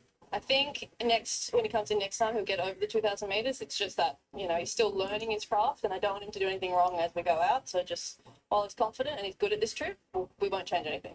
And from that inside draw, do you want to employ the same tactics, be up on top of the speed? Yeah, we will. We'll be in the first 3. I just said, jump well, look to see what everyone else does. It does look like there's a bit of speed. So, the options to lead or just behind will be where he is. Perfect. Good luck. Thank you. Thanks. Appreciate it. Good luck. Adamant won. For the 6th event at Gosford. 8 Flemington. On 7 race card as the loading process has begun. Yeah, $2.20 about the favourite. We might be able to quickly go to you, Manto, if you've got an update there for us.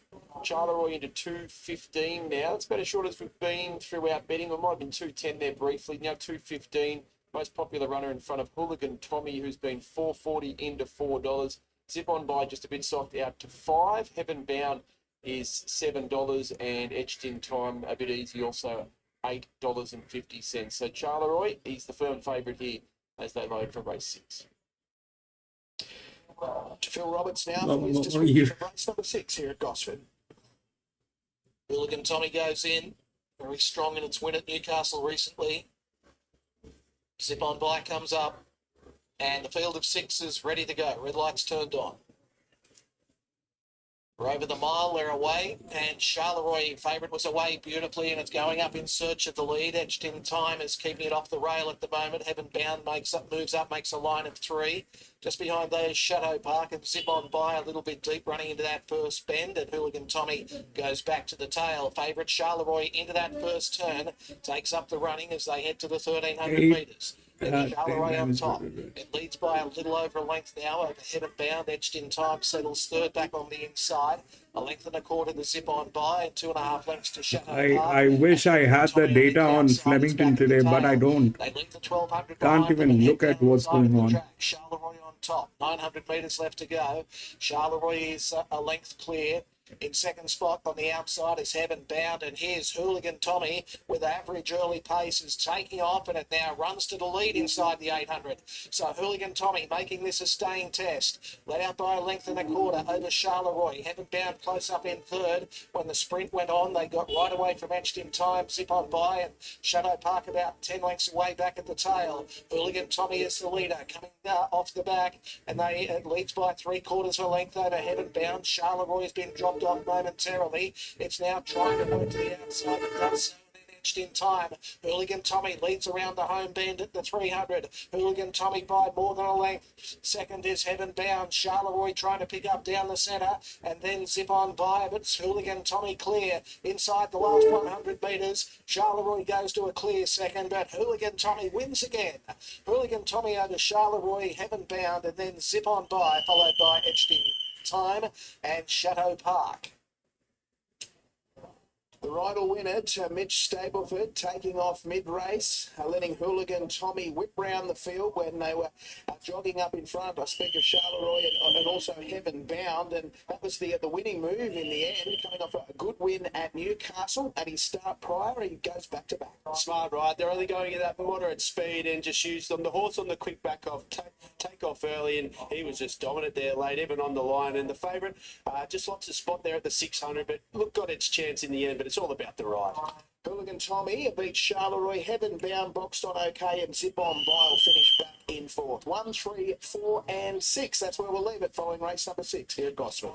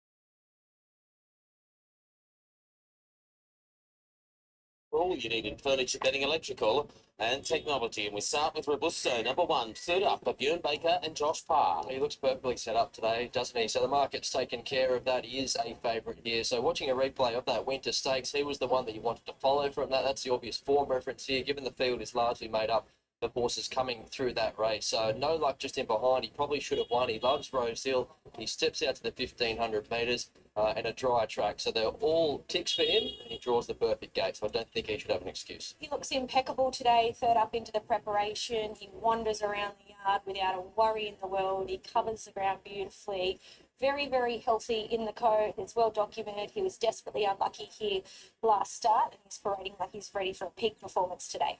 Number two was Stadio Mastaya for Joe Pride and Dylan Gibbons. He caused a huge upset in that Winter Stakes. He went straight to the front and caught his rivals napping. That was a sharp turnaround in form. The blinkers went on there, so hence the $61 price tag on that occasion. So he didn't do a lot first and second up. That obviously sparked him up. Dylan went straight to the front. He'll look to be positive again, given where he has drawn. And I don't think there'll be a lot of resistance looking at the makeup of this field. So now he's found his form again. I would expect him to hold him. Yeah, he'd obviously lost his way for a little while, but he's always been a horse with ability. He's parading nice and alert here in the yard. He's obviously come through that last start win really well, and don't see why he can't run well again today. On to the three, this was Skylab for Paul Perry and Reece Jones. He looks big odds. We know he's more than capable, particularly first up. So he did win a Scone Cup first up 2 preparations ago. He's had the 3 trials. He does map to be last, and of course, he'll improve with a run or two under his belt, but at least he brings a different form line here. And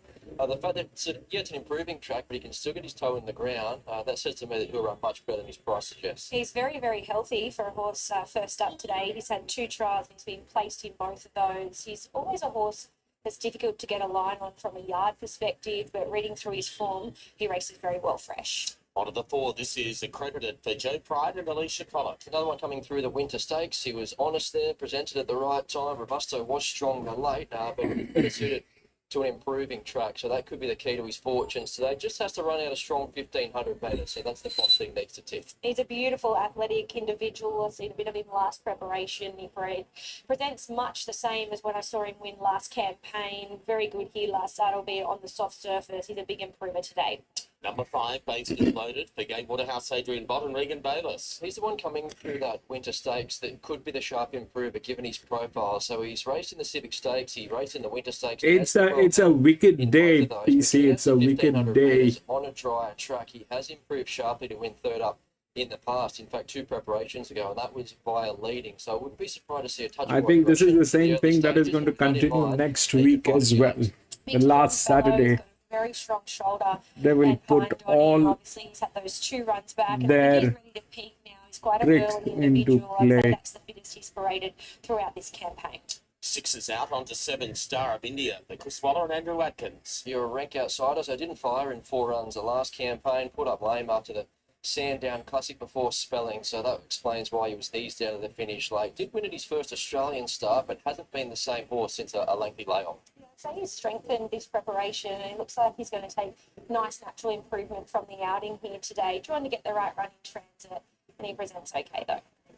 On to the 8 we go. Fierce Sun for Brad Witter and Tom Sherry. Well, I suspect he's going a lot better than the form guide suggests. So he did clock the fastest last 600 metre split in the Winter Stakes, and the second quickest last 200 metres, only bettered by Robusto. So again, he draws to get a long way back as he's got a little bit older. He has lost a bit of his tactical speed, but he is settling and he is hitting the line. So needs a few things to fall into place, but he's another one that could run better than his price. Yeah, I agree. I think his pre-parade's better than what his price suggests as well. He's in his best possible condition. He's fit and forward, and he looks ready to get on with things today.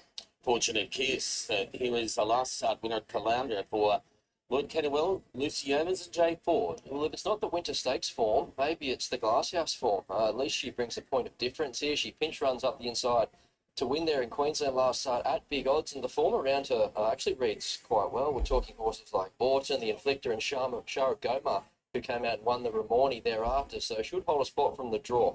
She's a horse that I'm not familiar with. She's just a little edgy in the mounting yard. Not going over the top by any means, but she's just jogging around the place. She's obviously handled the trip from the Sunshine Coast here to Sydney well, and she's lovely and healthy coat-wise.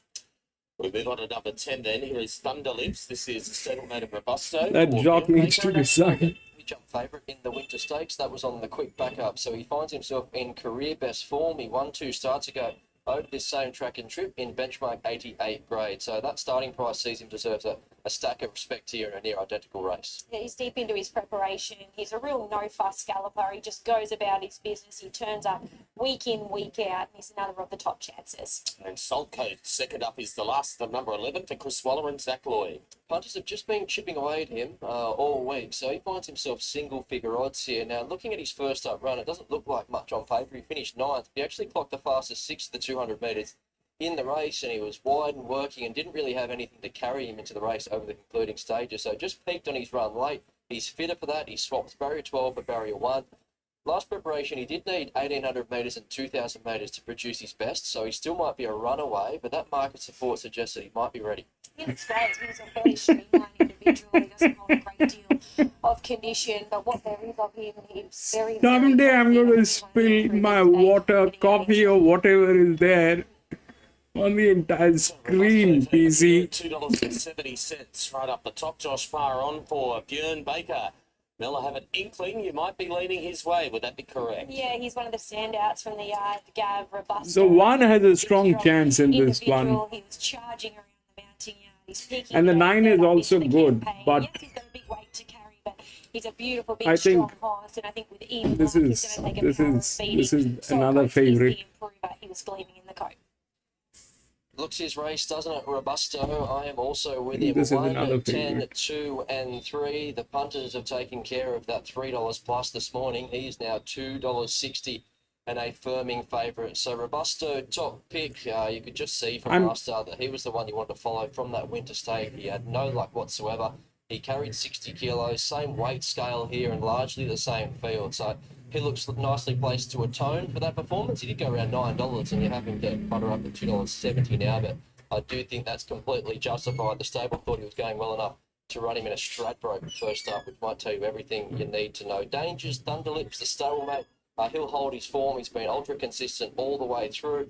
He was thereabouts in the Winter Stakes last start, maybe looking for a slightly wetter surface to win a race like this, but I wouldn't expect him to go backwards despite having a busy campaign. Estadio Mestalla, another one through that last start form reference, and he went around at $61, so you're not shopping at $61 here, more so, what, $13 tab fixed odds, but he'll roll forward, he'll make his That's own the luck, best horse, hold that PC. form. And I thought Skylab might be the runner But here to do something at a price. So if you're having a trifecta of we'll first see four, what you happens. throw him into the mix. His trials have been rock solid, and there is a little history there of him overperforming first up in the past. So 1, 10, 2, and 3, but it looks like it's one-way traffic for this favourite. Yeah, one-way traffic for Robusto. He's been very Yeah, well so they have supported. taken the 3 We've hours got as much about as to 380 earlier on in the week, speak something about to this 11 1 1 worth of when I'm deduction, trying and Rosehill. he is $2.70 now. He was $3.30 when I got to the races today, so $3.30 to $2.60, just back out to $2.80, but he holds 50% 11 of all win bets. place. Just as I get the percentage down, he just went $2.60 to $2.80. Accredited at $5. That's about as short as we've been for the last few hours, and good late support for Salt Coats here, as much as $19 earlier on in the week, was $6.50 when I got to the races, and now $6. So Salt Coats best backed outside of Robusto. Then we've got Thunderlip $6.50, Fearsons at $12, and Estadio Mestalla, as Brad said, opened far too short earlier on in the week, $6. You can get as much as $13 for him now. So Robusto, $2.80, the best backed runner all day, I'd say, but some late support for Salt Coats here, Gav. Anthony, thank you to bring up the third leg of the quaddie. All of them really, Brad, have got fairly well exposed form. The unknown and how it's going to translate is this mare of Lloyd Kennywell and Lucy Yeoman's Fortunate Kiss with Victorian and Caloundra form after winning the Glasshouse the other day. Yeah, she's a hard one to line up, isn't she? But if that Winter Stakes form doesn't prove to be the right form reference, all of a sudden you're being rewarded by shopping a little bit wide. I can see why there'd be a few punters that don't mind the $15 about her. I think she can hold some kind of spot, and you look at the form around her. Shah of Gomar came out and won a Reborni, so nothing wrong with that. Best of luck, So they've set that up. gentlemen.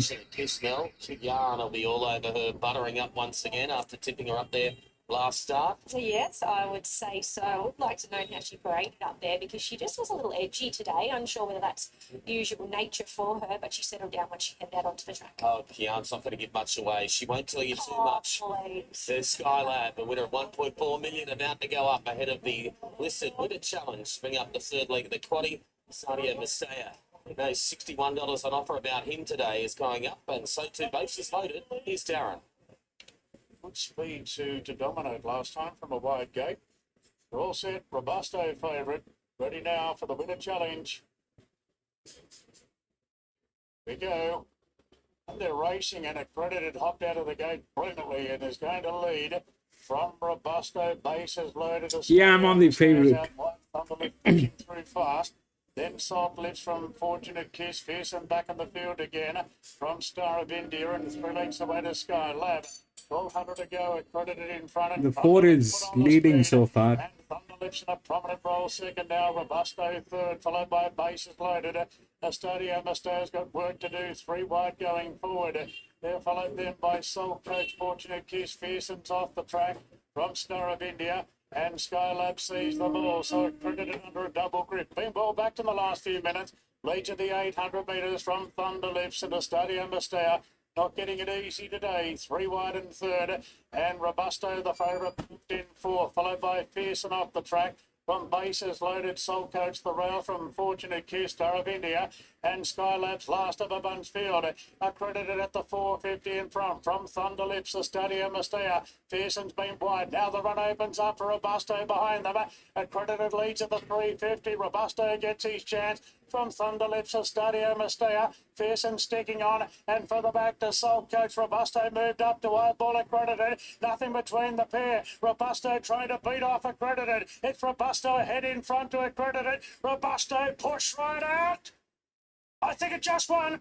Robusto 1 and 4 PC. Soul Coach doing its best work late. Fearsome's gone better than that. Stadio Mustea. Further back to Thunderlips, Bases Loaded. This was the second favourite. I'll show you why. Oh, they backed him as soon as markets went up, and it looks like he'll fall in Robusto under the urgings. 4 was no doubt a very good horse, PC. Accredited has fought on, as Ian Craig would say, like a caged lion, and really has made him earn it. He'll get the bob in on the outside with the 60 kilos. It was a bit of a hard watch over the last little bit. And third, it looks like Salt Coats. He might be one to back next start. Seemingly, every man, his dog, and everything else was on that winner, Brad. Oh, and is he fallen 1, 4, 11 and 8. Yes, he had 60 kilos in the entire country riding him home there, including stages, and he did just enough to beat a very brave Accredited. It looked like Robusto how far. Once Thunderlips. 1, 4, 11 and 8. So why I... No, PZ, it's just that I'll tell you what is the thing. So the difference between 1 and 4, I was thinking on the same lines as you did, all right? But look at that. It's a good horse, all right? It's the second linear. It's good. It's 104 by 101, which is absolutely outstanding. But here is the thing. The pressure for this horse to win was ideally -7. And it went through that pressure. It pulled it off and got it to the second position. That makes it a remarkable horse. But here, the 1 was the favorite. I did not go with any of the favorite today. But this one, you see, that's 33. This should have been, the pressure should have been 33 on this, and it is on 3. So there's a lot of advantage which is here. There's a lot of advantage. And 1, 4, 11 and 8. 1, 4, then came the 11, and then came Mr. 8. Why? Because that is also like that.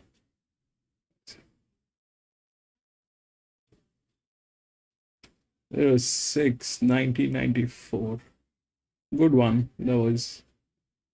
This one also good. So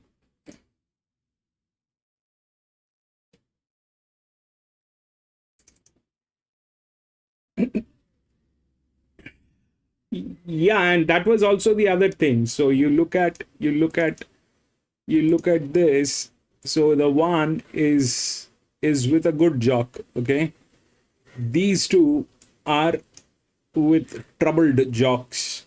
They are not very great in their job. I mean, they have been treated like that. They did not have advantage. They did not have advantage here. They did not have advantage here. So that was this. This one had all the advantage. 33 became 3 and a good jock. Brilliant. But the 4 is an outstanding horse. That 4 is an outstanding horse.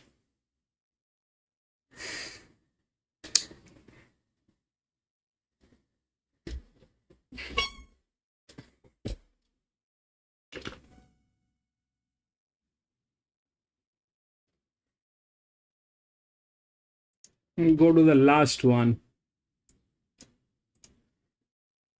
This was done, PC. This was done as in like this was pre-decided on that horse. 4-9-13.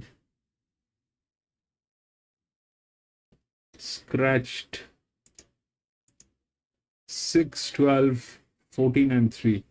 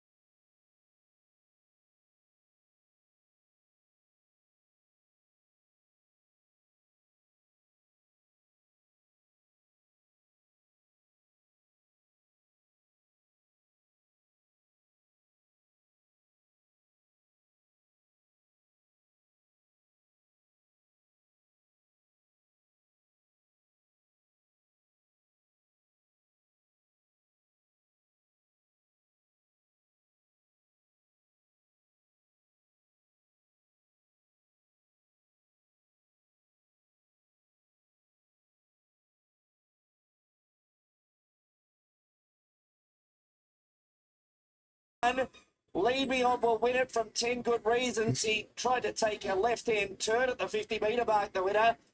Chopper Lanes run third, and then Kiwi Spirit Bolshevik Road. Neil Benzu didn't finish the race off and got Gumption last.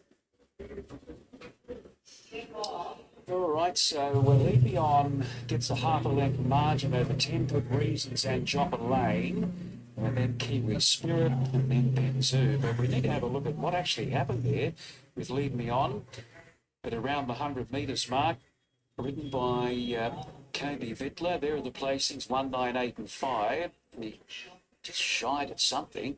You see he's not fully concentrating on the job at hand, and he shifted out there, but to what degree? We'll find out when we have a look at the head-on. So he's going strongly at this point. That is the first thing that one should do. The moment there is a jockey change, take hold on 10 good reasons. don't get into it. Yeah, I'd say no. I'd say 10 good reasons. It is inevitably going to go wrong. But we just have a look here at this leader and see how far he does shift out in front of the runner-up. He's going straight. The entire thing goes upside down. He does that turn. And that's what? 2 strides from the post. Too close to the post for mine. But anyway. Okay, this is the last race today here at the Rosehill. It's a 1300 meter. If we look at the odds, it's 6, 12, 14 and 3. 6 is the favorite. 6 is again on top. 6 is the top. Here through the rails, it's a neutral. 83 by 81. Okay. Now, what is happening is the others are they're talking about are there, but let's understand what's happening. So we took the largest, so that's the largest. All right, 73. 14 is the linear, which has the rails. Should have been on 0 is on 48. 3 should have been on 4 is on 42. Should have been on 13 is on 30. And then this thing falls down. Okay. So 6 ideally should have been on 40. Is on -6. It's the neutral.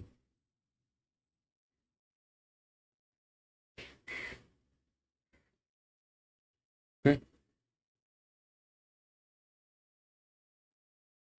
The other one is this 11, which is here, which should have been on 57.90, or which should have been on 57 is on 33, which is the EW, which is also here. But that's a 6-year-old gilding, and this jock is a dedicated jock. This jock is a dedicated jock. The jock is not great by himself. The best jocks are here: 16, 17, 21, 12, 3, and 7. They have the best jocks, but 6 is not far, but he's not among the top 3. However, it is a dedicated jock, and it's got the rails, and it is the highest spell on 80-81 with group 1 races and all that. And after that, Mr. Moron 11, that is the highest advantage. This one is the highest advantage, and then this one has the highest advantage. 11 has the highest. 90 should have been on 57 is on 33. So I'll not be surprised if that 11 knocks it out, because this is also there within the rails. I'll not be very surprised if that happens, but let's just hope that it's the largest spell. Like here, PC was on 4. That's the largest spell. It's a fabulous horse. It went through that as in like brilliant. But tactically, 1 had the advantage because 33 became 3. Here, the 6 has that advantage. Now, 11 is not as high as this. So 11 doesn't, though it has the advantage, it doesn't, is not that threatening actually. But can it get in? Obviously it can get in. It is there within, I mean, it doesn't need the rails and all that. It can get in from anywhere, and it has the advantage today. But 6 is looking like better. So this is the third. So they give you 30% today. That 6 probably will get in.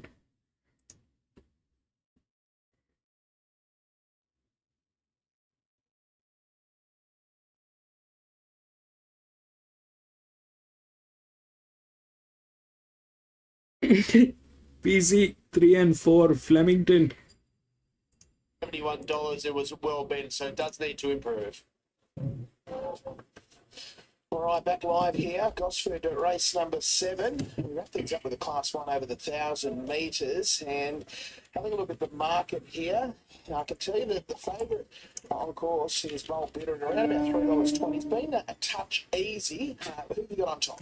I'm one for 2 and 5 here. I've got Bold Bidder on top, and look, a few of these are first up here, but I've always liked him, especially when he went out on that really strong win at Kembla Grange, and he's just had those 2 trials, but they only looked okay to the eye, but they were on his non-preferred surface, so I think getting on that soft 5 more on top of the ground will really suit him. So he maps well from that inside draw. The 1,000 metres does suit to kick off his campaign, and listening to Bjorn Baker this morning on radio, he seemed pretty confident with his chances. Look, he's still working things out, this horse, but he puts it all together, and he might be a nice type for the future. But the 4th, Sneaky Choice, who had the apprentice on in the trial, and just was raced a little bit green, but did get when it's mine to get on the job there late. Thought found the line well enough, and then you get Grant Buckley on for first up. So we, and then for 3rd pick, Impact Zone, I think getting back onto more on top of the ground will be a big plus for him. So they went up to that listed race in Queensland. That was a big, it just didn't handle the ground, and then the 5 Exotic was the last up winner at this track and distance. But we're starting to get it. Mick, did you get that? We got some protest up at Eagle Farm. 2nd v first. So protest at Eagle Farm. We have a protest Eagle Farm 2nd versus first. So we'll keep you abreast of any developments in regards to that objection. I've got 1, 2, 3, and 4 in this final event, putting Bold Bidder on top. Debuted behind Royal Commodore there on the Kenzo. Start number 1 was beaten around 3.5 lengths after being well back that day, and then bounced back in a big way, leading throughout to win down there at Kembla Grange, defeating stablemate of Stock. Boom, PC. Out of his next 4 starts. So I just think right up on top of the speed today will take plenty of catching. 2 Impact Zone, I think, can bounce back. It's pretty good winning on a heavy track at Newcastle over the 900 metres before having a bit of a let up and thrown in the deep end in a listed race up there at Queensland last start, where not much went right off a bad gate. 3 Toledo Magic and double figure quote, I think, can run well, although I see is into $9.50 on the NOP.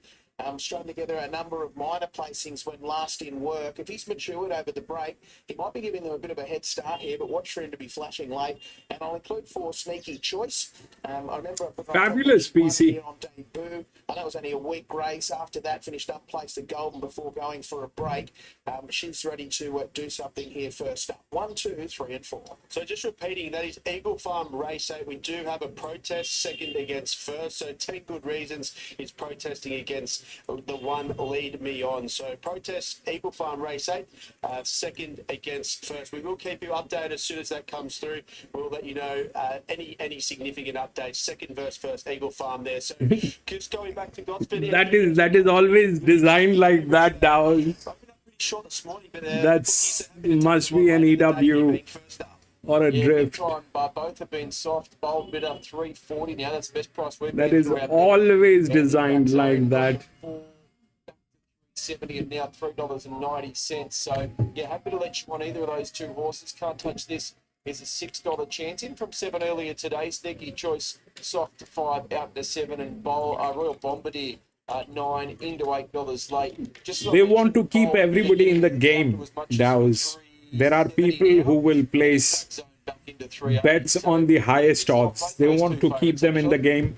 There are people who are going to place bets on the favorite. They want to keep them in the game too. Starts to dip down behind the mountain here.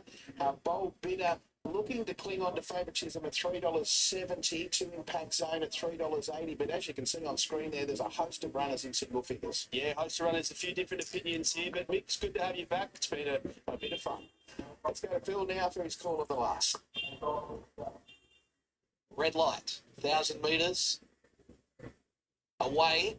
And Exotic near the inside was away nicely. Impact Zone the best to begin. Bold Bidder's now pushing through. So Bold Bidder takes the early lead over Impact Zone. Royal Bombardier, Exotic the inside. And then Nominator, who's on a 3-wide move in the early stages. Can't touch this. Drifts back to 3rd last with Toledo Magic, and Sneaky Choice on its inside is back at the tail. So they're about to leave the 600 metres behind. Bold Bidder held at the inside, and it held out Impact Zone. They're a length and a half in front of Exotic, who's getting the run over the road race third. Nominator is a length away in fourth spot. They were followed by Can't Touch This as they come to the bend, then Royal Bombardier, Kalido Magic and Sneaky Choice to the bend. And it is on the inside, Bold Bitter leading narrowly over Impact Zone. Getting wide as Exotic trying to work into it. Coming through the centre, Kalido Magic, Royal Bombardier the widest. Impact Zone hit the lead. Kalido Magic gets a split coming after it strongly. Kalido Magic all over the top of Impact Zone, and Kalido Magic defeated, I think, the fast finishing Royal Bombardier. Impact Zone back in third spot. Then Can't Touch This, Exotic, Sneaky Choice. Further back was Bold Bitter and Nominator back at the tail. Yeah, he's obviously come back a little bit stronger. Kalido Magic diving between runners. Nice ride from Matty Owen. Has seen this fellow win, resuming from a break today. He was very good last preparation, and although he has struggled to win from time to time, he's run some really attractive races, and today he was right on song. Yeah, nice win. He really wanted to stick his head out there, didn't he, late Mirko? I knew you had it in the numbers, but a good effort there by Kalido Magic. A nice return, so it can only prove you'd think up in distance. And then the second horse I thought was very honest as well, but it's all about the winners. A couple didn't have a bit of luck, but we'll have to watch the replay again. Yeah, exactly right. Maybe there'll be a little bit of form come out of that last race. They wanted to wobble around a couple of those runners in the home straight, but Kalido Magic takes it out for Karen Owen and also Madeline Owen. Hopefully you've enjoyed our coverage from Gosford here this afternoon, and more importantly, about plenty of winners. Job well done, Nick. We're going to head back to Rosehill and hear from the winning connections following the running of the Winter Challenge, race number 9 from Rosehill. What a good, gritty, tough win that was, Giffen. Yeah, it was, and it's been a bit of a revelation. So another good horse Derby race and purchased, and they just find them at all levels. They bought another 2 horses during the week, and I'm lucky enough to be both. Kobe, welcome back. He's been a really good horse. He was unlucky last time, and of course he won the Ingham, and it was good to see him back today with a big weight. So we can definitely try and hit the spring with a bit of fitness on our side. Great ride, Josh Parr, and no, I'm just glad he just fell and so tipped the world. There's nothing left. The majority of the races they messed it up today. This one, the last 2, just to keep the hope alive, they'll give the favorite, I hope. You got anything in mind for him? This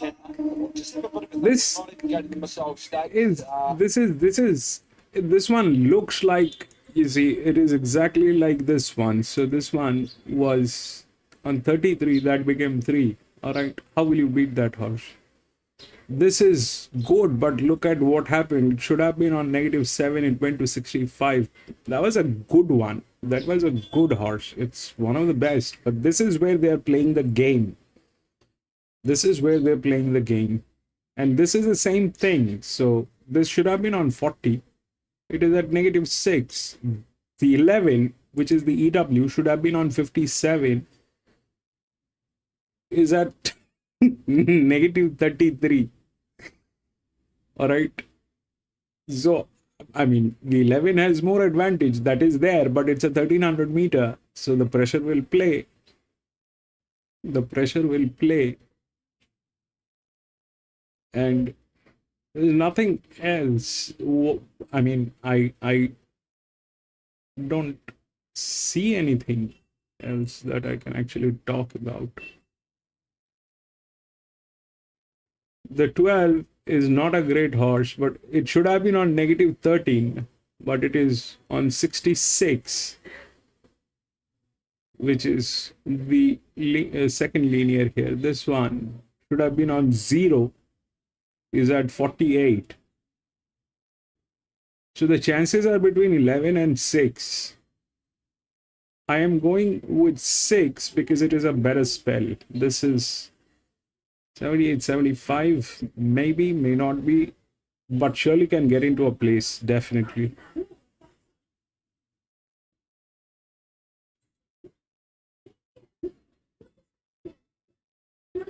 And we have the 10 also. The 10 is also here. The problem with the 10 is the jock, I guess. That's the problem, but we'll see how it works.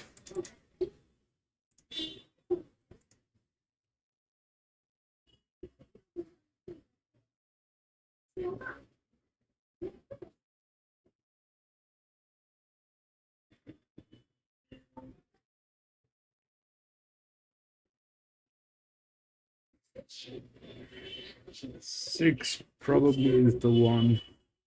The progression out to the 1300 metres. Very good to win first up, and he was sporting that wintry coat first up. He has improved slightly coat-wise. I'd say that he's still got one more run to reach his peak fitness, but obviously he'd done enough work at home to be very effective first up. Forwards out, we move to 5, step aside, Chris Waller, Adam Hieronymus. He didn't fire at Rosehill last start when the market did expect more. He just never looked likely. So looking at the stewards report, he did suffer an abrasion. Whether that's an excuse, he was very plain in the run home. He was great in 2 runs prior. He does need to bounce back, but I think we can probably forgive him for one bad run. He's nice and alert, and he possesses plenty of fitness here in the yard. So judging off his parade here, it will surprise me to see him bounce back off his disappointing performance here last start. One of the favourite, King of Rousseau, number 6, Peter Snowden, Tom Sherry. He returns to the races after a 5-week break. I think Pete's just been dodging maybe a few wet tracks, but I don't mind him kept on the fresh side. He's full of confidence now that he's finally broken through for that elusive career number 2 victory. So I think that'll do him the world of good going forward. I love the way that he trucked to the line in a recent trial. He's got the right form lines, and I like him on top of the ground. He looks sensational. He's very focused here today. He's obviously off that 5-week freshen, but he's being kept right up to the mark here. He's here to run a big race today. Number 7, Watch My Girl, Ron Quinton, Dylan Gibbons. Another one with an excuse last start. So she was posted wide throughout at Rosehill, and that just dulled her finish. So it was a slow run race. Maybe she was entitled to do a touch more through the line, but you'd think she can improve off that. I haven't seen her for a little while, but this is a really positive parade from her. Early days, she could get a little bit funny in the yard, but nice and relaxed here today, and she's nice and fit and forward with 2 runs under her belt. You might have seen her, Mel. I know you've been following her, though. Down to 8, fully lit, gave Waterhouse Adrian Botman and it cost them. He rode a fast speed at Rosehill last start, throttled down late, went in restricted room, so the beaten margin was a touch exaggerated. He did jump an $11 chance. He boxed on okay to be beaten just 2 lengths by Accredited the start prior, which reads well for this. I think early pressure key to him, but with Elson Boy here, it should be truly run. He's a neat and compact type. He does hold a fair bit of condition through his midsection, but I'd say that's just his natural makeup now that he's had 3 runs under his belt and he tries to get Matt favours.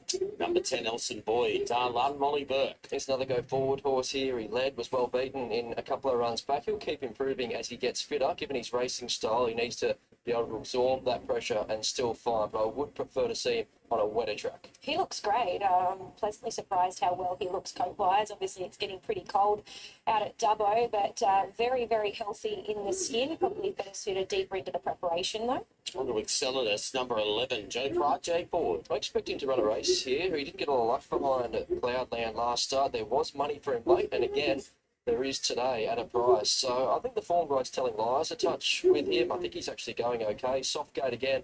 And I do expect another win is close, despite being an older horse with well-exposed form. He just wanders around the yard. Nothing much phases him. He's quite a big individual. He holds good natural conditions. So if you like him off his current form, this is a positive parade today. Number 12, right in the market, Cook James Cummings, Zach Floyd. More was expected from him over the 1400 metres last start. Didn't look to have any excuses. He got his preferred wet track. He had the right run, maybe 1400 metres. Saw him out. So drying track here, wide gate. I don't know where he gets to in the run, but he will be coming right down the middle. And he's yet to start any longer than $3 in his 8 career starts. I did think he was well bound, and no surprise that he's just a touch soft weight. He looks magnificent. He's deep into his preparation now. It's evident that he's far better suited if he can get his toe in the ground. Whether it's wet enough, I'm not too sure, but love the way he presents in the mounting yard. And Little Concho is number 14 for Joe Pride and Andrew Atkins. He's been around the mark all campaign without winning. So Blinkers went back on last start, but he ran that same race 2 lengths away from Brave One with Sacred Rocks in second. So just needs to find that extra length or two. And I'm not sure where that comes from, but he is a very genuine horse. He's had a lot of recent reining, but he continues to maintain his physique right the way through the preparation. He probably just needs to find a length or two to be beating some of these. Okay, about to head out to the final event on the program. James Cummings looking for another winner today. Darren Beedman is here with Kerguelen. Back to the 1300 metres today, Daz. Yes, he's obviously 4th up. I think his first win this prep took a lot out of him. He was on a heavy track, and they're bumping up to a benchmark 94 his next start. Probably just felt the run, given that he had a really tough run and a win first up. And then last start, I just thought he might have just ran a little bit below par. So back in distance and just probably ridden a little bit quieter, and hopefully can hit the line. But we look at that run two back behind Accredited, who's just come out and run a bottler a little bit early. Yes, well, obviously, that's why he was probably so short last start, because he did run a blinder in a benchmark 94, hence, but he did only have a light weight. But if you're not seasoned enough to be running against those type of horses, and you've had a tough run first up, the sorts the wheat from the chaff. Exactly.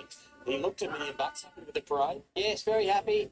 He's a very straightforward type of horse, and his only 2 blemishes have been his last 2 runs, 3 wins, 3 seconds, so at 8 starts. So the horse has done a great job, but hopefully if he gets the right run, a tricky draw, and rides him a nice cute race, hopefully he'll be strong late. Well said. Good luck with him, Dad. Cheers. There's Darren Bean with James Cummings with Kerguelen Mill. Can you make it back-to-back winners in the last 2 races? What do you like? Gee, it's been a dry day. I'm with the 6-year King of Russo. He presented in his best possible condition. He's obviously 5 weeks between runs, but he's been kept right up to the mark with a tick-over trial in between. He was the ultimate professional in the mounting yard. He's a very, very healthy individual. And I also want to make a mention to Kerguelen. He's a horse that I haven't seen in the flesh before, but he was presented in tip-top shape today.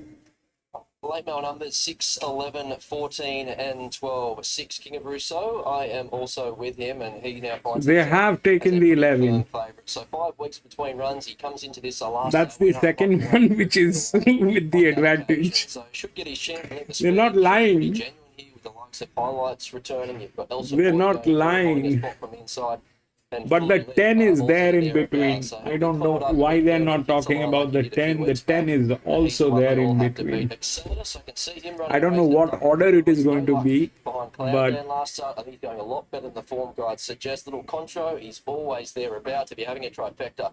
He's an absolute must, and he is really firm in betting. He's getting a $5 chance on the 3rd line, and Kerguelen goes in as the 4th pick, number 12. Interesting what you read into form, what you don't read into form when you're doing your tips. But the fact that Godolphin were happy to keep Kerguelen in the system, they of course sold a lot of their tried horses recently. Probably a little vote of confidence that he might still have more to come. So that might be a little push in itself, and it certainly was the case with Corniche. A touch earlier in the card. So I've gone 6, 11, 14 and 12. King of Russo on top. Yeah, he's a firm favourite as well, King of Russo. He touched 3. very, very questionable. Very questionable. 12 is very questionable. I'll show you. On King of Russo, whereas Kerguelen, who was 12 should have been on negative 13. It is on 66. And it is not one of those horses which is, the right match for that. Little Contra's a $5 chance. Cloudland, I want to mention this one. This one's now $7.50. This is $9.50. these 2 races, Lee, I think it is already, the decision has been made on these 2 races, the last 2 races. They'll have to give you anywhere between 30%. Rosehill runs around 30%, so they'll give you this. King of Russo, Gav, been a very firm favourite in the last, and we're happy to late and let you on Kerguelen. Anthony, thank you. So they're loading well. Just take note that process on the previous at Eagle Farm, second against first, has been dismissed. So placing stand 1, 9, 8 and 5. Second v first dismissed on the previous. To wrap up what's been a good day of racing, winter racing here, Mel, at Rosehill Gardens, where they've really made good use of all of the track from inside to out. Yeah, they definitely have. It's obviously been an advantage to be a couple off the fence, but it's played quite nicely. We have seen horses running on from back in the field, and it's been some good competitive races right the way through the day. Brad, any highlights for you today? Well, Robusto showed a bit of fight, didn't he? But that 2-year-old winner in the first was quite impressive without Pierre giving away race experience. And I quite like that 3rd filly to Reflect. If you haven't already got her in the Black Book thrower. 5 and 7. Right, this brings us to the final event, and there's highlights 1 and 2 runners for Björn Baker going up. Anthony, any late changes? 360 King of Russo, still best backed, and Cloudland outside of him, best backed to beat at 750. Glenland about to come up in Cloudland, who was somewhat of a surprise winner first up, although he does have an outstanding fresh record, and he added to that here a fortnight ago. As we head upstairs, here's Darren for the last. He had to concede 5 kilos to Accredited, but still lifted and found. Here we are for the last, the 2 out of 4 cliffs, 1,300 metres. There's the light. Racing now. Nelson Boy hopped out beautifully off the inside and is going to lead for fun. Fully lit away, will go straight to second. Watch My Girl being sent forward. And the Grey strides to third down the early part. Then came Excelidus from Highlights. And the Grey Cloudland is good pretty deep in the early stages. Then Kirk Whalen is covering a bit of ground. Wura Turtle down on the fence. Further back to Little Contro. And step aside is back last of all. King of Rasan, the pale blue, is in the middle of the ruck in the second half of the field. So it's Elson Boy and the Fully Lit. They're carving each up in the lead here. 2 lengths away to Watch My Girl in a clear third. Then came Excelidus from Highlights on a wide path, Cloudland. Then King of Rousseau driving through the middle. More return on the fence. Kirk Whalen 3 wide. Little Contro and Step Aside. So all the favourites are well back straightening. It's Fully Lit and Nelson Boy. Excelidus up the fence. Then Watch My Girl from Highlights. And King of Rousseau slicing through the pack now and puts itself in the frame. Watch My Girl goes to the front, but King of Rousseau pounced on at the outside. King of Rousseau takes the lead. Kirk Whalen's coming through with a run late, but it's too late. King of Rousseau burst away, and King of Rousseau won the last. Lovely ride by 6-12, 9. beating Kirk Whalen and Little Contro. So the favourites all around 1, 2, 3 at the end. Boom, PZ. Further back to Excelidus, the War of Turtle. 6, Nelson Boy 12. and Step Aside. Well, he was back in the ruck, but he was travelling so sweetly, King of Rousseau, but Peter Snowden and Tom Sherry, and it was just a matter of extricating into the clear, which the young Irishman managed to do, and then he let down, quickly put pay to them and shot clear to win the last. He was magnificently placed by the stable, and he beats Gwalan and also King Little Quantro. Has he run another third? Yes, he has. His day's got to come. He picks up another check. So honest for his connections, but too good. And that was King of Rousseau, Brad, in the last. He ends today with a treble, Tom Sherry, having been aboard a Romeo Choice and a Yoshinobu a touch earlier in the car. But you could see all he needed was just an ounce of room to let down. Tom had a lot of horse 16, underneath 12, him. It looked a little bit sticky 14, there, but once he pushed his way into the clear, there was only and ever 1. going to be one winner. So 16, good to see 12, this horse put 2 14, together. He returned to and gelding 1. recently. He always teased good talent. That was the right odds. This would have been a trifecta. But we are still not prepared about this. So what happened is here that 6 was not beatable in this one. The 6 with that. The 12 was good. The 14 was good. And 1, which is here. That was the largest drift in a drift. So we'll do all that when we get a little time with this, what happened, how this happened. So this 12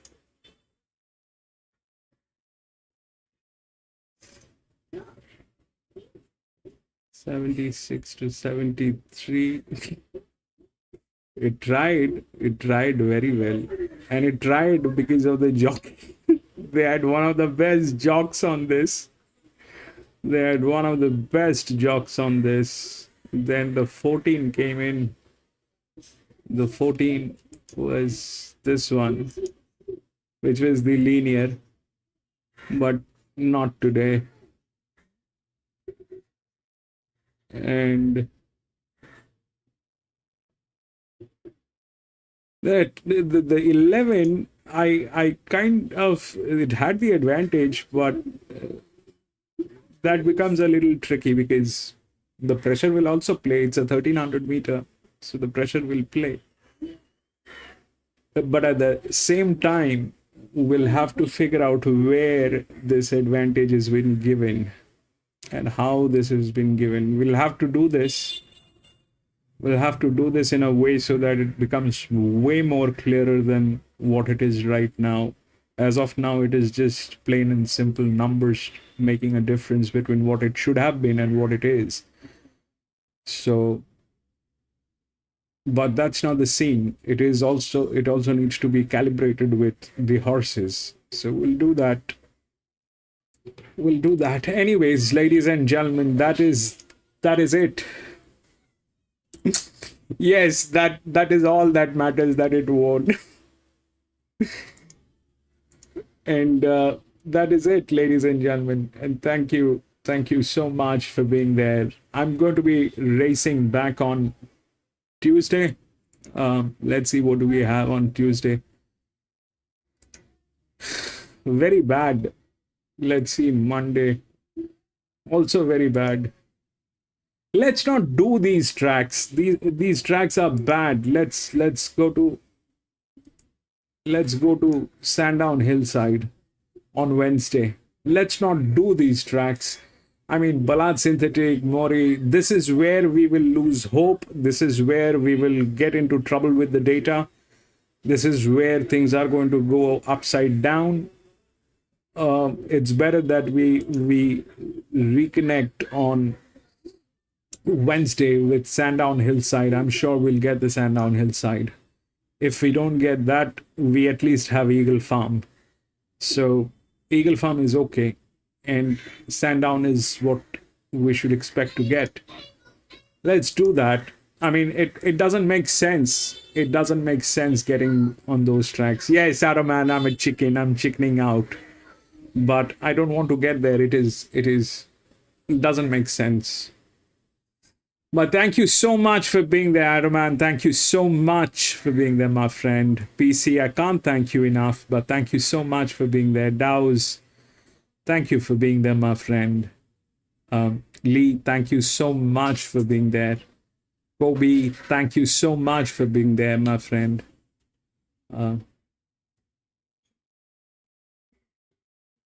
Tuna, thank you so much for being there, Tuna. Lewis, thank you so much for being there, Lewis, my friend. I think that is it. I hope I haven't missed out on anyone, but that is it. Thank you, gentlemen. I'll see you on Wednesday. Let's aim for the best of the tracks, because that is where we can take our chances and, you know, calibrate things rightly. Those tracks are not the places. We need to choose where we want to be.